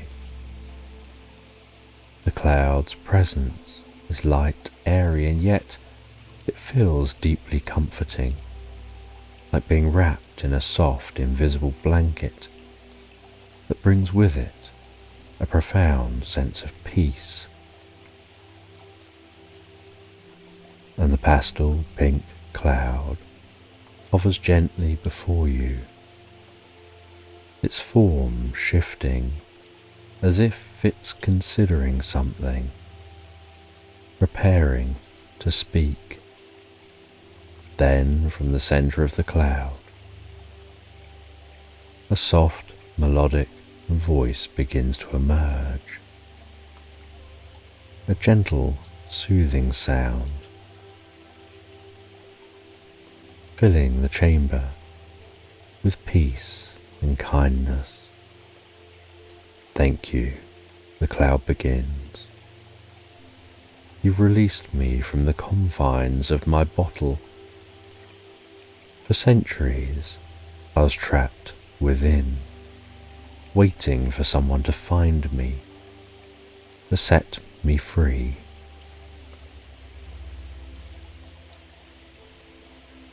You begin to feel a connection with this cloud. Long ago, the cloud says, I served the people of this land. I was called upon to bring rain to their fields, to provide shade on the hottest days, and to transport them across great distances when they needed to travel. I was their companion, their guardian in the skies. But as time passed, the people faded away, their civilization forgotten by all but the trees and the stones of the forest. The cloud swirls gently around you as it speaks, its movements slow and deliberate.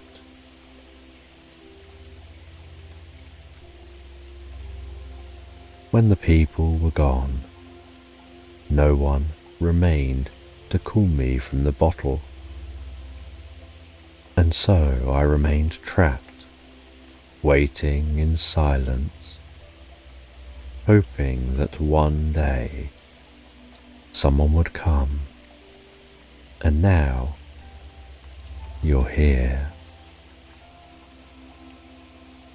The cloud pauses in a moment of quiet reflection.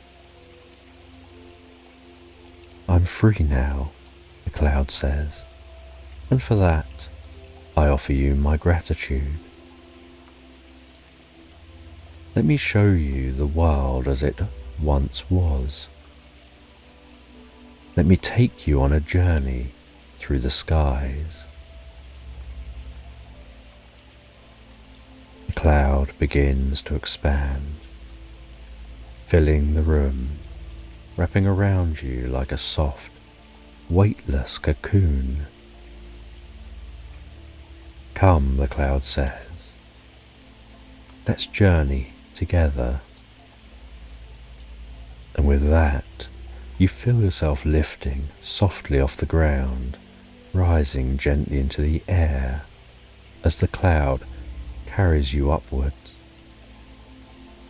The chamber beneath you fades away, and all around you is the soft, pastel glow of the cloud, its presence like a dream come to life, guiding you deeper and deeper into a world of peace and wonder. And the cloud lifts you gently into the air, as though the ground beneath your feet has melted away, leaving you weightless and free. You don't feel any tugging or pulling, only the soft, effortless sensation of rising. The air around you is cool and crisp, a refreshing breeze that brushes lightly against your face, carrying with it the scent of distant mountains and the sweetness of wild meadows below. Beneath you, the landscape stretches out vast and serene, like a painting unfolding before your eyes. Rolling hills, rippling softly like waves, their green folds blending into meadows that shimmer under the sunlight. Beyond the meadows, forests gather in a quiet cluster, their tall trees swaying in slow, rhythmic movements, as though they too are a part of the peaceful dance of the earth. Rivers wind their way through the landscape, silver threads glinting in the light, weaving patterns of calm as they meander towards the horizon. The cloud moves effortlessly, carrying you higher with each breath, its surface soft and cushioned beneath your body. It rises and falls in a gentle rhythm, lulling you deeper and deeper into the most pleasant reverie. Above you, the sky stretches endlessly, a canvas of soft blues and whites. The clouds around you, floating in peaceful clusters. Birds soar beside you, wings outstretched, gliding so effortlessly on currents of air, all seeming so unhurried, just dancing with the sky, feathers shimmering in sunlight.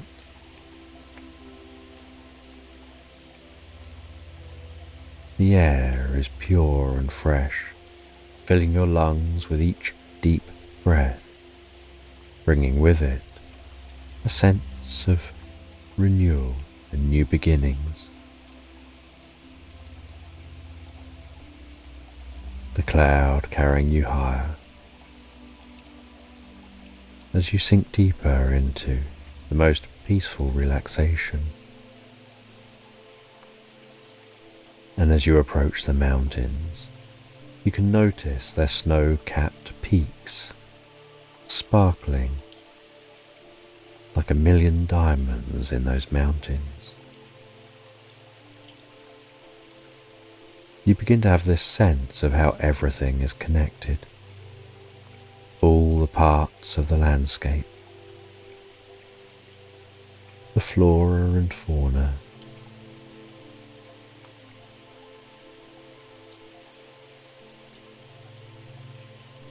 you start to feel like time here has slowed or perhaps even slipped away entirely,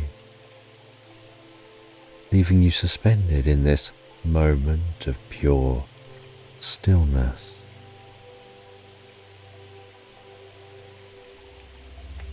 The more you float, the deeper you relax.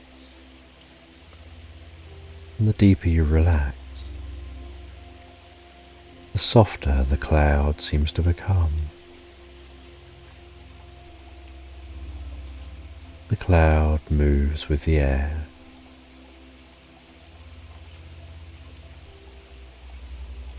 The landscape rolling past below. And after what feels like the most peaceful eternity of drifting in the sky, seeing what this world once looked like, the cloud descends again, heading back to the chamber.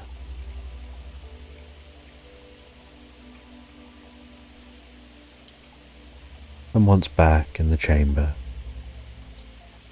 the cloud swirls around you, gradually lowering you down to the chamber floor, dispersing from you and reforming before you, leaving you with a deep sense of peace and calm.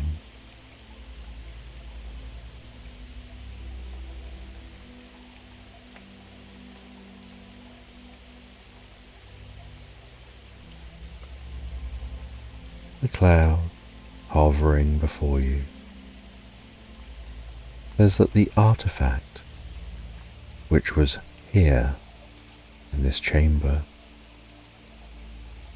was never really a reference to the bottle. It was a reference to them.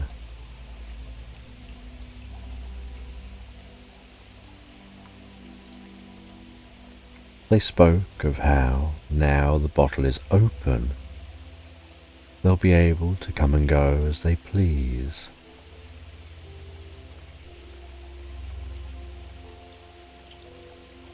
People sought the bottle, thinking the bottle held magic, but the magic was actually the cloud. The cloud thanks you once more for freeing it.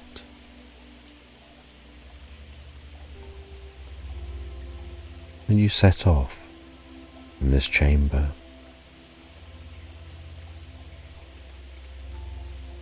You make the journey back the way you came.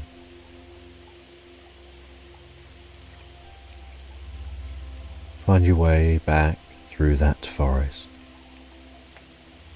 back over the hills and meadows, all the way back home. And once home, you settle down in bed, pondering and thinking of the experience you've had. As you drift and float, so calmly, so peacefully relaxed, into Slumberland. In the heart of a forest, untouched by time, where ancient trees stand like silent sentinels and the earth whispers secrets only the wind can carry, a new day begins to unfold. The first light of dawn stretches its delicate fingers through the dense canopy, painting the world in hues of soft gold and tender green.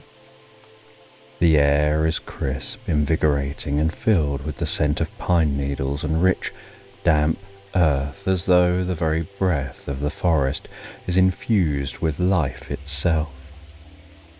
Nestled within a den, carved from the roots of a great oak, Lupa, a young wolf pup, stirs from the depths of sleep. The den is warm, a cocoon of safety woven from the steady breaths of her siblings and the soothing rhythm of her mother's heartbeat. Lupa lies in a tangle of fur and limbs, the warmth of her family pressing against her small, soft body, grounding her in the comfort of the pack.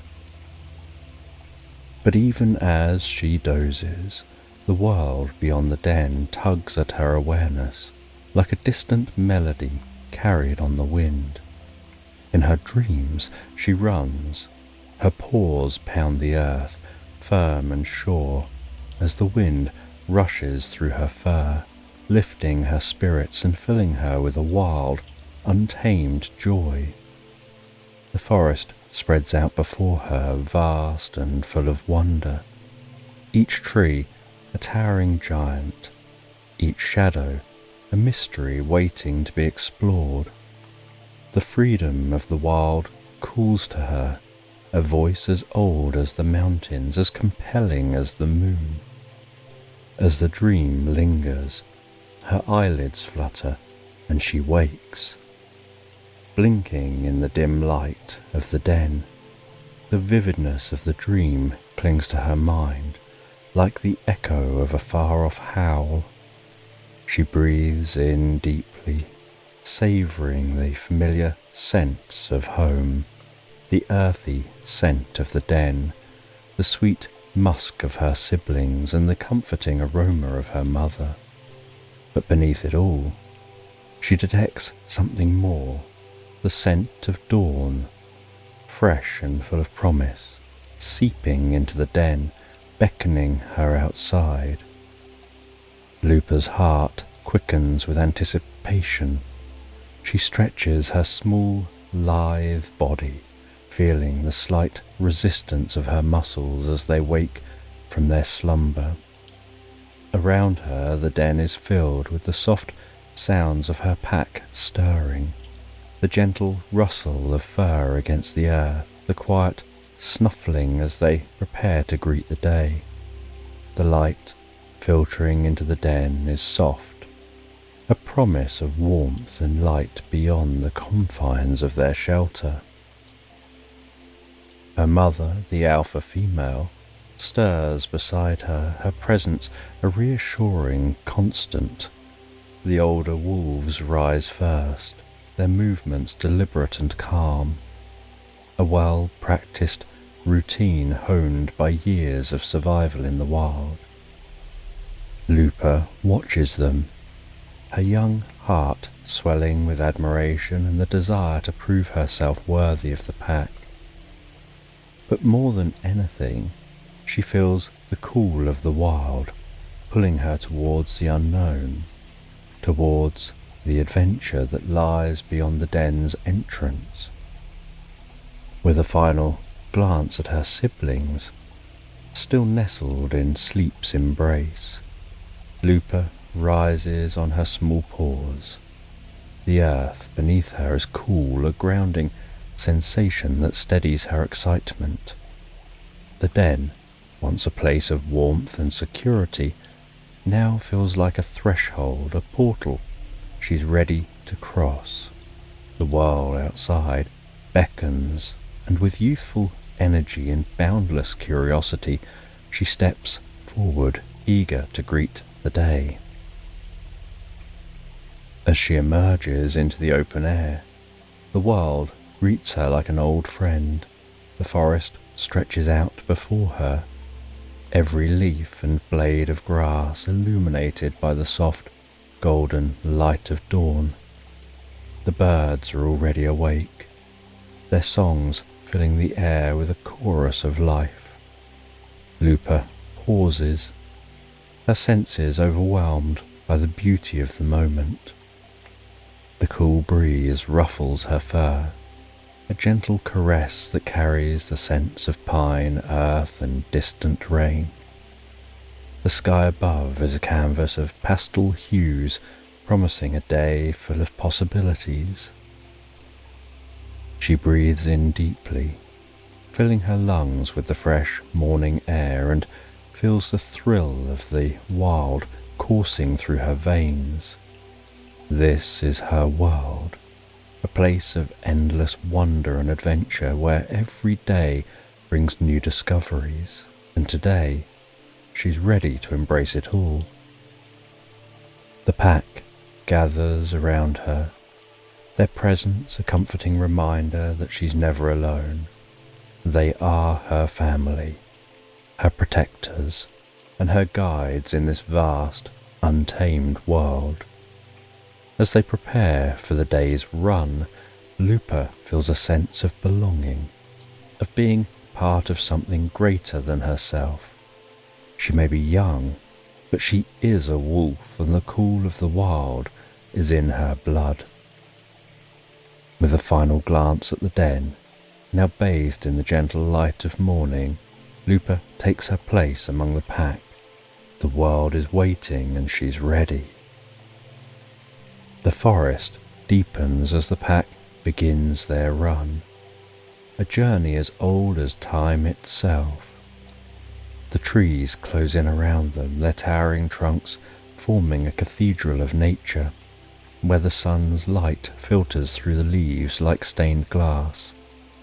The ground beneath their paws is soft and forgiving, a carpet of fallen leaves and moss that muffles their movements, allowing them to glide silently through the undergrowth. Lupa runs alongside her pack, her small body moving in harmony with the rhythm of the run. Each stride is a dance, each breath a shared song that unites the pack in their journey. The bond between them is palpable, a living thread that connects them all, from the eldest wolf to the youngest pup. In this moment, Lupa feels the power of the pack, the strength that comes from unity, and the freedom that comes from the wild. The forest responds to their presence, its ancient heart beating in time with theirs. Birds take flight as they pass, their wings a flurry of colour against the green backdrop of the trees. A deer, grazing in a clearing, lifts its head, its large, dark eyes watching the pack with cautious curiosity, before it bounds away into the shadows. The wind, as if guided by the pack's movement, whispers through the trees, carrying the scents of pine, earth, and that distant rain. Lupa's senses are alive, each one attuned to the world around her. The sound of paws against the earth is a steady rhythm, like the heartbeat of the forest itself. The rustling leaves creating a symphony of sound. The scent of distant rain lingering in the air, while cool, fresh air fills her lungs, invigorating her with every breath. As she runs, Lupa becomes absorbed in the rhythm of the pack. Her thoughts, once a jumble of excitement and curiosity, now flow like a gentle stream, carrying her deeper into the heart of the forest. This is her reverie, a place where time seems to slow, and the world around her becomes a blur of green and gold. Every step brings her closer to the earth, every breath a connection to something greater, something ancient and wise. For a moment, she stumbles, her attention caught by a fluttering leaf or a glimmer of light dancing through the trees. The world around her seems to shift, the edges of her vision softening as if she's stepping into a dream. But before fear can take hold, an older wolf nudges her gently, guiding her back into the rhythm of the run. The touch is reassuring, a reminder that she's not alone, that the pack is always there to guide and protect her. Lupa recovers quickly, her youthful energy propelling her forward. The distraction fades and she once again becomes part of the pack, her thoughts flowing in harmony with their movement. The forest, once a place of mystery and wonder, now feels like home, a place where she belongs. The run continues, each step bringing them deeper into the forest, each breath drawing them closer to the wild heart of the world. Lupa loses herself in the rhythm, her thoughts drifting like leaves on a gentle breeze, the forest around her becoming a dreamscape, a place where reality and reverie merge into one. She feels the earth beneath her paws, solid and real, yet somehow ethereal, as if she's running on the very fabric of a dream. As the pack moves deeper into the forest, the light begins to change.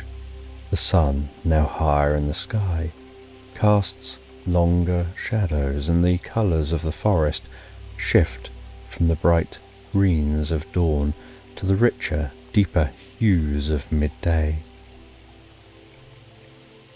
The air grows warmer, and the scent of distant rain fades, replaced by the earthy aroma of sun-warmed pine and blooming flowers.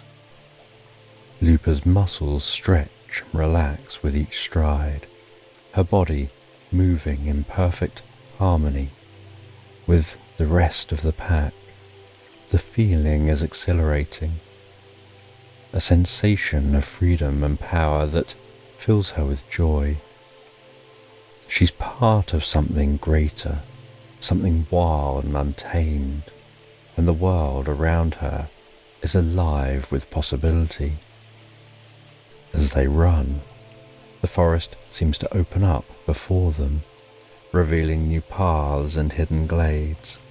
The trees, once tall and imposing, now feel like old friends, their branches reaching out to guide and protect. The world is a place of beauty and wonder, a place where every shadow holds a secret, every breeze a whispered story. And in this moment, as Lupa runs, she knows that she's exactly where she's meant to be. And the sun hangs gently in the sky, casting dappled light across the clearing at the edge of the hill where they pause to rest.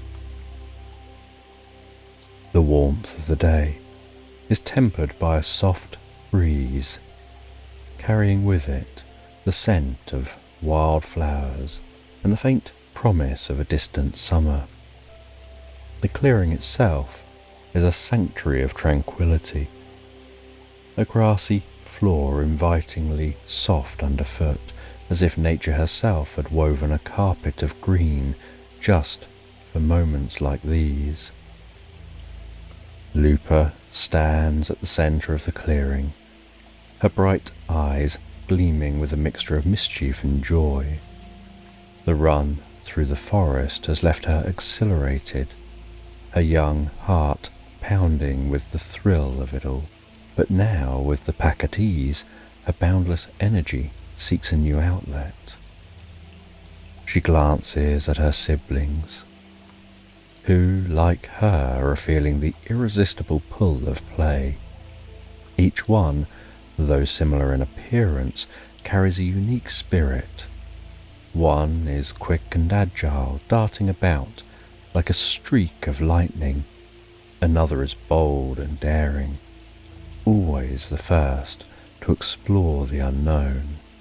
And then there's Lupa, the curious one, always searching for the next mystery, the next adventure. With a playful bark, Lupa charges at her closest sibling, initiating a game of chase that sends the pups into a joyful frenzy. The sound of their laughter, soft yips and delighted barks fill the clearing, echoing off the surrounding trees and carrying on the breeze. It's a sound that seems to lift the spirits of the entire pack, a reminder of the innocence and joy of youth. The siblings scatter, weaving through the tall grass, and darting between the trees at the clearing's edge. Lupa's legs pump with a rhythmic ease, her paws barely touching the ground as she runs. The world around her blurs into a kaleidoscope of green and gold, the sunlight filtering through the leaves in a way that makes the whole forest seem to shimmer. It's as if the very earth beneath her is alive, vibrating with the same energy that pulses through her veins. Lupa feels a thrill of pure, unbridled joy as she races after her siblings, her laughter joining theirs in the symphony of play. She dodges and weaves, her instincts guiding her as she anticipates their every move. Her fur bristles with excitement as she chases one sibling down the hill, the two of them tumbling together in a playful heap. The tickle of grass on her back as she rolls, the warmth of the sun on her fur, and the comforting sound of her sibling's breath beside her. All of it combines into a moment of pure, perfect happiness. The hill is a gentle slope, and as the pups roll down its side, the earth beneath them is soft and yielding, cushioning their playful descent. The world seems to slow down, each tumble and turn stretching out in time until it feels as though they're floating, suspended between the earth and sky. Lupa closes her eyes, letting the sensation wash over her, the gentle rustling of leaves, the feeling of weightlessness, the joy of being completely, utterly free. When they finally come to rest at the bottom of the hill, Lupa lies on her back, panting softly, her chest rising and falling in time with the rustling leaves. She opens her eyes to see the sky above, a brilliant blue canvas dotted with wisps of white clouds. The sun, still warm and bright, bathes her in its light, filling her with a deep sense of peace. Her siblings gather around her, their laughter subsiding into contented murmurs as they nuzzle one another affectionately. The bond between them is strong, a silent understanding that they're each part of something much larger than themselves. In this moment, lying in the sun-dappled grass, surrounded by those she loves, Lupa feels a profound connection not only to her family but to the land itself, the forest, the sky, the earth beneath her, all of it part of the same great, mysterious whole. As the pups settle down, their playfulness giving way to a calm that mirrors the stillness of the clearing, Lupa's mind begins to drift. Her thoughts, which moments ago were filled with the excitement of the chase, now turn inward, becoming absorbed in the quiet beauty of the world around her. The clearing with its soft grass and warm sun feels like a place out of a dream, a place where time slows down and every breath is filled with the sweetness of life.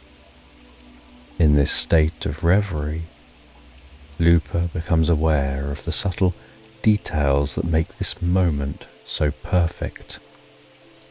The gentle flutter of a butterfly's wings as it dances on the breeze, the way the sunlight plays off the dew on the grass, turning it into a field of diamonds, and the soft steady rhythm of her siblings' breathing as they begin to doze beside her.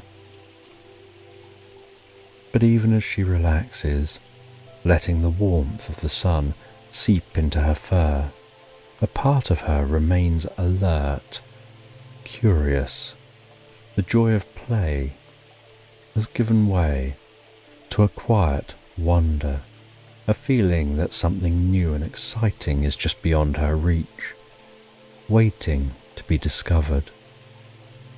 And it's this feeling that stirs her, that makes her sit up and look around the clearing, her keen eyes searching for whatever it is that's caught her attention. The world around her is still a peaceful place, but Lupa's sharp senses pick up on something. A flicker of light at the edge of the clearing, just at the bottom of the hill. It's faint, almost imperceptible, but it's enough to pique her curiosity. She glances at her siblings, who are now fully absorbed in their own rest, and then back at the source of the light. The pull of discovery is too strong to resist, and with a final, reassuring nuzzle to her siblings, she rises to her paws and trots off towards the edge of the clearing. The bottom of the hill is cool and shadowed, the sunlight unable to penetrate the thick canopy of leaves above. Here, the air is different, damp and slightly musty, with the scent of earth and stone mingling with the fresh green of the forest. Lupa's paws sink slightly into the soft earth as she approaches the source of the light, her heart beating with a mix of excitement and trepidation. The flicker of light comes from a dense tangle of vines and moss, which cling to the rocky base of the hill like a living curtain. The vines are thick, their leaves dark and glossy, and they move slightly in the breeze, as if they're alive. Lupa hesitates for a moment, her instincts warning her that this place is different, that it holds secrets she may not be ready to uncover. But the call of the wild, the same call that drew her from the den at dawn, now urges her forward. With a cautious step, Lupa approaches the vines.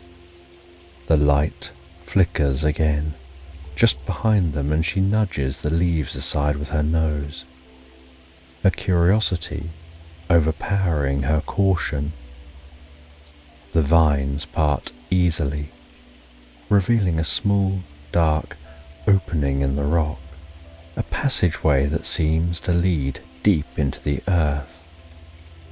The light is faint, more of a glimmer than a glow, but it's enough to show her the way.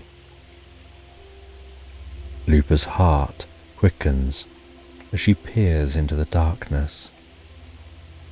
The passage is narrow, barely wide enough for her to squeeze through, and the air that wafts from within is cool and damp, carrying with it the scent of old stone and deep hidden places.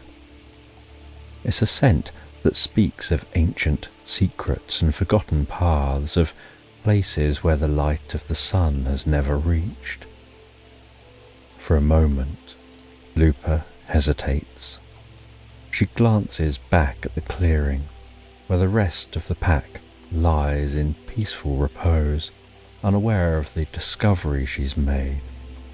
The familiar comfort of the pack calls to her, urging her to return, to stay within the safety of their presence. But the pull of the unknown, the thrill of discovery is stronger. She knows that this is a path she must walk alone.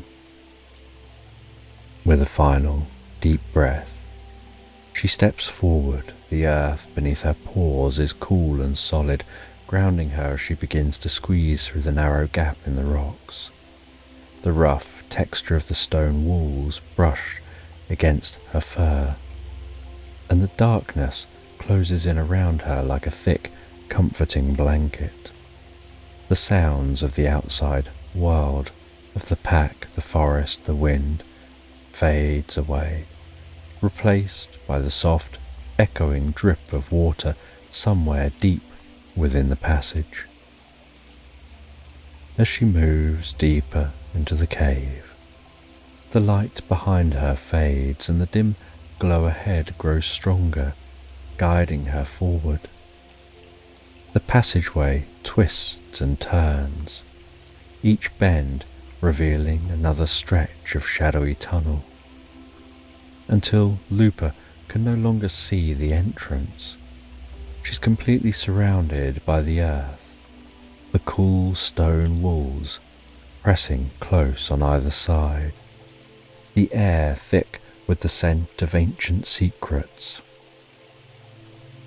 Lupa feels a strange sense of calm, a deep, peaceful sense that settles over her like a warm cloak. She finds the darkness is comforting, like the embrace of the den at night. The cool damp air soothes her, the echo of her footsteps a quiet lullaby that carries her deeper and deeper into the heart of the earth. Every step feels like a journey into another world, a place where time stands still and the concerns of the outside world are left behind. The cave is a realm of silence and shadow, where the only sound is the steady rhythm of her breathing, the only light the faint ethereal glow that guides her forward. As she ventures further into the passage, the walls begin to widen, the ceiling rising above her until it disappears into darkness, the air growing cooler, the scent of earth and stone stronger and stronger, and the echo of distant water more pronounced. Lupa senses that there is multiple sounds and scents coming from within this cave and through this cave. She's aware of every touch of the rough stone against her fur, filling her with a sense of awe and wonder. The passageway continues to twist and turn, leading her deeper and deeper into the unknown. The darkness becomes increasingly complete. As she continues to follow that distant glow, finding herself enveloped in peace and calm, feeling a quiet joy that fills her senses with purpose, knowing this is a journey of discovery and wonder, while she moves deeper and deeper into this cave. And the deeper she ventures into the cave, the more the world outside seems to slip away. And while she enters a chamber, she discovers that the walls now begin to change. They seem to be etched with strange symbols and markings that glow faintly in the dim light.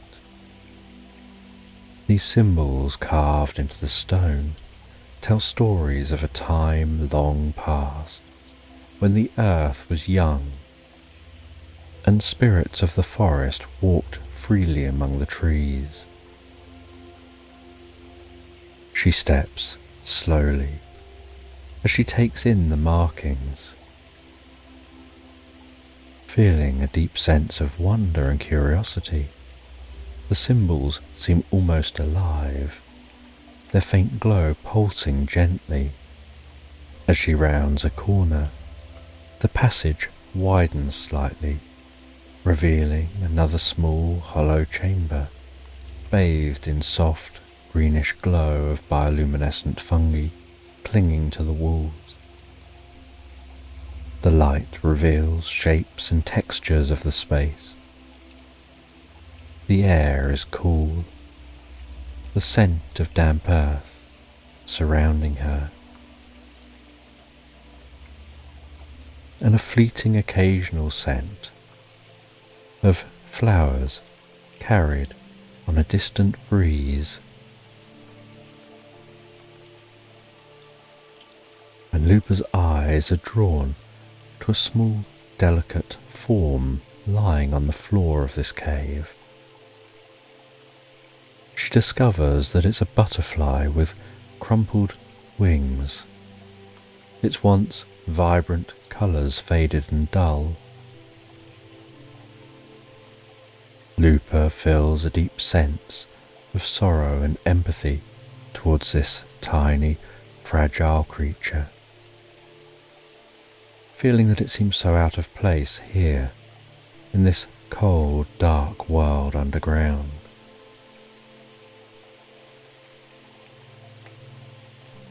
She approaches that butterfly, lowers her head, a warm breath washing over the butterfly, and a soft, comforting feeling, and the butterfly's wings flutter weakly in response. She feels this butterfly seems almost impossibly delicate, its wings like lace. And yet she feels there's a strength radiating from the butterfly, a resilience resonating deep within that butterfly that she recognizes within herself. She sees this small creature almost like a reflection of herself, something so small in a vast, overwhelming world, yet filled with determination. She feels an inexplicable connection, a bond that could transcend words and reason.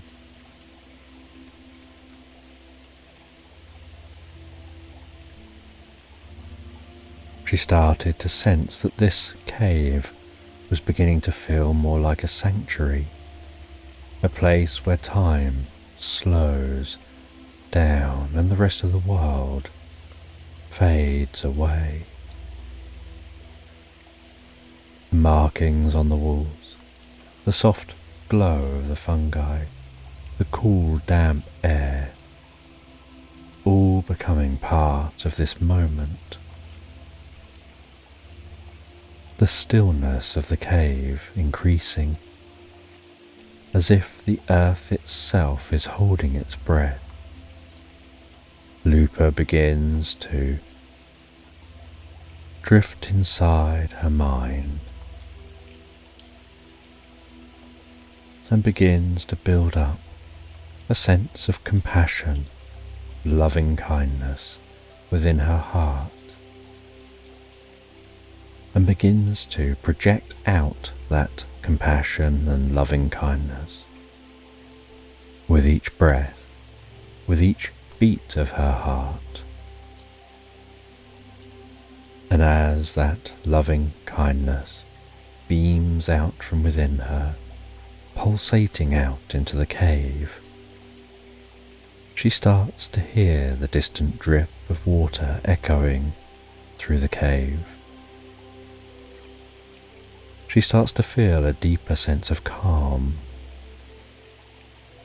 a sense that her breathing is beginning to match the rhythm of that dripping water. The butterfly begins to glow with a quiet light.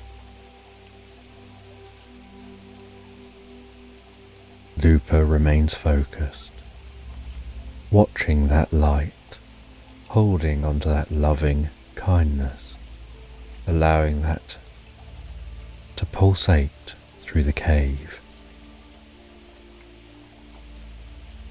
She notices the butterfly's wings beginning to mend, And the more they mend, the deeper Lupa's sense of peace and calm. The butterfly seems to be infusing with an otherworldly light. There seems to be a hum of energy vibrating through the cave, resonating through the stone and the very air they're breathing.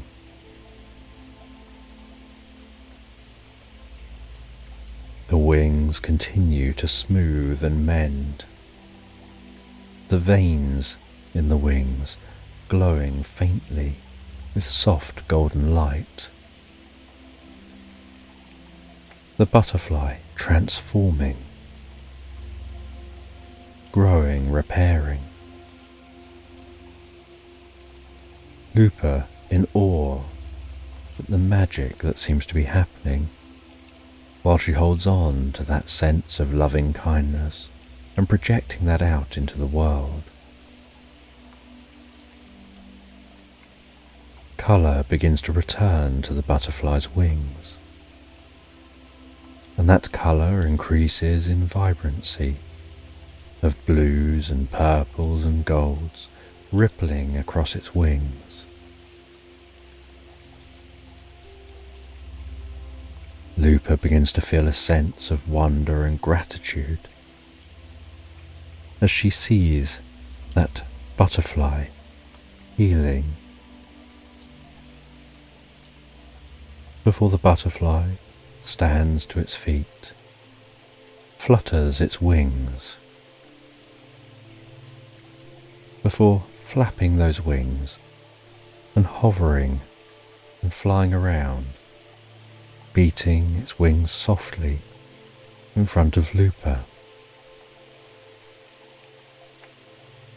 And its wings beating seem to carry a message of gratitude and kindness and appreciation for Lupa's help.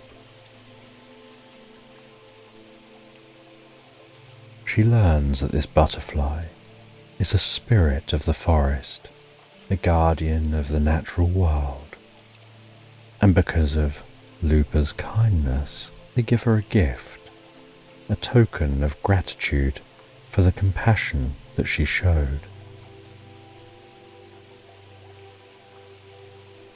They hand Lupa a small shimmering stone, a smooth and round stone glowing softly with a calming light that seems to pulse gently like the heartbeat of the earth. Lupa takes that stone and can instantly feel the power of it passing through her, filling her with a deep sense of peace and calm. And through its fluttering wings, the butterfly communicates that the stone will guide her through the rest of her journey and be there for her whenever she needs it,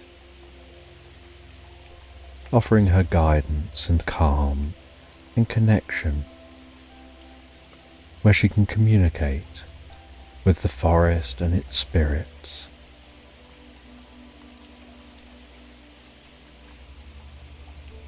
And holding that stone, Lupa feels that calm washing over her.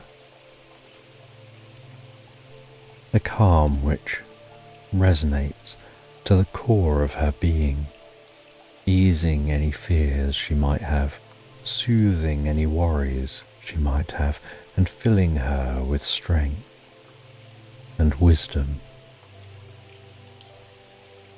And then the butterfly flies off down the cave, and Lupa watches as it flies along that cave, illuminating the walls around it with its soft, warm glow,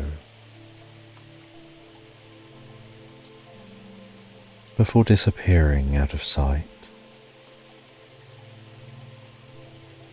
As Lupa herself now heads through the cave, finds her way back through that cave and back into the forest, back into that air of the forest which seems so much thicker than the air in the chamber. She feels a different connection to this forest, different understanding of the forest than she had when she entered this place. She feels that her senses have heightened even further, that she can hear every sound of the forest in the most comforting way, that she feels a deeper sense of beauty in the forest than she'd felt before, that she can be aware of the energy of all living things in the forest and how interconnected everything is.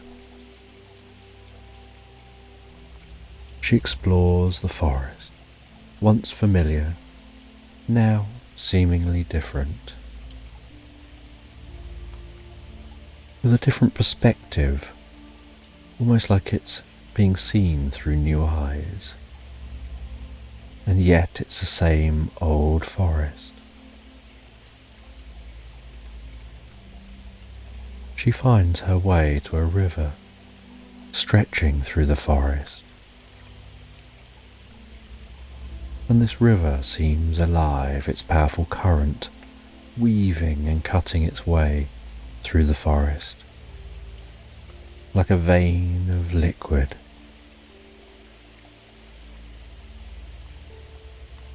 The sound of that water rushing over rocks filling the air, the rhythmic roar drowning out all other sounds, as if when near the river is the voice of the forest. She can smell the air around the river and how different that is to the scents that she can smell in the forest. She spends some time walking along the edge of the bank of this river,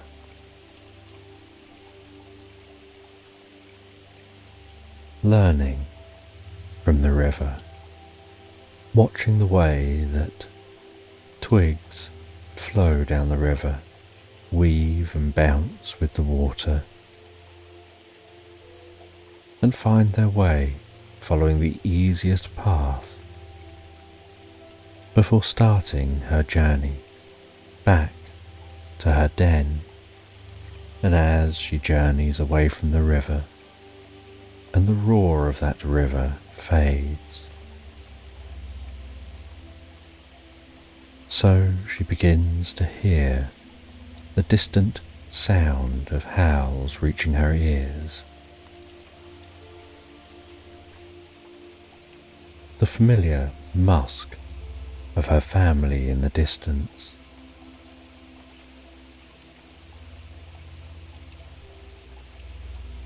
And she heads towards the sound of the howls, following the scent of that musk, looking forward to seeing her family after the journey that she's been on. And she heads all the way through the forest and begins to ascend the hill, heading back to the clearing.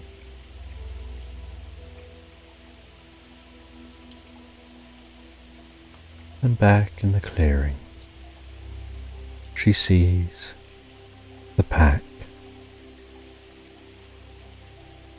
their bodies outlined against the setting evening sun. She approaches her family. They greet her with wagging tails, shining eyes. They smell the different scents on her from her journey,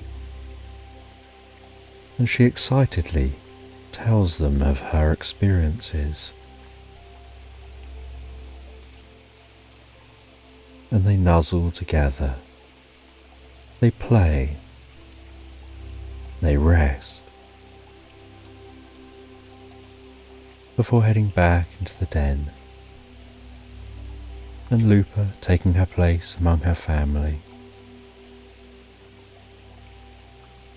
feeling the warmth of their fur against hers, aware of the steady rhythm of their breathing. She closes her eyes for a moment, letting the sensations wash over her. And as the moon climbs higher in the sky, the gentle silver glow bouncing its way in through the entrance of the den, she begins to feel sleep approaching.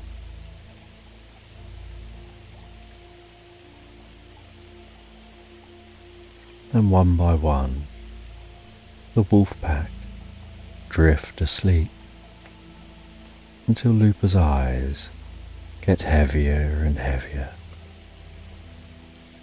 before finally closing, and with a deep sense of warmth and comfort, and an even deeper connection to the world around her,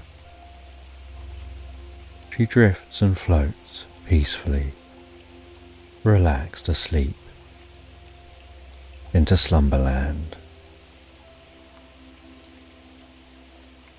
And in the soft, dim light of early dawn, the cocoon hangs suspended like a delicate lantern, swaying ever so gently in the breeze. For days, weeks, perhaps even lifetimes, the butterfly has been cradled within its silken walls, wrapped in a warm, velvety darkness that feels both comforting and mysterious. Inside, the world is peaceful, a place where time moves, not in moments, but in slow, gentle waves that carry the butterfly deeper and deeper into the realm of dreams. Memories of the past float through the butterfly's mind like fragments of a forgotten melody. There was a time long ago when it was something different, something small, earthbound and simple, a caterpillar content to explore the world in a slow, measured way, inch by inch, leaf by leaf. But even then, there was a longing, a deep, unspoken yearning for something more, a desire to rise above, to see beyond the edges of the leaves and the limits of the earth. And so it had spun its cocoon, weaving a tiny world of solitude and silence where the alchemy of transformation could take place. Within the cocoon, the butterfly's body began to change, slowly at first, like the shifting of shadows at twilight. The once familiar form dissolved, melting into a fluid state where nothing was certain and everything was possible. There were moments of fear, of confusion, as if the butterfly were lost in a maze of its own making. But there were also moments of peace, where the darkness felt like a gentle embrace, holding the butterfly safe as it surrendered to the process of becoming.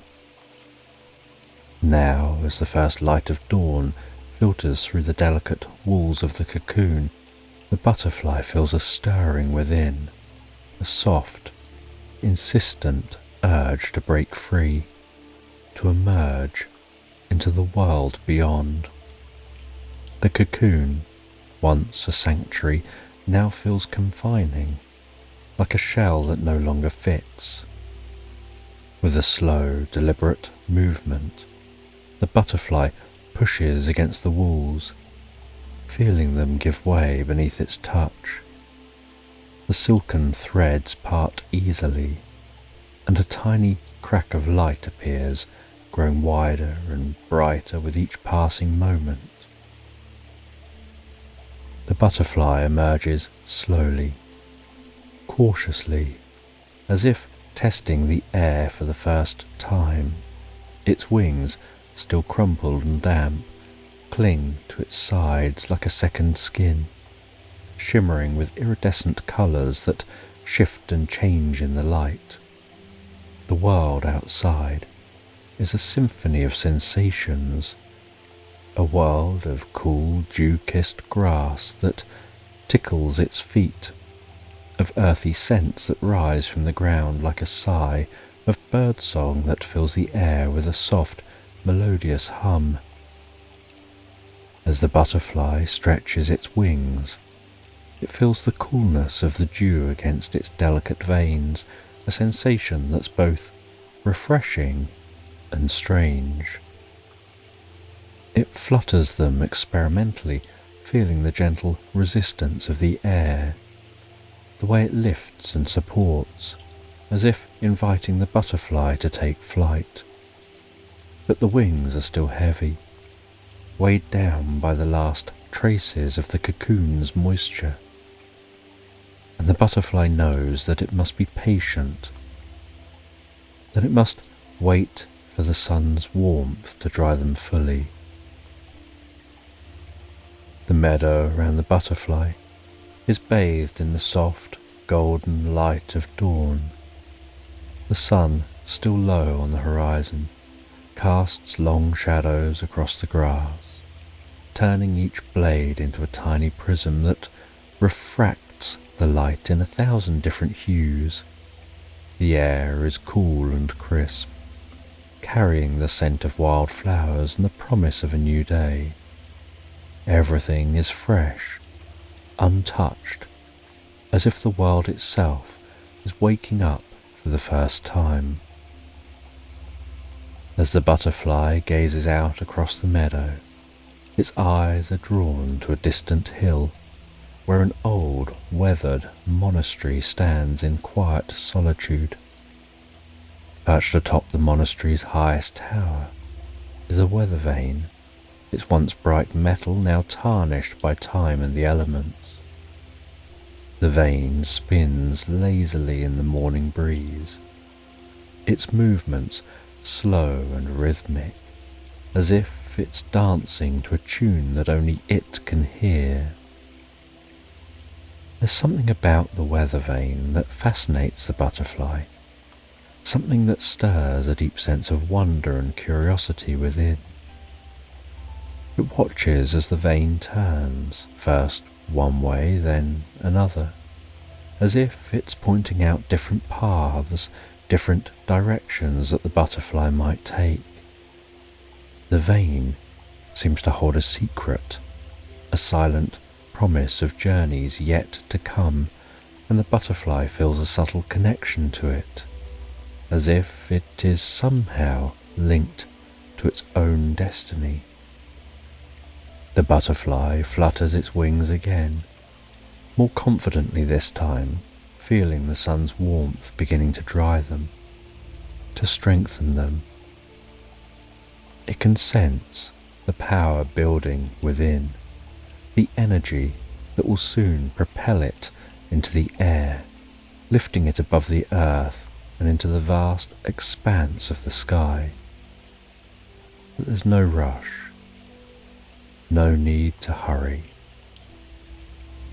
The butterfly knows that everything has its time, that every moment is part of the journey, and that the journey itself is what matters. As the butterfly waits, it becomes aware of the gentle rustling of leaves in the nearby trees, the soft murmur of a stream that winds its way through the meadow, the distant call of a bird welcoming the dawn. The world is alive with sound, with movement, yet there's a deep sense of peace that pervades everything, a quiet stillness that invites the butterfly to relax, to let go, to become fully absorbed in the present moment. And finally, the butterfly feels that it's ready. With a final stretch, it opens its wings fully, feeling them catch the light, the colours shimmering like the surface of a still pond at sunset. It flutters them once, twice, and then with a gentle push, it lifts off the ground, rising slowly, gracefully into the air. The sensation is exhilarating, like stepping into a dream where the laws of gravity no longer apply, where the sky is a vast ocean and the butterfly is a tiny ship sailing into the unknown. As it ascends, the butterfly feels the wind beneath its wings, lifting it higher and higher, carrying it above the meadow, above the trees, towards the distant monastery and the spinning weather vane. The world below shrinks away, becoming a patchwork of green and gold, a quilt of fields and forests that stretch out as far as the eye can see. The butterfly feels a sense of liberation, of freedom, as if it's finally broken free of all constraints, of all the things that once held it back. And yet there's also a sense of purpose, a feeling that this journey is not just about flight, but about discovery, about finding something that lies beyond the horizon, beyond the limits of sight and sound. The butterfly feels a deep curiosity, a need to explore, to seek out the secrets that the world holds, to learn from the experiences that await. Guided by an unseen compass within, the butterfly flies on, leaving the meadow behind, its wings carrying it ever further into the vast unknown world. The butterfly flutters gently through the cool morning air, the soft hum of its wings blending with the distant melody of the waking forest. The world is a patchwork of light and shadow as the sun begins its slow ascent, casting golden beams that dance across the leaves. Each shaft of light feels like a bridge between realms, connecting the earth below with the vast sky above, and the butterfly moves through them as though passing between worlds, growing ever deeper and deeper into the heart of the forest. The trees here are ancient, their gnarled roots burrowing deep into the earth, their branches stretching high into the heavens, interlacing to form a canopy so thick that the sunlight filters through in only the faintest of whispers. The deeper the butterfly ventures, the more the light begins to fade, replaced by the gentle silvery glow of the moon, which hangs like a guardian in the sky, its light filtered through the leaves in a soft, dappled pattern. In this dreamlike world where night and day intertwine, the butterfly feels a sense of calm wash over it, a deep, soothing reverie that slows its thoughts and stills its wings. The air is cool and filled with the scent of moss and damp earth, a rich, grounding aroma that seems to draw the butterfly closer to the forest floor. There, among the shadows and the moonbeams, it spots the source of the calm, a wise owl perched high in the branches of a towering oak. The owl's eyes are large and luminous, reflecting the light of the moon as though they hold the entire night sky within them. Its feathers are soft and silent, blending seamlessly with the bark of the tree, as if the owl itself is part of the forest, an ancient guardian that has watched over this place for countless ages. The butterfly feels a pull towards the owl, as if drawn by an invisible thread, and it gently flutters upwards, coming to rest on a nearby branch. The owl blinks slowly, its gaze settling on the butterfly with a quiet intensity that holds no malice, only wisdom and a deep abiding calm. When it speaks, its voice is like the rustling of leaves in a gentle breeze, soft and soothing, carrying with it the weight of countless seasons and the wisdom of the forest. "Welcome, little one," the owl murmurs, its words flowing like a lullaby, each syllable a gentle stroke that eases the butterfly's heart. "You've come far, but your journey has only just begun." Here time moves differently. The past and the future dance together beneath the canopy, and all things are possible. The butterfly listens, feeling each word resonate deep within, as though the owl is not just speaking, but is projecting the very essence of being.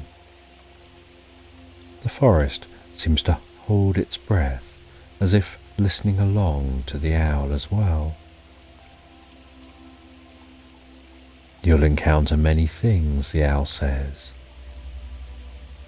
"Some will be pleasant, others will offer some challenges. But the journey isn't about reaching a destination. It's about the experiences, the lessons, the moments of stillness along the way. In patience, you'll find the answers you seek." The butterfly finds the owl's presence comforting and relaxing. To rush is to miss the beauty of the world. The owl continues. "Take your time, let the world reveal itself to you in its own way, at its own pace." The butterfly feels a deep sense of peace settle over it. The forest around them seems to agree with that sense of peace. The owl tells the butterfly they're going to share a story that'll help with their journey, saying it's an old tale passed down through the forest from tree to tree, leaf to leaf. It's the story of the wind and the stone. Once, long ago, there was a great stone that sat in the middle of a vast open plain. The stone was strong and solid, unmoving in the face of the elements. The wind, light and free, would dance around the stone, urging it to move, to join in the dance of life. But the stone refused, content to remain where it was, grounded and still. The wind grew frustrated, its breezes turning into gusts, then into gales, but still the stone didn't move. The wind howled and raged, trying to push the stone from its place, but the stone remained steadfast. It was only when the wind stopped, exhausted from its efforts, that it noticed something. Over time, the wind had worn down the stone, not through force, but through persistence. The stone, once sharp and jagged, had become smooth and rounded, softened by the gentle, persistent caress of the wind.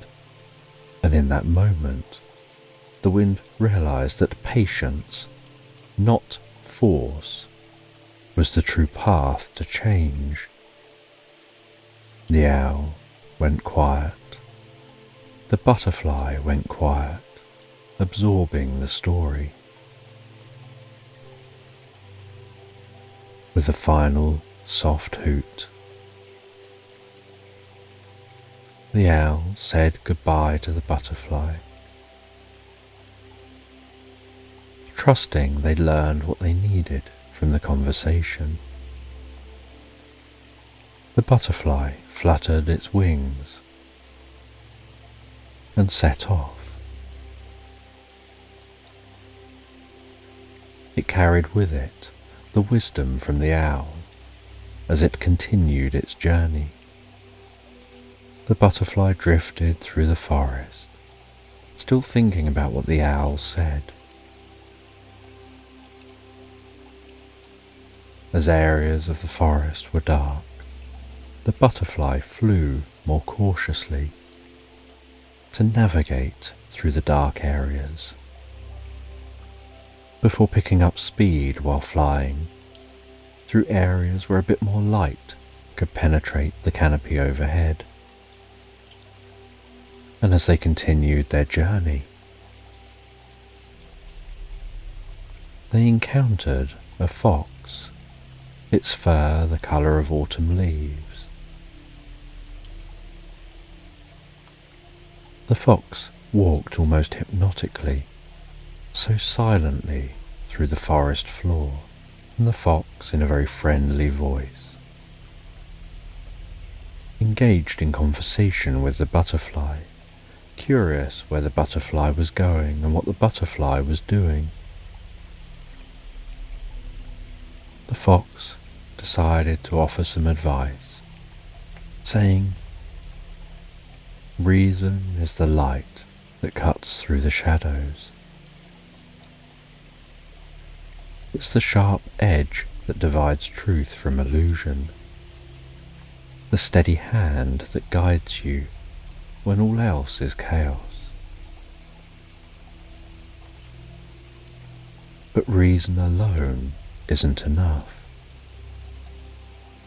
You must also know when to be aware of your instincts, when to trust that quiet voice within that speaks not with words but with feelings, imposing a subtle current to the heart. You need to have an awareness of balance, of harmony. In all things, seek balance. Listen to your heart while letting reason guide you,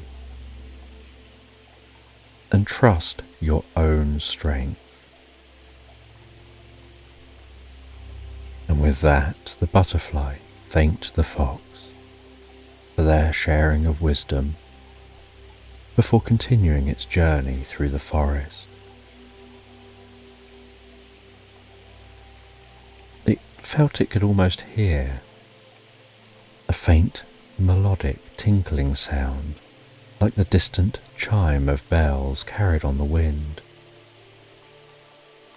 As the butterfly moved closer, the sound grew clearer, more distinct.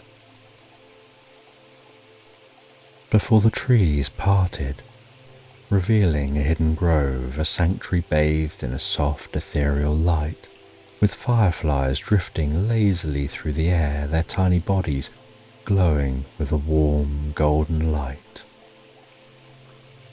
like stars which have descended to earth to dance among the trees. The butterfly hovered at the edge of the grove, captivated by the beauty and tranquility of the scene. The sound it had heard now revealed itself. A rhythmic flow of water, a fountain nestled at the heart of the grove, its clear waters bubbling quietly while cascading over smooth stones into a crystal clear pool below. And the butterfly flew closer to that pool, and flew into the shade of an old tree. And as the butterfly hovered near the tree, so it noticed that each leaf seemed to reflect a different aspect of its journey. One leaf showing the owl, another showing the fox. Leaves shimmering with images of the past, of the butterfly's time as a caterpillar crawling around on other leaves, of the butterfly's time in the cocoon, held in darkness with just thoughts for company. And there were leaves hinting at the future that could be, with patterns shifting and changing from moment to moment like glimpses of possibilities yet to unfold. The butterfly recognized this as a reflection of its own journey, a living symbol of the interconnectedness of all things, each leaf a part of a greater whole. The butterfly felt drawn to the fountain. The water was so clear and cool, the surface reflecting the tree above. It rested by the fountain for a while, listening to the gentle flow of water, the soft tinkle of the leaves, the distant ethereal music that seems to come from everywhere and nowhere at once. And the world beyond the grove began to fade, almost as if it was becoming a distant memory, while the butterfly sunk deeper and deeper into a state of pure relaxation, where time had no meaning, where only the present existed. And for a long time the butterfly simply rested in this state of deep peace and calm, soothing its wings, feeling it could stay here forever, in this state of deep tranquility.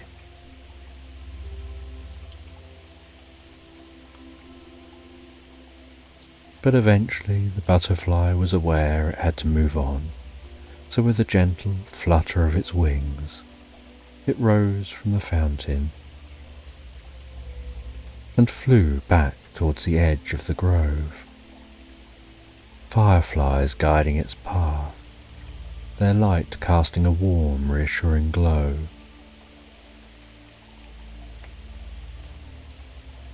And as it continued on, so the butterfly encountered a river, and following that river, which was light and slow moving, they discovered a dam, and saw this dam was being built by a beaver. And they flew nearby, watching the beaver work, watching with curiosity and admiration, a deep sense of wonder, as the beaver steadily and rhythmically carved on trees and worked at building that dam and keeping that dam in place. And after watching the beaver work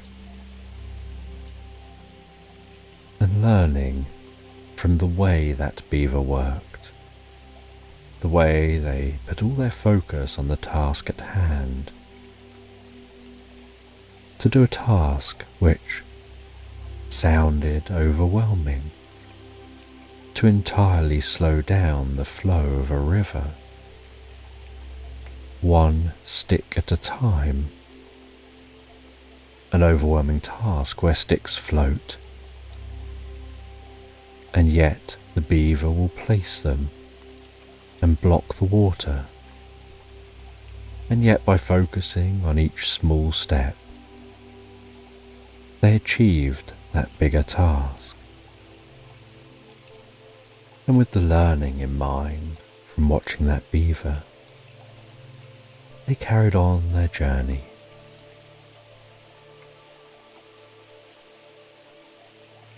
And as they carried on, day moved to night, the moon hanging low in the sky, silvery light bathing the landscape with a soft ethereal glow.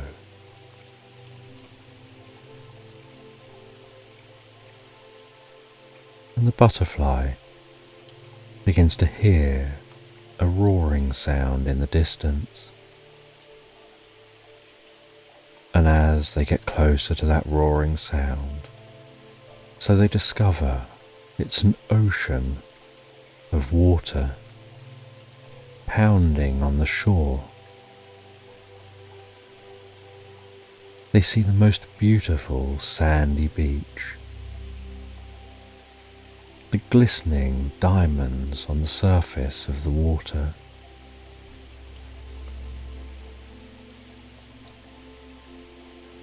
The bubbling water slapping onto the shore.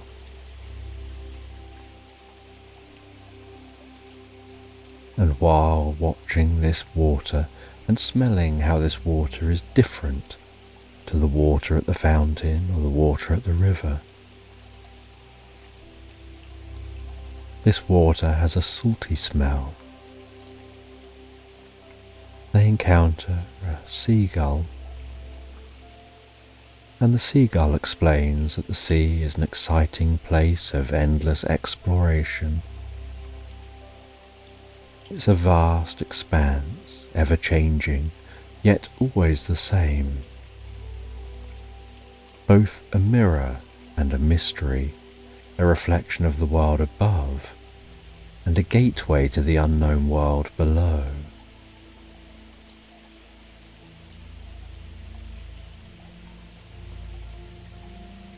The seagull says they never tire of flying. They enjoy the freedom of flight. They enjoy the sea as their companion. They enjoy that there's always something new to discover, just beyond the horizon. They enjoy their journey. And the butterfly recalls back to hearing that before, about enjoying the journey. And as the butterfly flies away from the seagull, it notices a twinkling, sparkling of light in the distance along the seashore, and flies closer to that sparkling, twinkling light, and notices on the seashore shells of all shapes and sizes, some small and delicate, others larger and more intricate, and some shimmering with a pearlescent sheen that seems to be catching the moonlight. And the butterfly lands beside a shell, and the shell seems to hum with a faint melodic vibration, as if it holds within it the echoes of the ocean, the memory of the waves that once carried it. The butterfly feels a deep sense of wonder, as if it stumbled upon a treasure trove of ancient stories, each shell a chapter, a verse, a song that tells of the sea's endless journey. They press a tiny ear against the shell and are immediately enveloped by the sound of the ocean, the gentle roar of the waves, the distant call of seabirds, the soft whisper of the wind. The sound is so soothing, almost hypnotic, and the butterfly feels itself drawn deeper and deeper into the shell's embrace. Each shell seems so unique and different from the last. The butterfly moves from one to the next, each time feeling a new emotion, a new sensation. One shell hums with the energy of a storm, the crash of waves against rocks, the howl of the wind as it tears through the sky. Another shell sings of calm waters, of a gentle breeze that caresses the sea's surface, of the warmth of the sun as it sets, casting the world in a golden light. The butterfly becomes absorbed in the world of the shells, losing itself in their stories, their songs. It feels as if it's journeying through the sea itself, exploring the depths, its mysteries, its ever-changing mood. The shells speak of distant lands, of coral reefs teeming with life, of underwater caves filled with treasures hidden from the world above. They tell of ships that sail across the horizon, of voyages that span oceans, of explorers who chart new courses seeking out the unknown. As the butterfly listens, it feels a deep connection to the sea, to the world it's yet to fully discover. The shells speak of the vastness of life, of the endless possibilities that lie in every wave, every ripple, every breeze. They remind the butterfly that its journey is part of something much greater, a thread in an intricate tapestry of the world, woven together with journeys of all the creatures that have come before and all those that will follow. And among the many shells, the butterfly finds one that resonates deeply with it, a small, delicate shell, its surface smooth and cool to the touch, with a soft, warm glow that seems to pulse. The butterfly lifts the shell gently in its wings, holding it close as it listens to the song it carries within. The shell hums with a quiet, peaceful melody, a lullaby that soothes the butterfly's soul, filling it with a sense of calm and contentment. The butterfly feels as if the shell is speaking directly to it. The butterfly closes its eyes, letting the shell's melody wash over it, feeling the tension in its body melt away, replaced by a deep, relaxing calm. It feels a sense of gratitude, appreciation for the journey, for the experiences, for the lessons. As the butterfly listens to the shell's soothing melody, the wisdom of its encounters flow through its mind. Each encounter a step on its path, on its journey, on its story, beginning to feel a sense of fulfillment. And the butterfly places the shell gently back on the sand, knowing the shell's song will stay with it as a memory, a guide. As they feel ready now to begin their journey home, they rise up into the air, the sounds of the shells fading into the distance,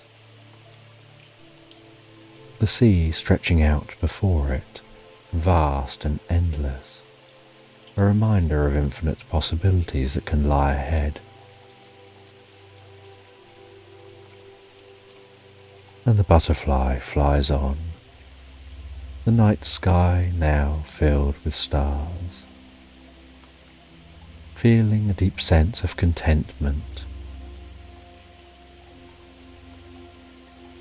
and the butterfly flies back in the direction of home.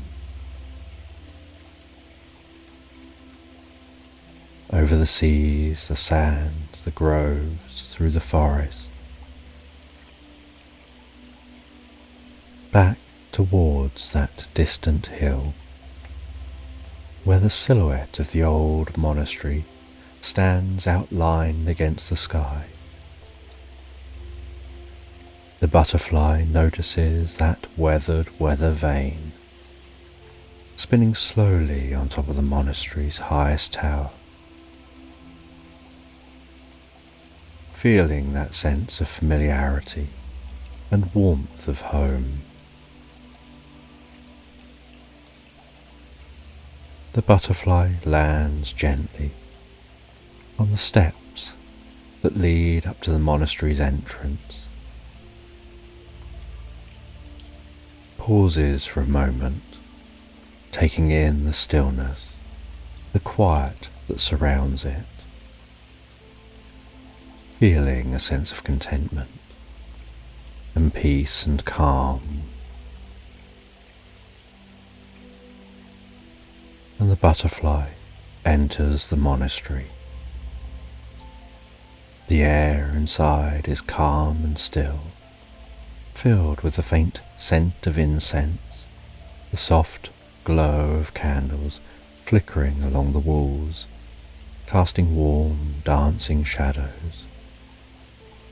The butterfly feels a sense of calm wash over them, a feeling of sanctuary, a place they can rest, where they can simply be.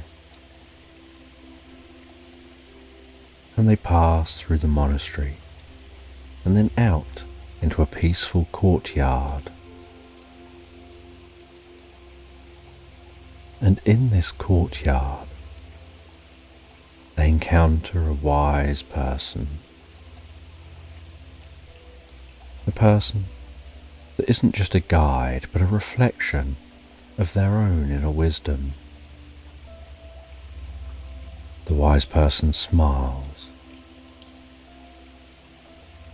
You've travelled far, you've gathered much wisdom, now it's time to rest, to reflect on your journey, and to find the peace that lies within. Your journey has led you here, to this place of rest and reflection, of deep relaxation. This is a safe, calming place, a place of peace, a sanctuary.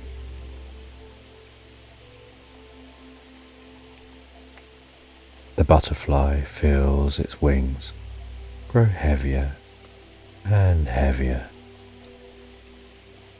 The world around it fades as it gets sleepier and sleepier. The sounds, the sights, the sensations become softer, more distant. The wise person's presence brings a deep and comforting feeling, almost like they feel that they can sleep while being watched over by a comfortable guide. And as they drift and float, so peacefully asleep, the world outside the temple grows quieter and quieter.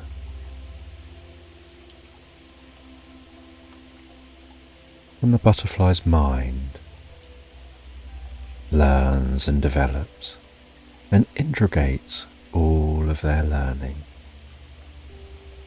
as they grow and become something more than themselves, drifting into the most pleasant dreams, the most peaceful reverie, the deepest, most relaxing Slumberland. finding themselves falling asleep, drifting and floating into that slumberland. And in a secluded corner of a peaceful dimension, tucked away from the bustle of distant lands, stands a forest so ancient and untouched that the air seems to hold the very whispers of time. The trees here stretch tall and wise, their trunks twisted with age, their canopies so dense that they weave a living tapestry of emerald green. Among the roots of a towering oak, Goldrick Froststone, a humble dwarf, has made his home.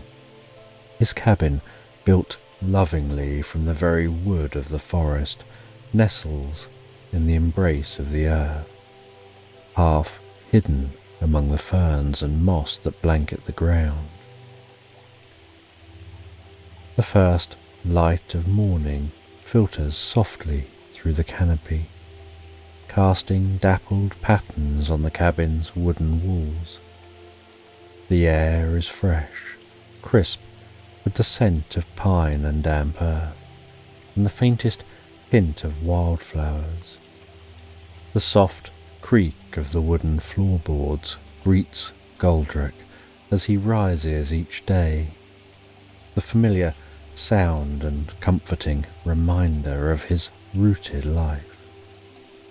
His bed, modest but warm, is draped in thick blankets that hold the faint smell of lavender, herbs he collects from the forest and weaves into his home. Outside, his vegetable garden, a patch of vibrant life in the heart of the wild, greets him. Every morning, Goldrick steps out into the cool air, his feet bare against the soft soil, feeling the earth's pulse beneath him. The dew clings to the leaves of his plants, glistening like tiny jewels in the morning light. He hums softly to himself, a quiet tune he's sung since childhood, as his hands work through the soil, tending to his vegetables and herbs with care. The trees rustle their leaves gently in the breeze, as though in conversation with the dwarf. The birds, perched high in the branches, sing their morning songs, a melody that fills the air with life. Goldrick often pauses to listen, his heart swelling with the simple joy of it. The forest feels alive, as though it breathes with him, its rhythms so closely aligned with his own. A pair of squirrels dart along the branches, chasing each other playfully, their tails flicking in excitement. Goldrick smiles at their antics, feeling a part of this living, breathing world. His cabin, though modest, is filled with warmth. The smell of wood smoke drifts from the chimney, curling lazily into the sky. Inside, the hearth's fire crackles softly, casting a warm glow that dances along the walls. Shelves line the cabin, filled with trinkets and books collected over years of quiet living. Small carvings, wooden figures of forest creatures, rest on his workbench, remnants of hours spent crafting, a skill passed down through generations of his kin. The scent of wild herbs, dried and hung from the beams, fills the air, mingling with the comforting aroma of fresh bread that bakes slowly in the oven. Goldrick's life is simple, but it's one of contentment. He takes pleasure in the small things, a well-tended garden, The feel of the earth beneath his fingers, the soft glow of the fire as he works with wood. His hands are rough from years of labour, but his touch is gentle, full of care. The routine of his day is a rhythm he knows by heart, one that brings him peace. He finds joy in these moments, in the quiet stillness that surrounds him, in the knowledge that here, in this hidden forest, he's at home.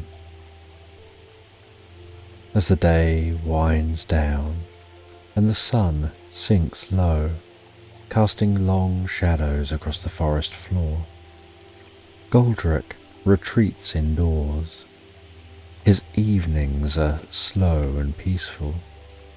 He sits by the hearth, the flames crackling softly, the warmth seeping into his bones. In one hand he holds a cup of herbal tea, the steam rising gently, filling the room with the scent of chamomile and mint. The fire's glow flickers against the stone walls, casting dancing shadows that lull him into quiet contemplation. Outside, the forest hums with life, the soft rustle of leaves in the evening breeze, the distant call of an owl as it awakens for the night. Goldrick listens, feeling the quietude settle around him like a blanket.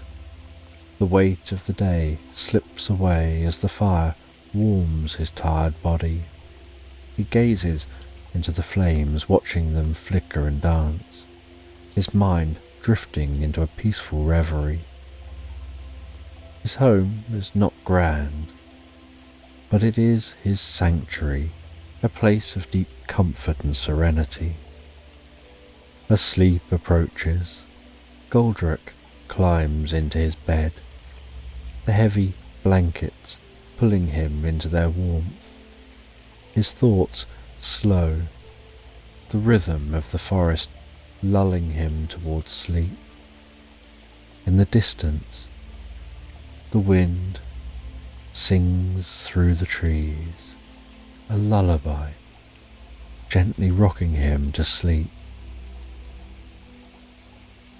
Goldrick dreams peacefully of the forest, of the sway of the trees, and the earth beneath him, cradling him in its ancient embrace.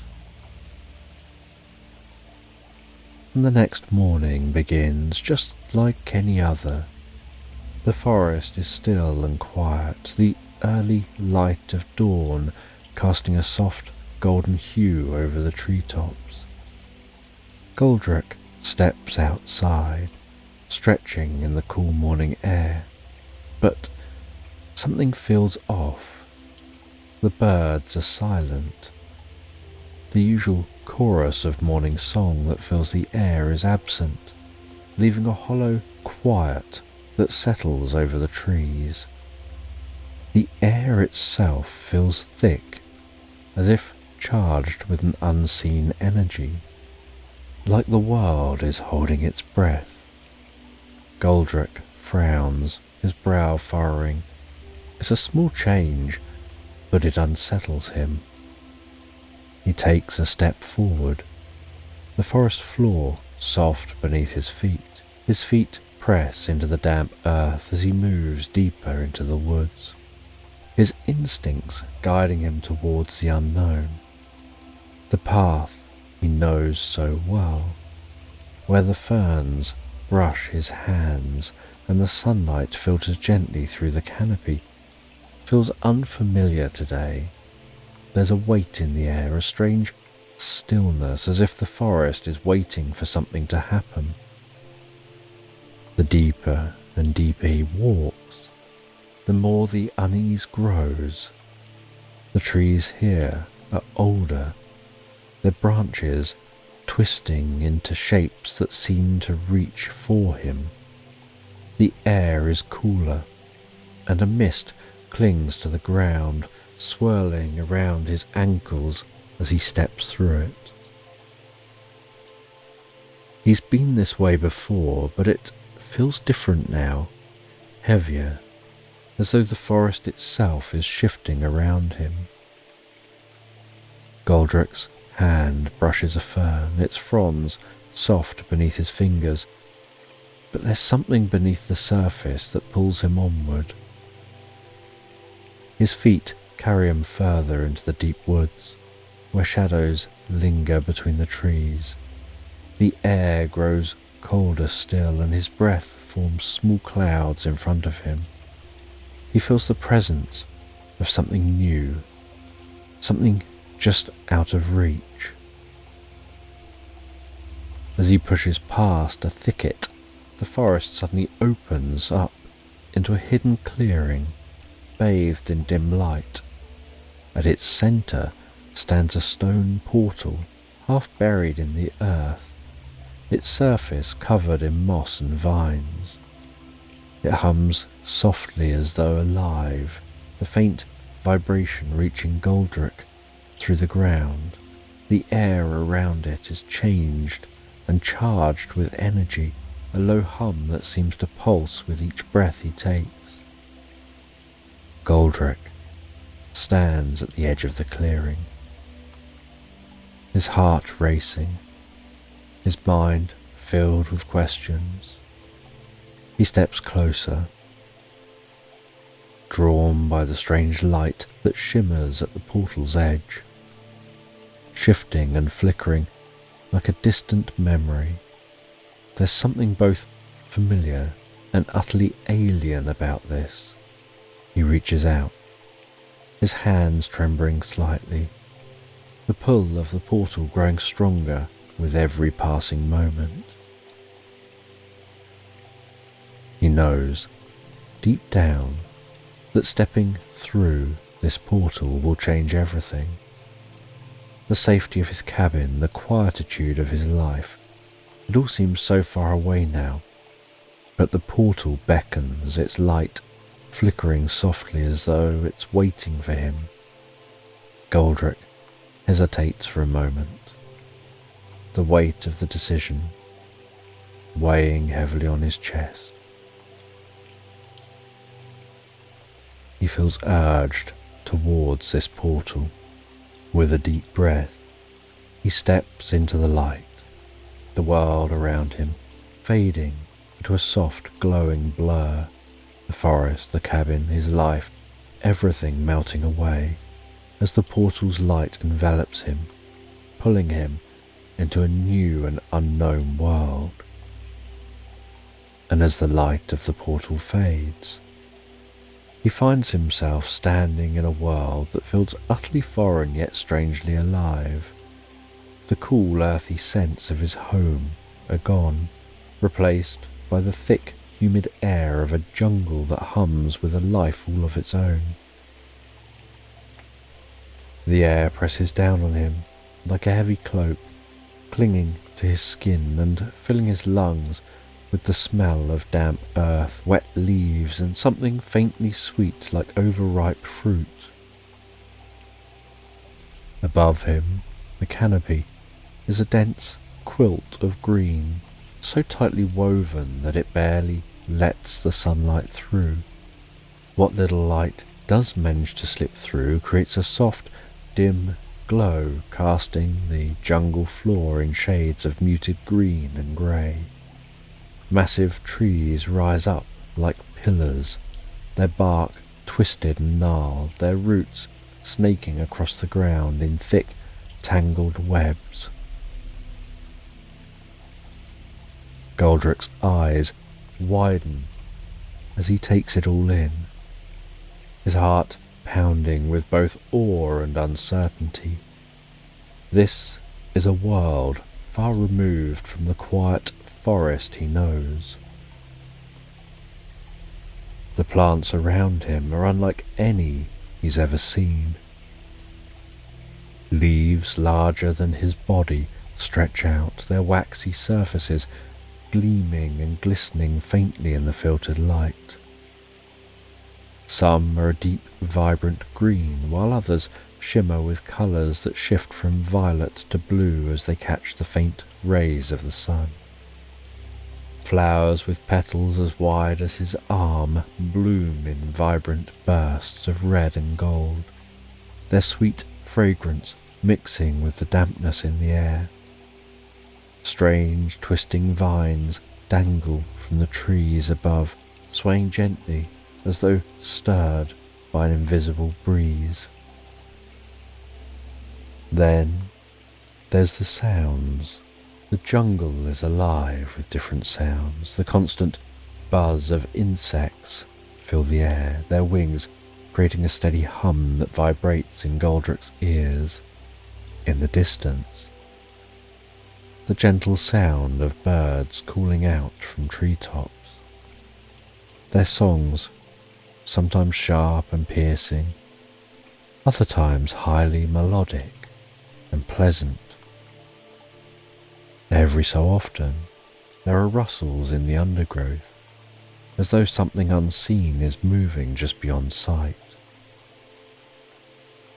Taking a hesitant step forward, Goldrick feels the softness of moss beneath his feet, damp and spongy as though the ground itself is alive. He crouches down, runs his hands over the surface, feeling the cool moisture seeping around his fingers. It's both familiar and foreign, a connection to the earth, but not his earth. As he stands again, the weight of the jungle presses in around him. The trees towering above him, like silent guardians. Despite the overwhelming strangeness of this place, there's a beauty here. It's wild, untamed, and utterly different from the ordered peace of his quiet forest. But in its chaos, Goldrick senses something deeper, an energy that hums through the air, vibrating in the leaves, the soil, the very breath he takes. The jungle feels alive in a way that makes his heart race, not with fear but with wonder. The familiar comfort of his cabin, his garden, his fire, those things for now feel like a distant memory, washed away by the sheer magnitude of this new world. He feels like a speck in the vastness of this teeming place. The path ahead is unclear. A thick undergrowth stretches out before him. He feels that he can't stay still. He feels the portal brought him here for a reason. He feels that his feet must carry him on, and so with a deep breath, he takes another step and then another, the moss giving way to dense ferns, fronds brushing against his legs as he moves deeper and deeper into the jungle, each step cautious but determined, the mystery of this new world drawing him forward. As he walks, the sounds of the jungle become a steady rhythm in his ears, as though the path is wild and untamed. There's a strange sense of purpose in every rustle of leaves, every distant bird call. Time in this jungle seems to stretch and warp, the light above barely changing as Goldrick presses on. Hours pass, though it feels like moments, and the deeper he goes, the more the undergrowth thickens, wrapping around him like a dense green web. His legs grow tired from pushing through the tangled plants, his skin damp with the humidity. Every so often he stops to catch his breath, listening to the jungle around him, trying to make sense of the sounds and the shifting shadows. just as weariness begins to settle into his bones, the soft murmur of water reaches his ears. His pace quickens, hope rising within him. He pushes past a thick wall of ferns, and suddenly the jungle opens up before him, revealing a wide, dark river cutting through the landscape. The water is swift and deep, its surface reflecting the dim light from above in swirling patterns of black and silver. It moves with a silent force, the current strong enough to sweep away anything that dares to enter. He steps closer, the cool air coming off the river, a welcome relief from the jungle's humidity. But as he crouches by the river's edge, watching the water swirl and churn, a wave of uncertainty washes over him. The river feels like a barrier, one that separates him from whatever lies ahead. Its width makes it impossible to cross with a simple leap, and the thought of swimming through its dark, rolling depths sends a shiver down his spine. The water moves too quickly, its hidden strength pulling at him from the shore. For the first time since stepping into this new world, he's unsure what to do. He kneels, staring into the water, his mind racing for a solution. For a long time he considers turning back, following his steps to the portal. But something stops him, an instinct, a feeling that the way forward lies not in retreat, but in pushing ahead. The river may be a barrier, but he knows there must be a way across.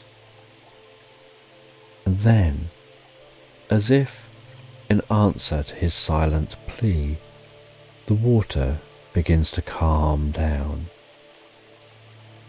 The rushing current slows and begins to still.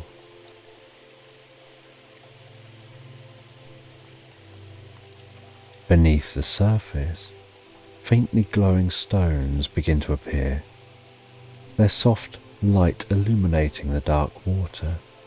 They shimmer like stars, revealing a hidden path that winds its way across the river. Goldrick stands, his heart steady. He steps cautiously onto the first stone. The stone holds firm. With each step, he moves carefully from one stone to the next, the cool water lapping gently against his legs. The river, once an insurmountable obstacle, now feels like part of his journey, guiding him as he moves towards the other side of this river. The glowing stones pulse softly beneath him, their light offering comfort and clarity as he makes his way across. As he reaches the far shore, he feels a sense of relief and triumph. He stands for a moment, breathing in the fresh air. Dense jungle continuing on the other side of this river. He feels like he's no longer the Goldrick who lived quietly among the trees, tending to his garden, sitting by the fire. He's now an adventurer, a traveller in a world of mystery and wonder, learning to trust the unknown. As he walks, the jungle continues to deepen around him, its shadows growing longer and the canopy thickening, the air becoming cooler again. Each step feels as though it's taking him deeper into the heart of this mysterious world. As he pushes through a patch of dense vines, he discovers a massive tree. The tree feels alive in a way that's different from the others, as though it's seen more than most, as though it holds memories older than the jungle itself. As he continues, each step that he takes feels like he's working through challenges, uncovering lessons. He finds himself reflecting on his journey, both the journey he's undertaken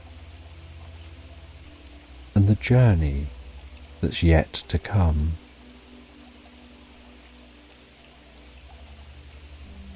And while he continues, he eventually exits the jungle to discover a large glowing lake in a clearing. The lake stretches out before him, its surface smooth and calm. Beneath the surface seems to be a faint ethereal glow, pulsing gently.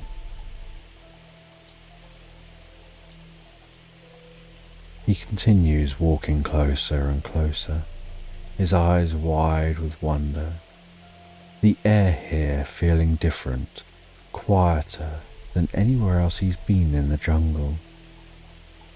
Almost as if this place exists outside of time.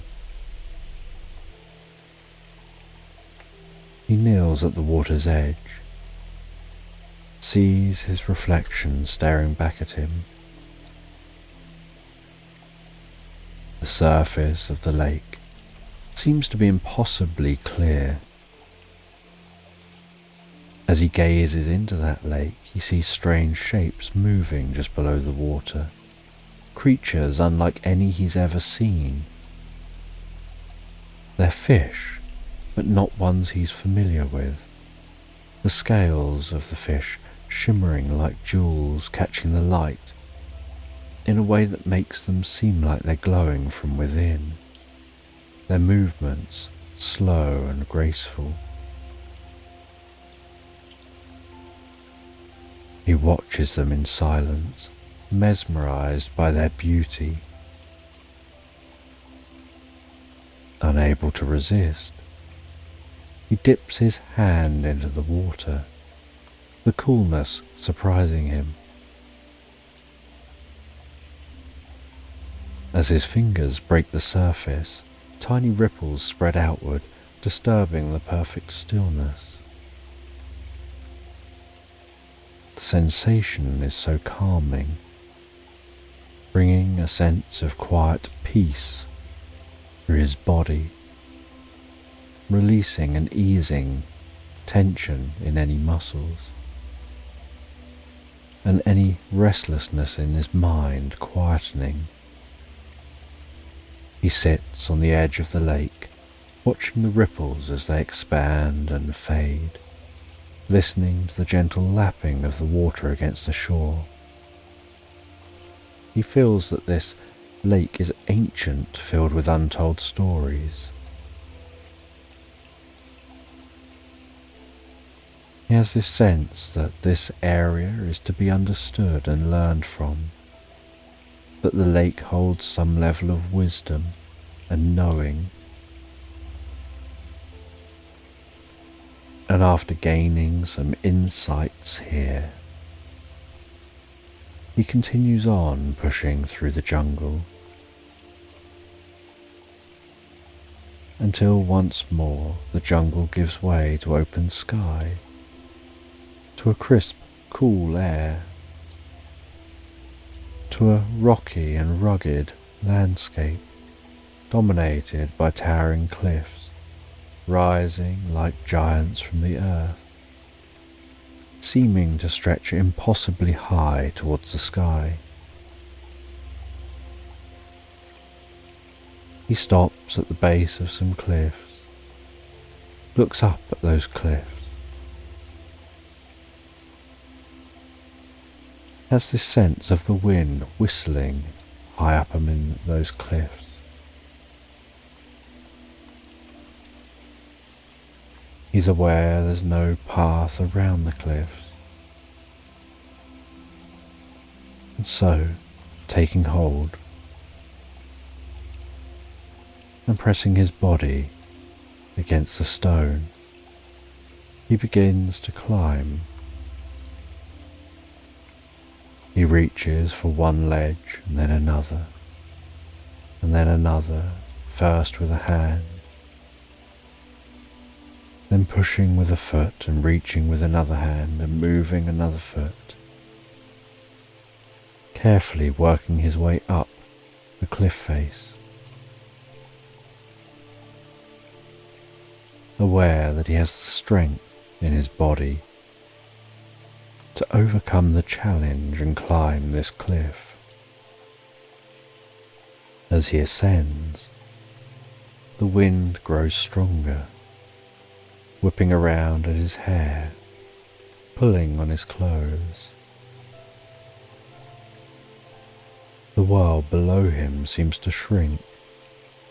The jungle seems to fade into the distance. He pays all of his attention to climbing this cliff and finds himself sinking deeper and deeper into the challenge.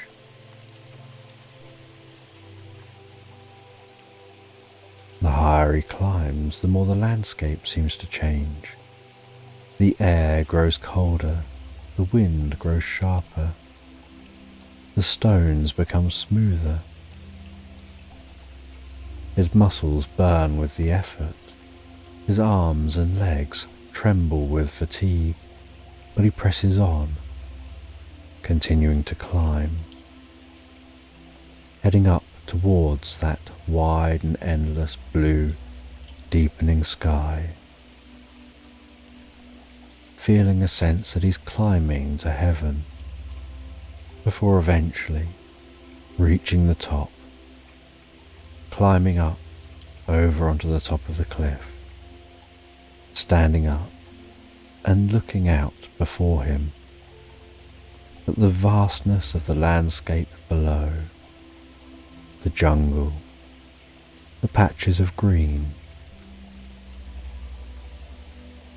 rolling hills and valleys, rivers winding through this earth, the sky above so endless, streaked with the occasional cloud and the setting sun. He feels a deep sense of triumph and achievement, a sense he's done something insurmountable and reached the other side. He finds that the descent isn't anywhere near as difficult as the climb, discovers that the valley below is peaceful, the ground is soft beneath his feet. He feels he's been walking for days. He slows down and breathes deeply and comfortably, savouring every moment. The sky shifts from hues of dusk, of golds and violets,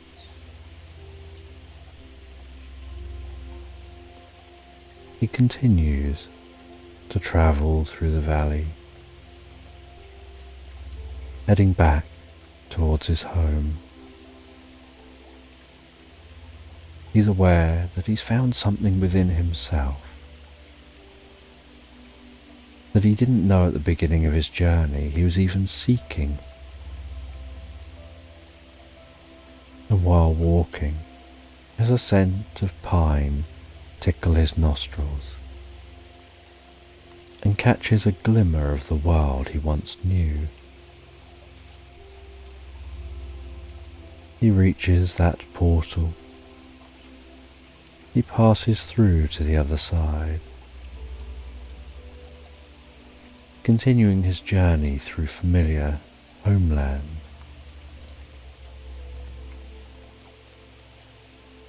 heading all the way home.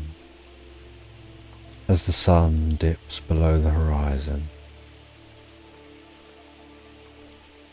being back at the cabin that's nestled among those roots of the ancient tree. But feeling back here that there's a warmth, a sense of life that he hadn't noticed before. He wanders around his home, taking in the slightly different atmosphere, aware that he's brought this atmosphere in with him as a slightly changed person. He reaches for the kettle, pours himself a cup of tea, enjoying the way the heat seeps into his fingers as he rests his weary legs from his journey, aware of the quietness, the soft hum of the fire, the faint rustling of trees outside. And as the fire crackles, he allows himself to reflect on his journey while drinking that tea, aware it's changed him in ways he didn't expect, to become a better version of himself. Before bed, he heads outside once more, just to breathe in some of that cool and crisp air, to gaze at the stars overhead, to listen to the sounds of the night, before heading back into the cabin, the fire burning down to embers, glowing faintly, giving off the most gentle warmth,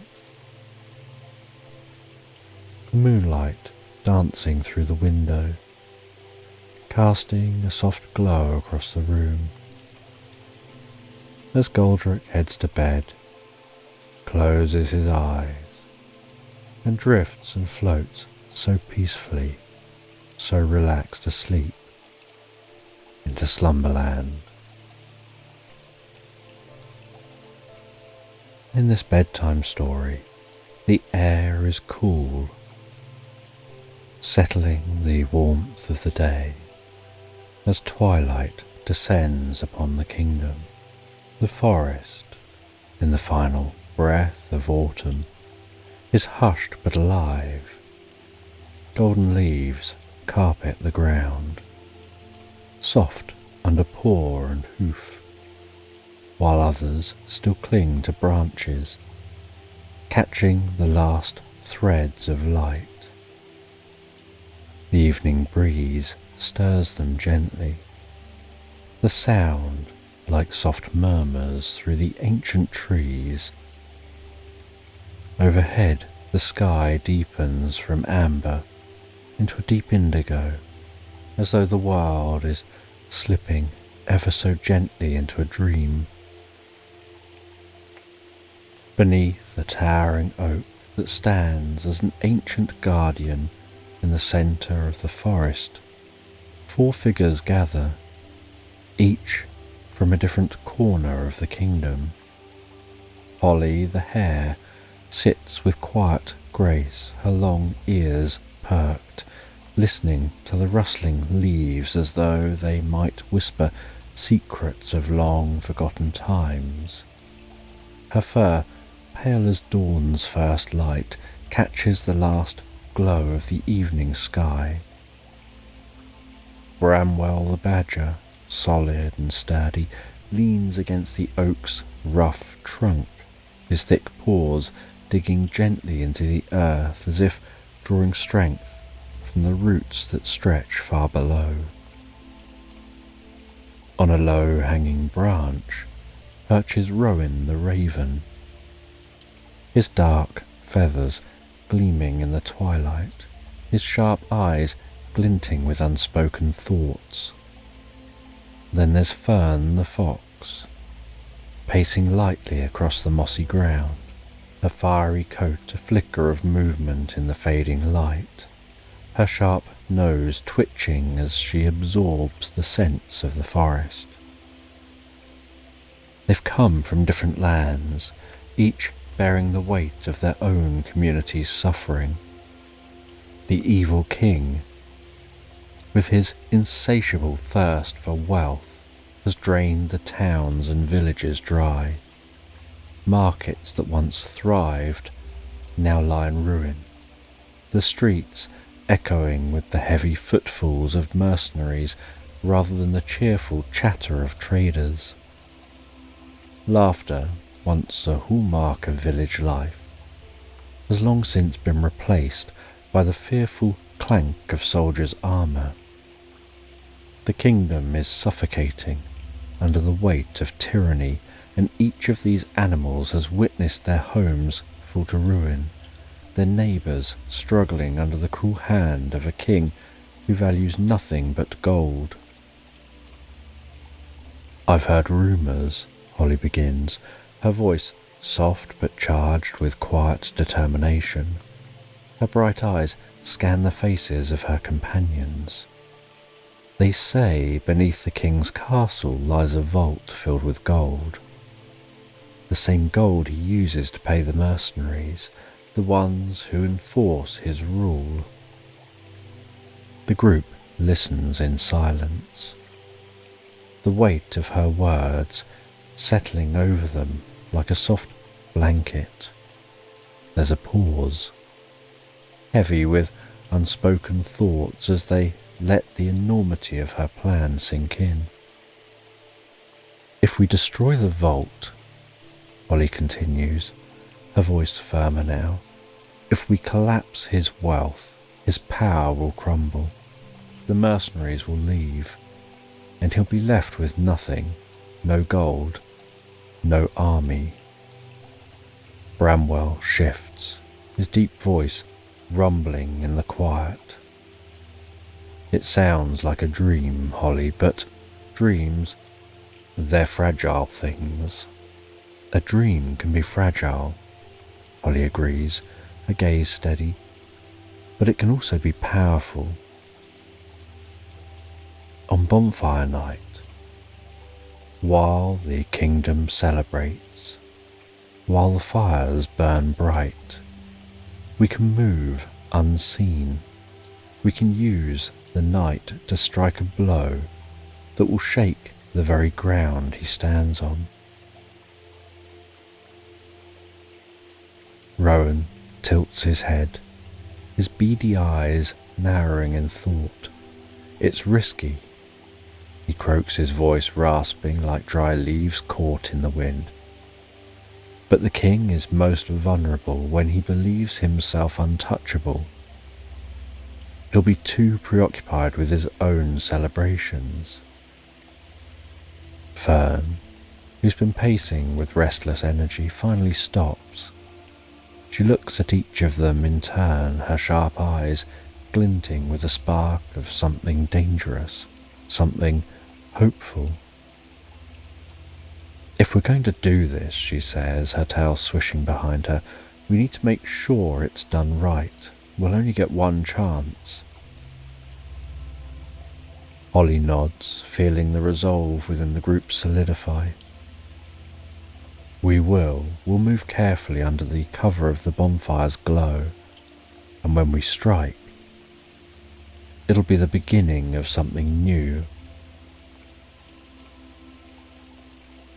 The ancient oak looms above them, its branches creaking in the cooling air as if in agreement, as though the forest itself understands the gravity of what's to come. The last golden light of twilight fades into the deeper shades of night, and with it, a sense of purpose settles over the group. The night is coming, and with it, the promise of change. The village square is alive with the warm glow of bonfires, their flames licking the sky like lazy flickering tongues. The air is thick with the rich, earthy smell of wood smoke and the sweet aroma of roasting chestnuts. It feels like a festival of fire and warmth, a night where the world slows, sinking into the soft embrace of the evening. Voices rise and fall, murmuring like a lullaby, soothing in their familiarity, wrapping the villagers in the comforting rhythm of community. Lanterns hang from the trees, casting a soft golden glow that dances gently in the breeze. They sway like tiny stars suspended in the branches. The village feels dreamlike, the kind of place where time seems to melt, where reality blurs into something softer, something more tender. The crackle of the bonfires is steady, a rhythmic background hum that seeps deeper into the cool air, carrying with it the promise of warmth and safety. Holly, bramwell, rowan and fern move through the crowd with quiet purpose. Their eyes scan the scene, noting the guards who seem to have let their vigilance slip under the warmth of the firelight. Holly feels a flutter of nervous energy rise within her. Tonight's the night when everything changes. Fern's eyes catch sight of the soldiers who've grown careless in their revelry. They're distracted, she murmurs to the group. This is our chance. Rowan nods. The king's soldiers have become complacent. They think that they're invincible. Holly's heart beats steadily. Though tension hums beneath her calm exterior, she can feel the energy of the night gathering around them, as if the very air is thick with potential. The bonfire's light flickers across their faces, casting shifting shadows that move like dreams just out of reach.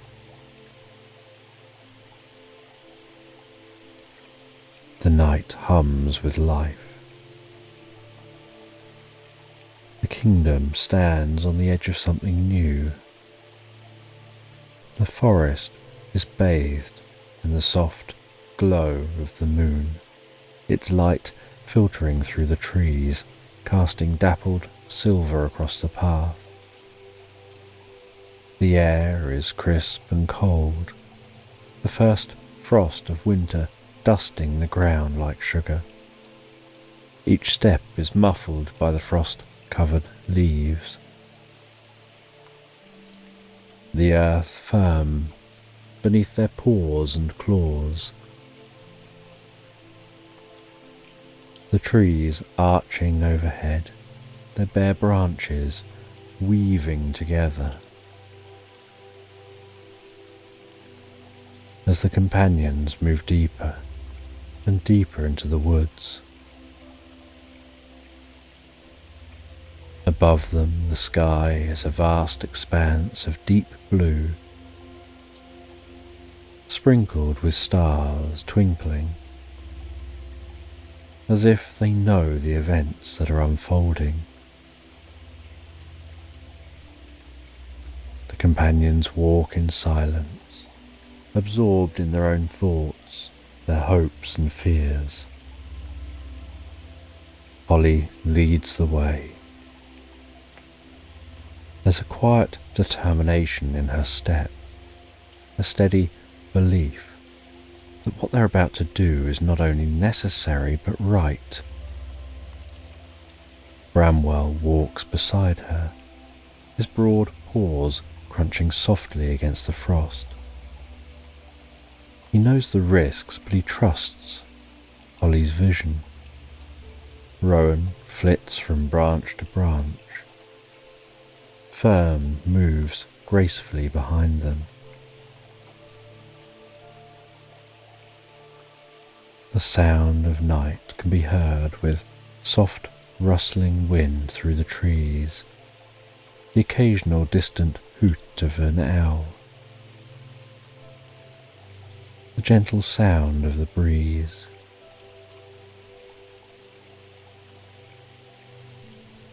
Eventually, after some time walking, they encounter the guardian owl, her feathers dark as midnight, with silver streaks that seem to gleam and glisten in the moonlight.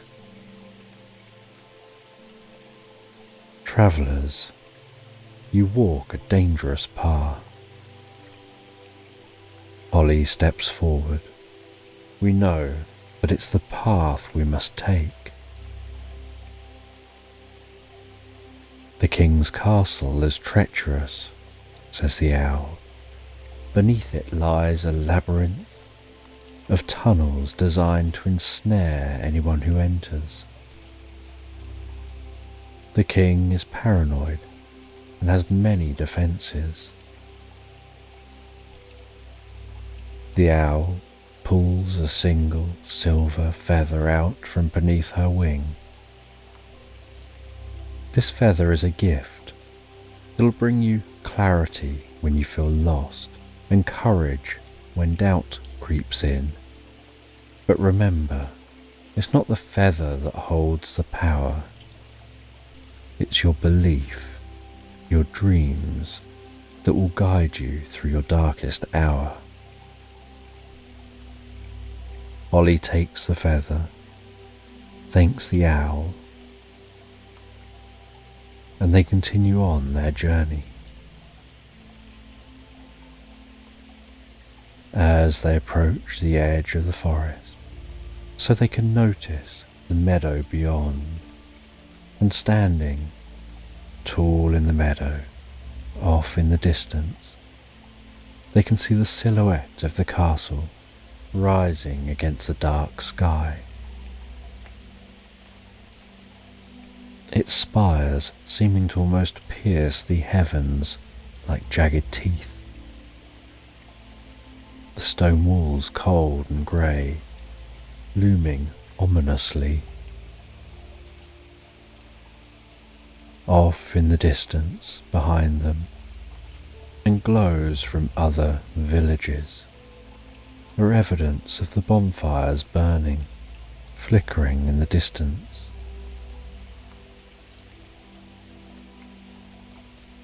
As they draw closer, so the wind picks up, not only carrying the scent of smoke from all the bonfires from surrounding towns and villages,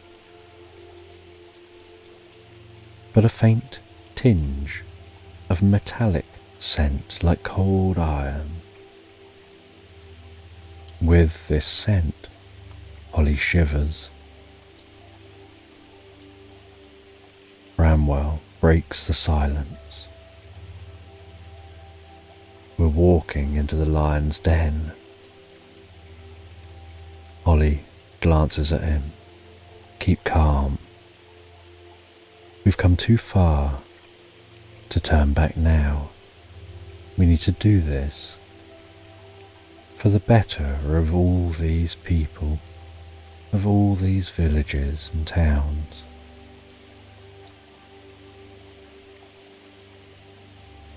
They got closer and closer to the castle, its towers looming larger and larger.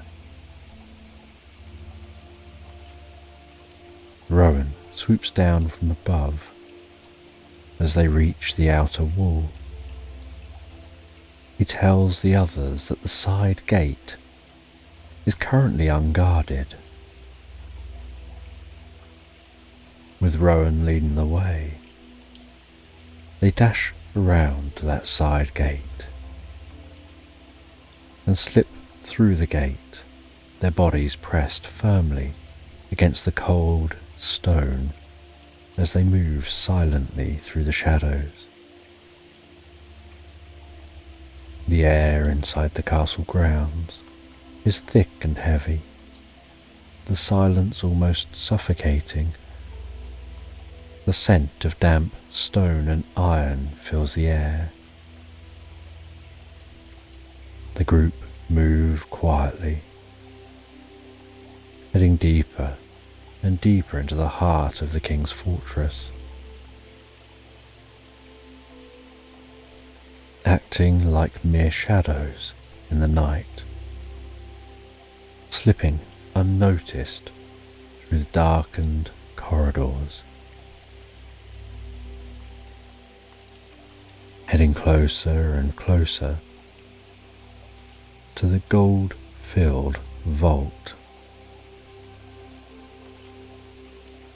And deep beneath the castle, the labyrinth of tunnels seems to stretch endlessly.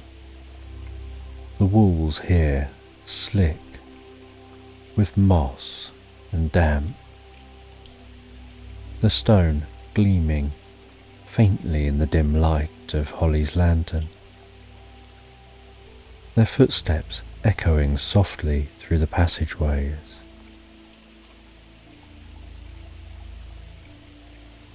Every noise, every scrape,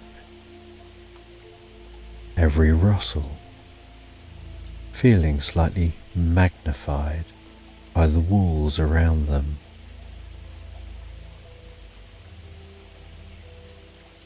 Fern scans the shadows as they move deeper and deeper,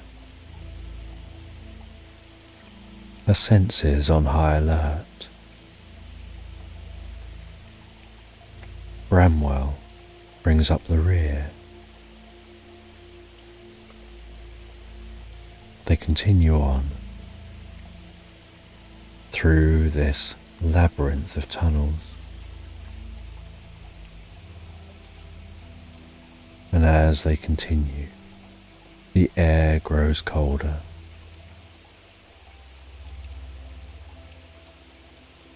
Holly holds the lantern tighter. Suddenly, Fern halts, her nose twitching. She lifts her head. They've arrived, and the tunnel opens into a large chamber. And before them, at the centre of this cavernous space, is the king's hoard, piles of gold, jewels and artifacts. The vault is enormous, the high stone ceiling arching above them, like the ribcage of some ancient beast. The gold glimmers softly in the dim light, casting a warm glow that makes the space feel strangely alive. Holly steps forward, her heart pounding in her chest as she pulls a device from her satchel. It's small, delicate, no larger than her paw, its gears and cogs humming softly with power. She kneels beside a pile of gold, setting the device carefully on the shimmering coins.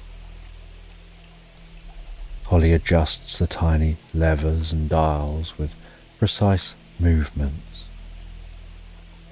The device begins to hum louder. The vibrations from the device begin to sink into the room, merging with the tension that's filling the air. Just as Holly is about to activate this device, a metallic clang echoes down the tunnel, followed by the unmistakable sound of footsteps. The guards are coming. Rowan's feathers bristle. They're close. Holly freezes for a moment. The device is almost ready, but they need to act quickly. She glances at Fern. Bramwell's jaw tightens. "We don't have much time," Holly whispers. She turns the final dial. The device clicks softly. The hum grows louder before settling into a steady rhythm. It's ready. The sound of the footsteps grows louder. The metallic clang of armour rings through the tunnels. "We need to move now," Holly says. Fern is already ahead, darting towards the side tunnel that branches off from the vault. "This way," she calls. The others follow quickly, their steps light and silent as they disappear into the shadows, leaving the vault behind. As they slip deeper and deeper into the labyrinth, the device hums quietly in the vault, its presence barely noticeable among the piles of gold. Soon its power will be unleashed, and the king's wealth will be no more. The group races through the tunnels, the sounds of the guards fading behind them. The tunnels twist and turn in endless directions. Each step reverberates through the passageway, the sharp clank of the guards' boots, occasionally echoing closer, and then fading into the distance as they gain ground. Without thinking, as the guards get closer, Holly pulls the enchanted feather from her satchel. The feather glows faintly in the dim light. With a quick flick of her paw, she waves it through the air. The feather shimmers, and a thick mist begins to rise from the ground, curling around them like a protective veil. The mist is soft and thick, enveloping them in its cool embrace. The shouts of the guards fades to the most distant muffled echoes, seeming almost distorted, as though the group had passed into another world, a place where sound and time move more slowly. "Keep moving," Holly urges. The group slips through the mist, their steps light and quiet, their bodies hidden from sight. The tunnels twist once more, and then suddenly they burst out of the tunnels into the cool night air.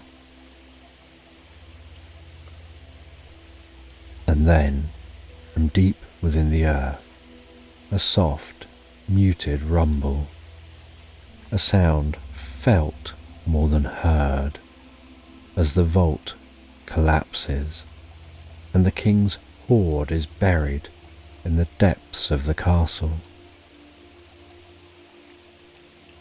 Back in the village, the bonfire blazes high, its flames licking the sky.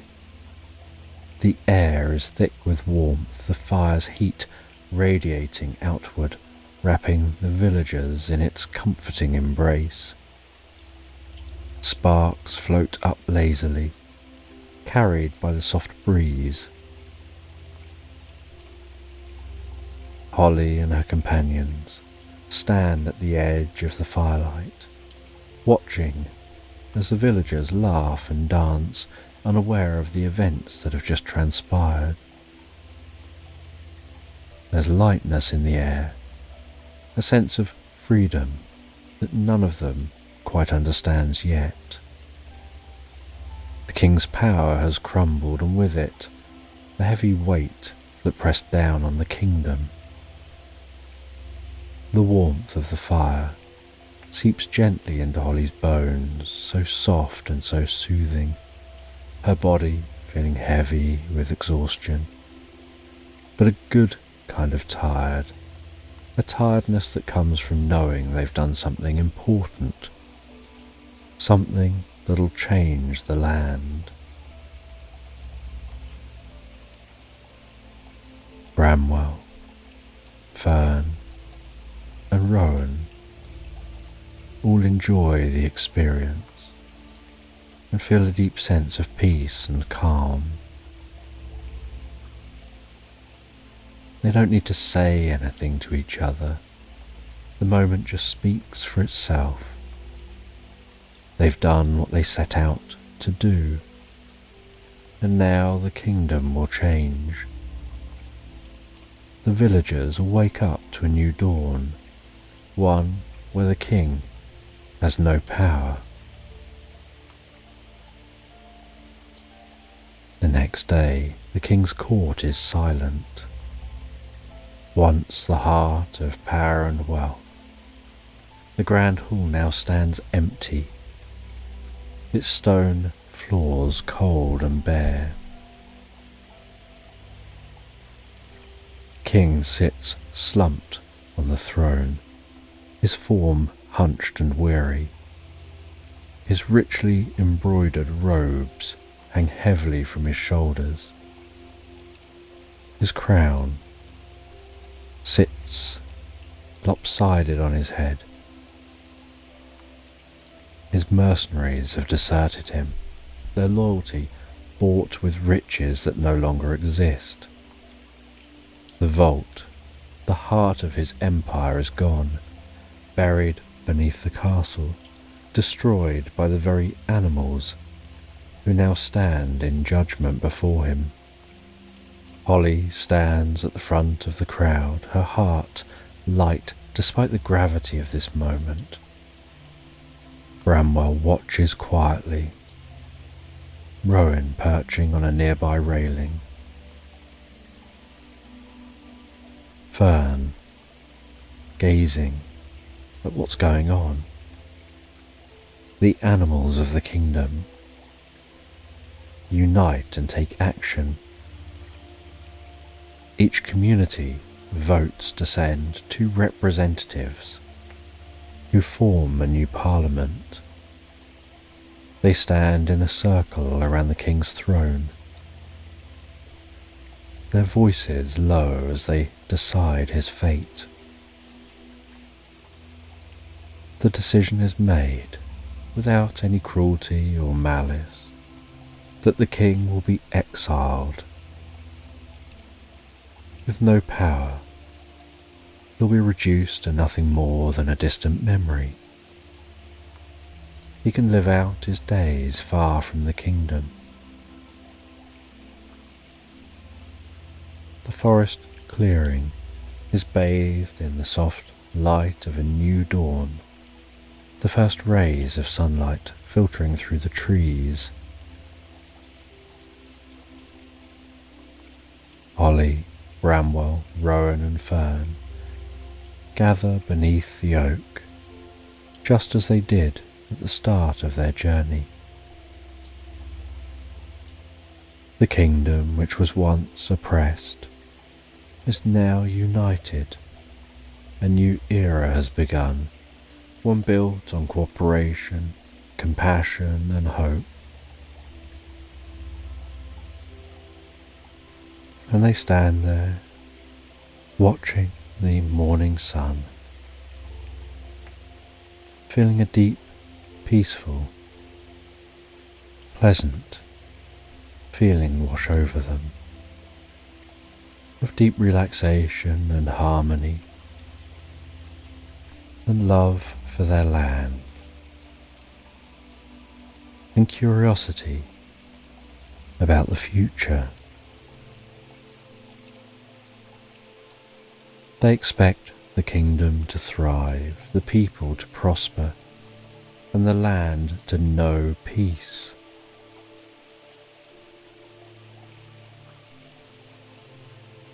The world around them now feels so light and bright,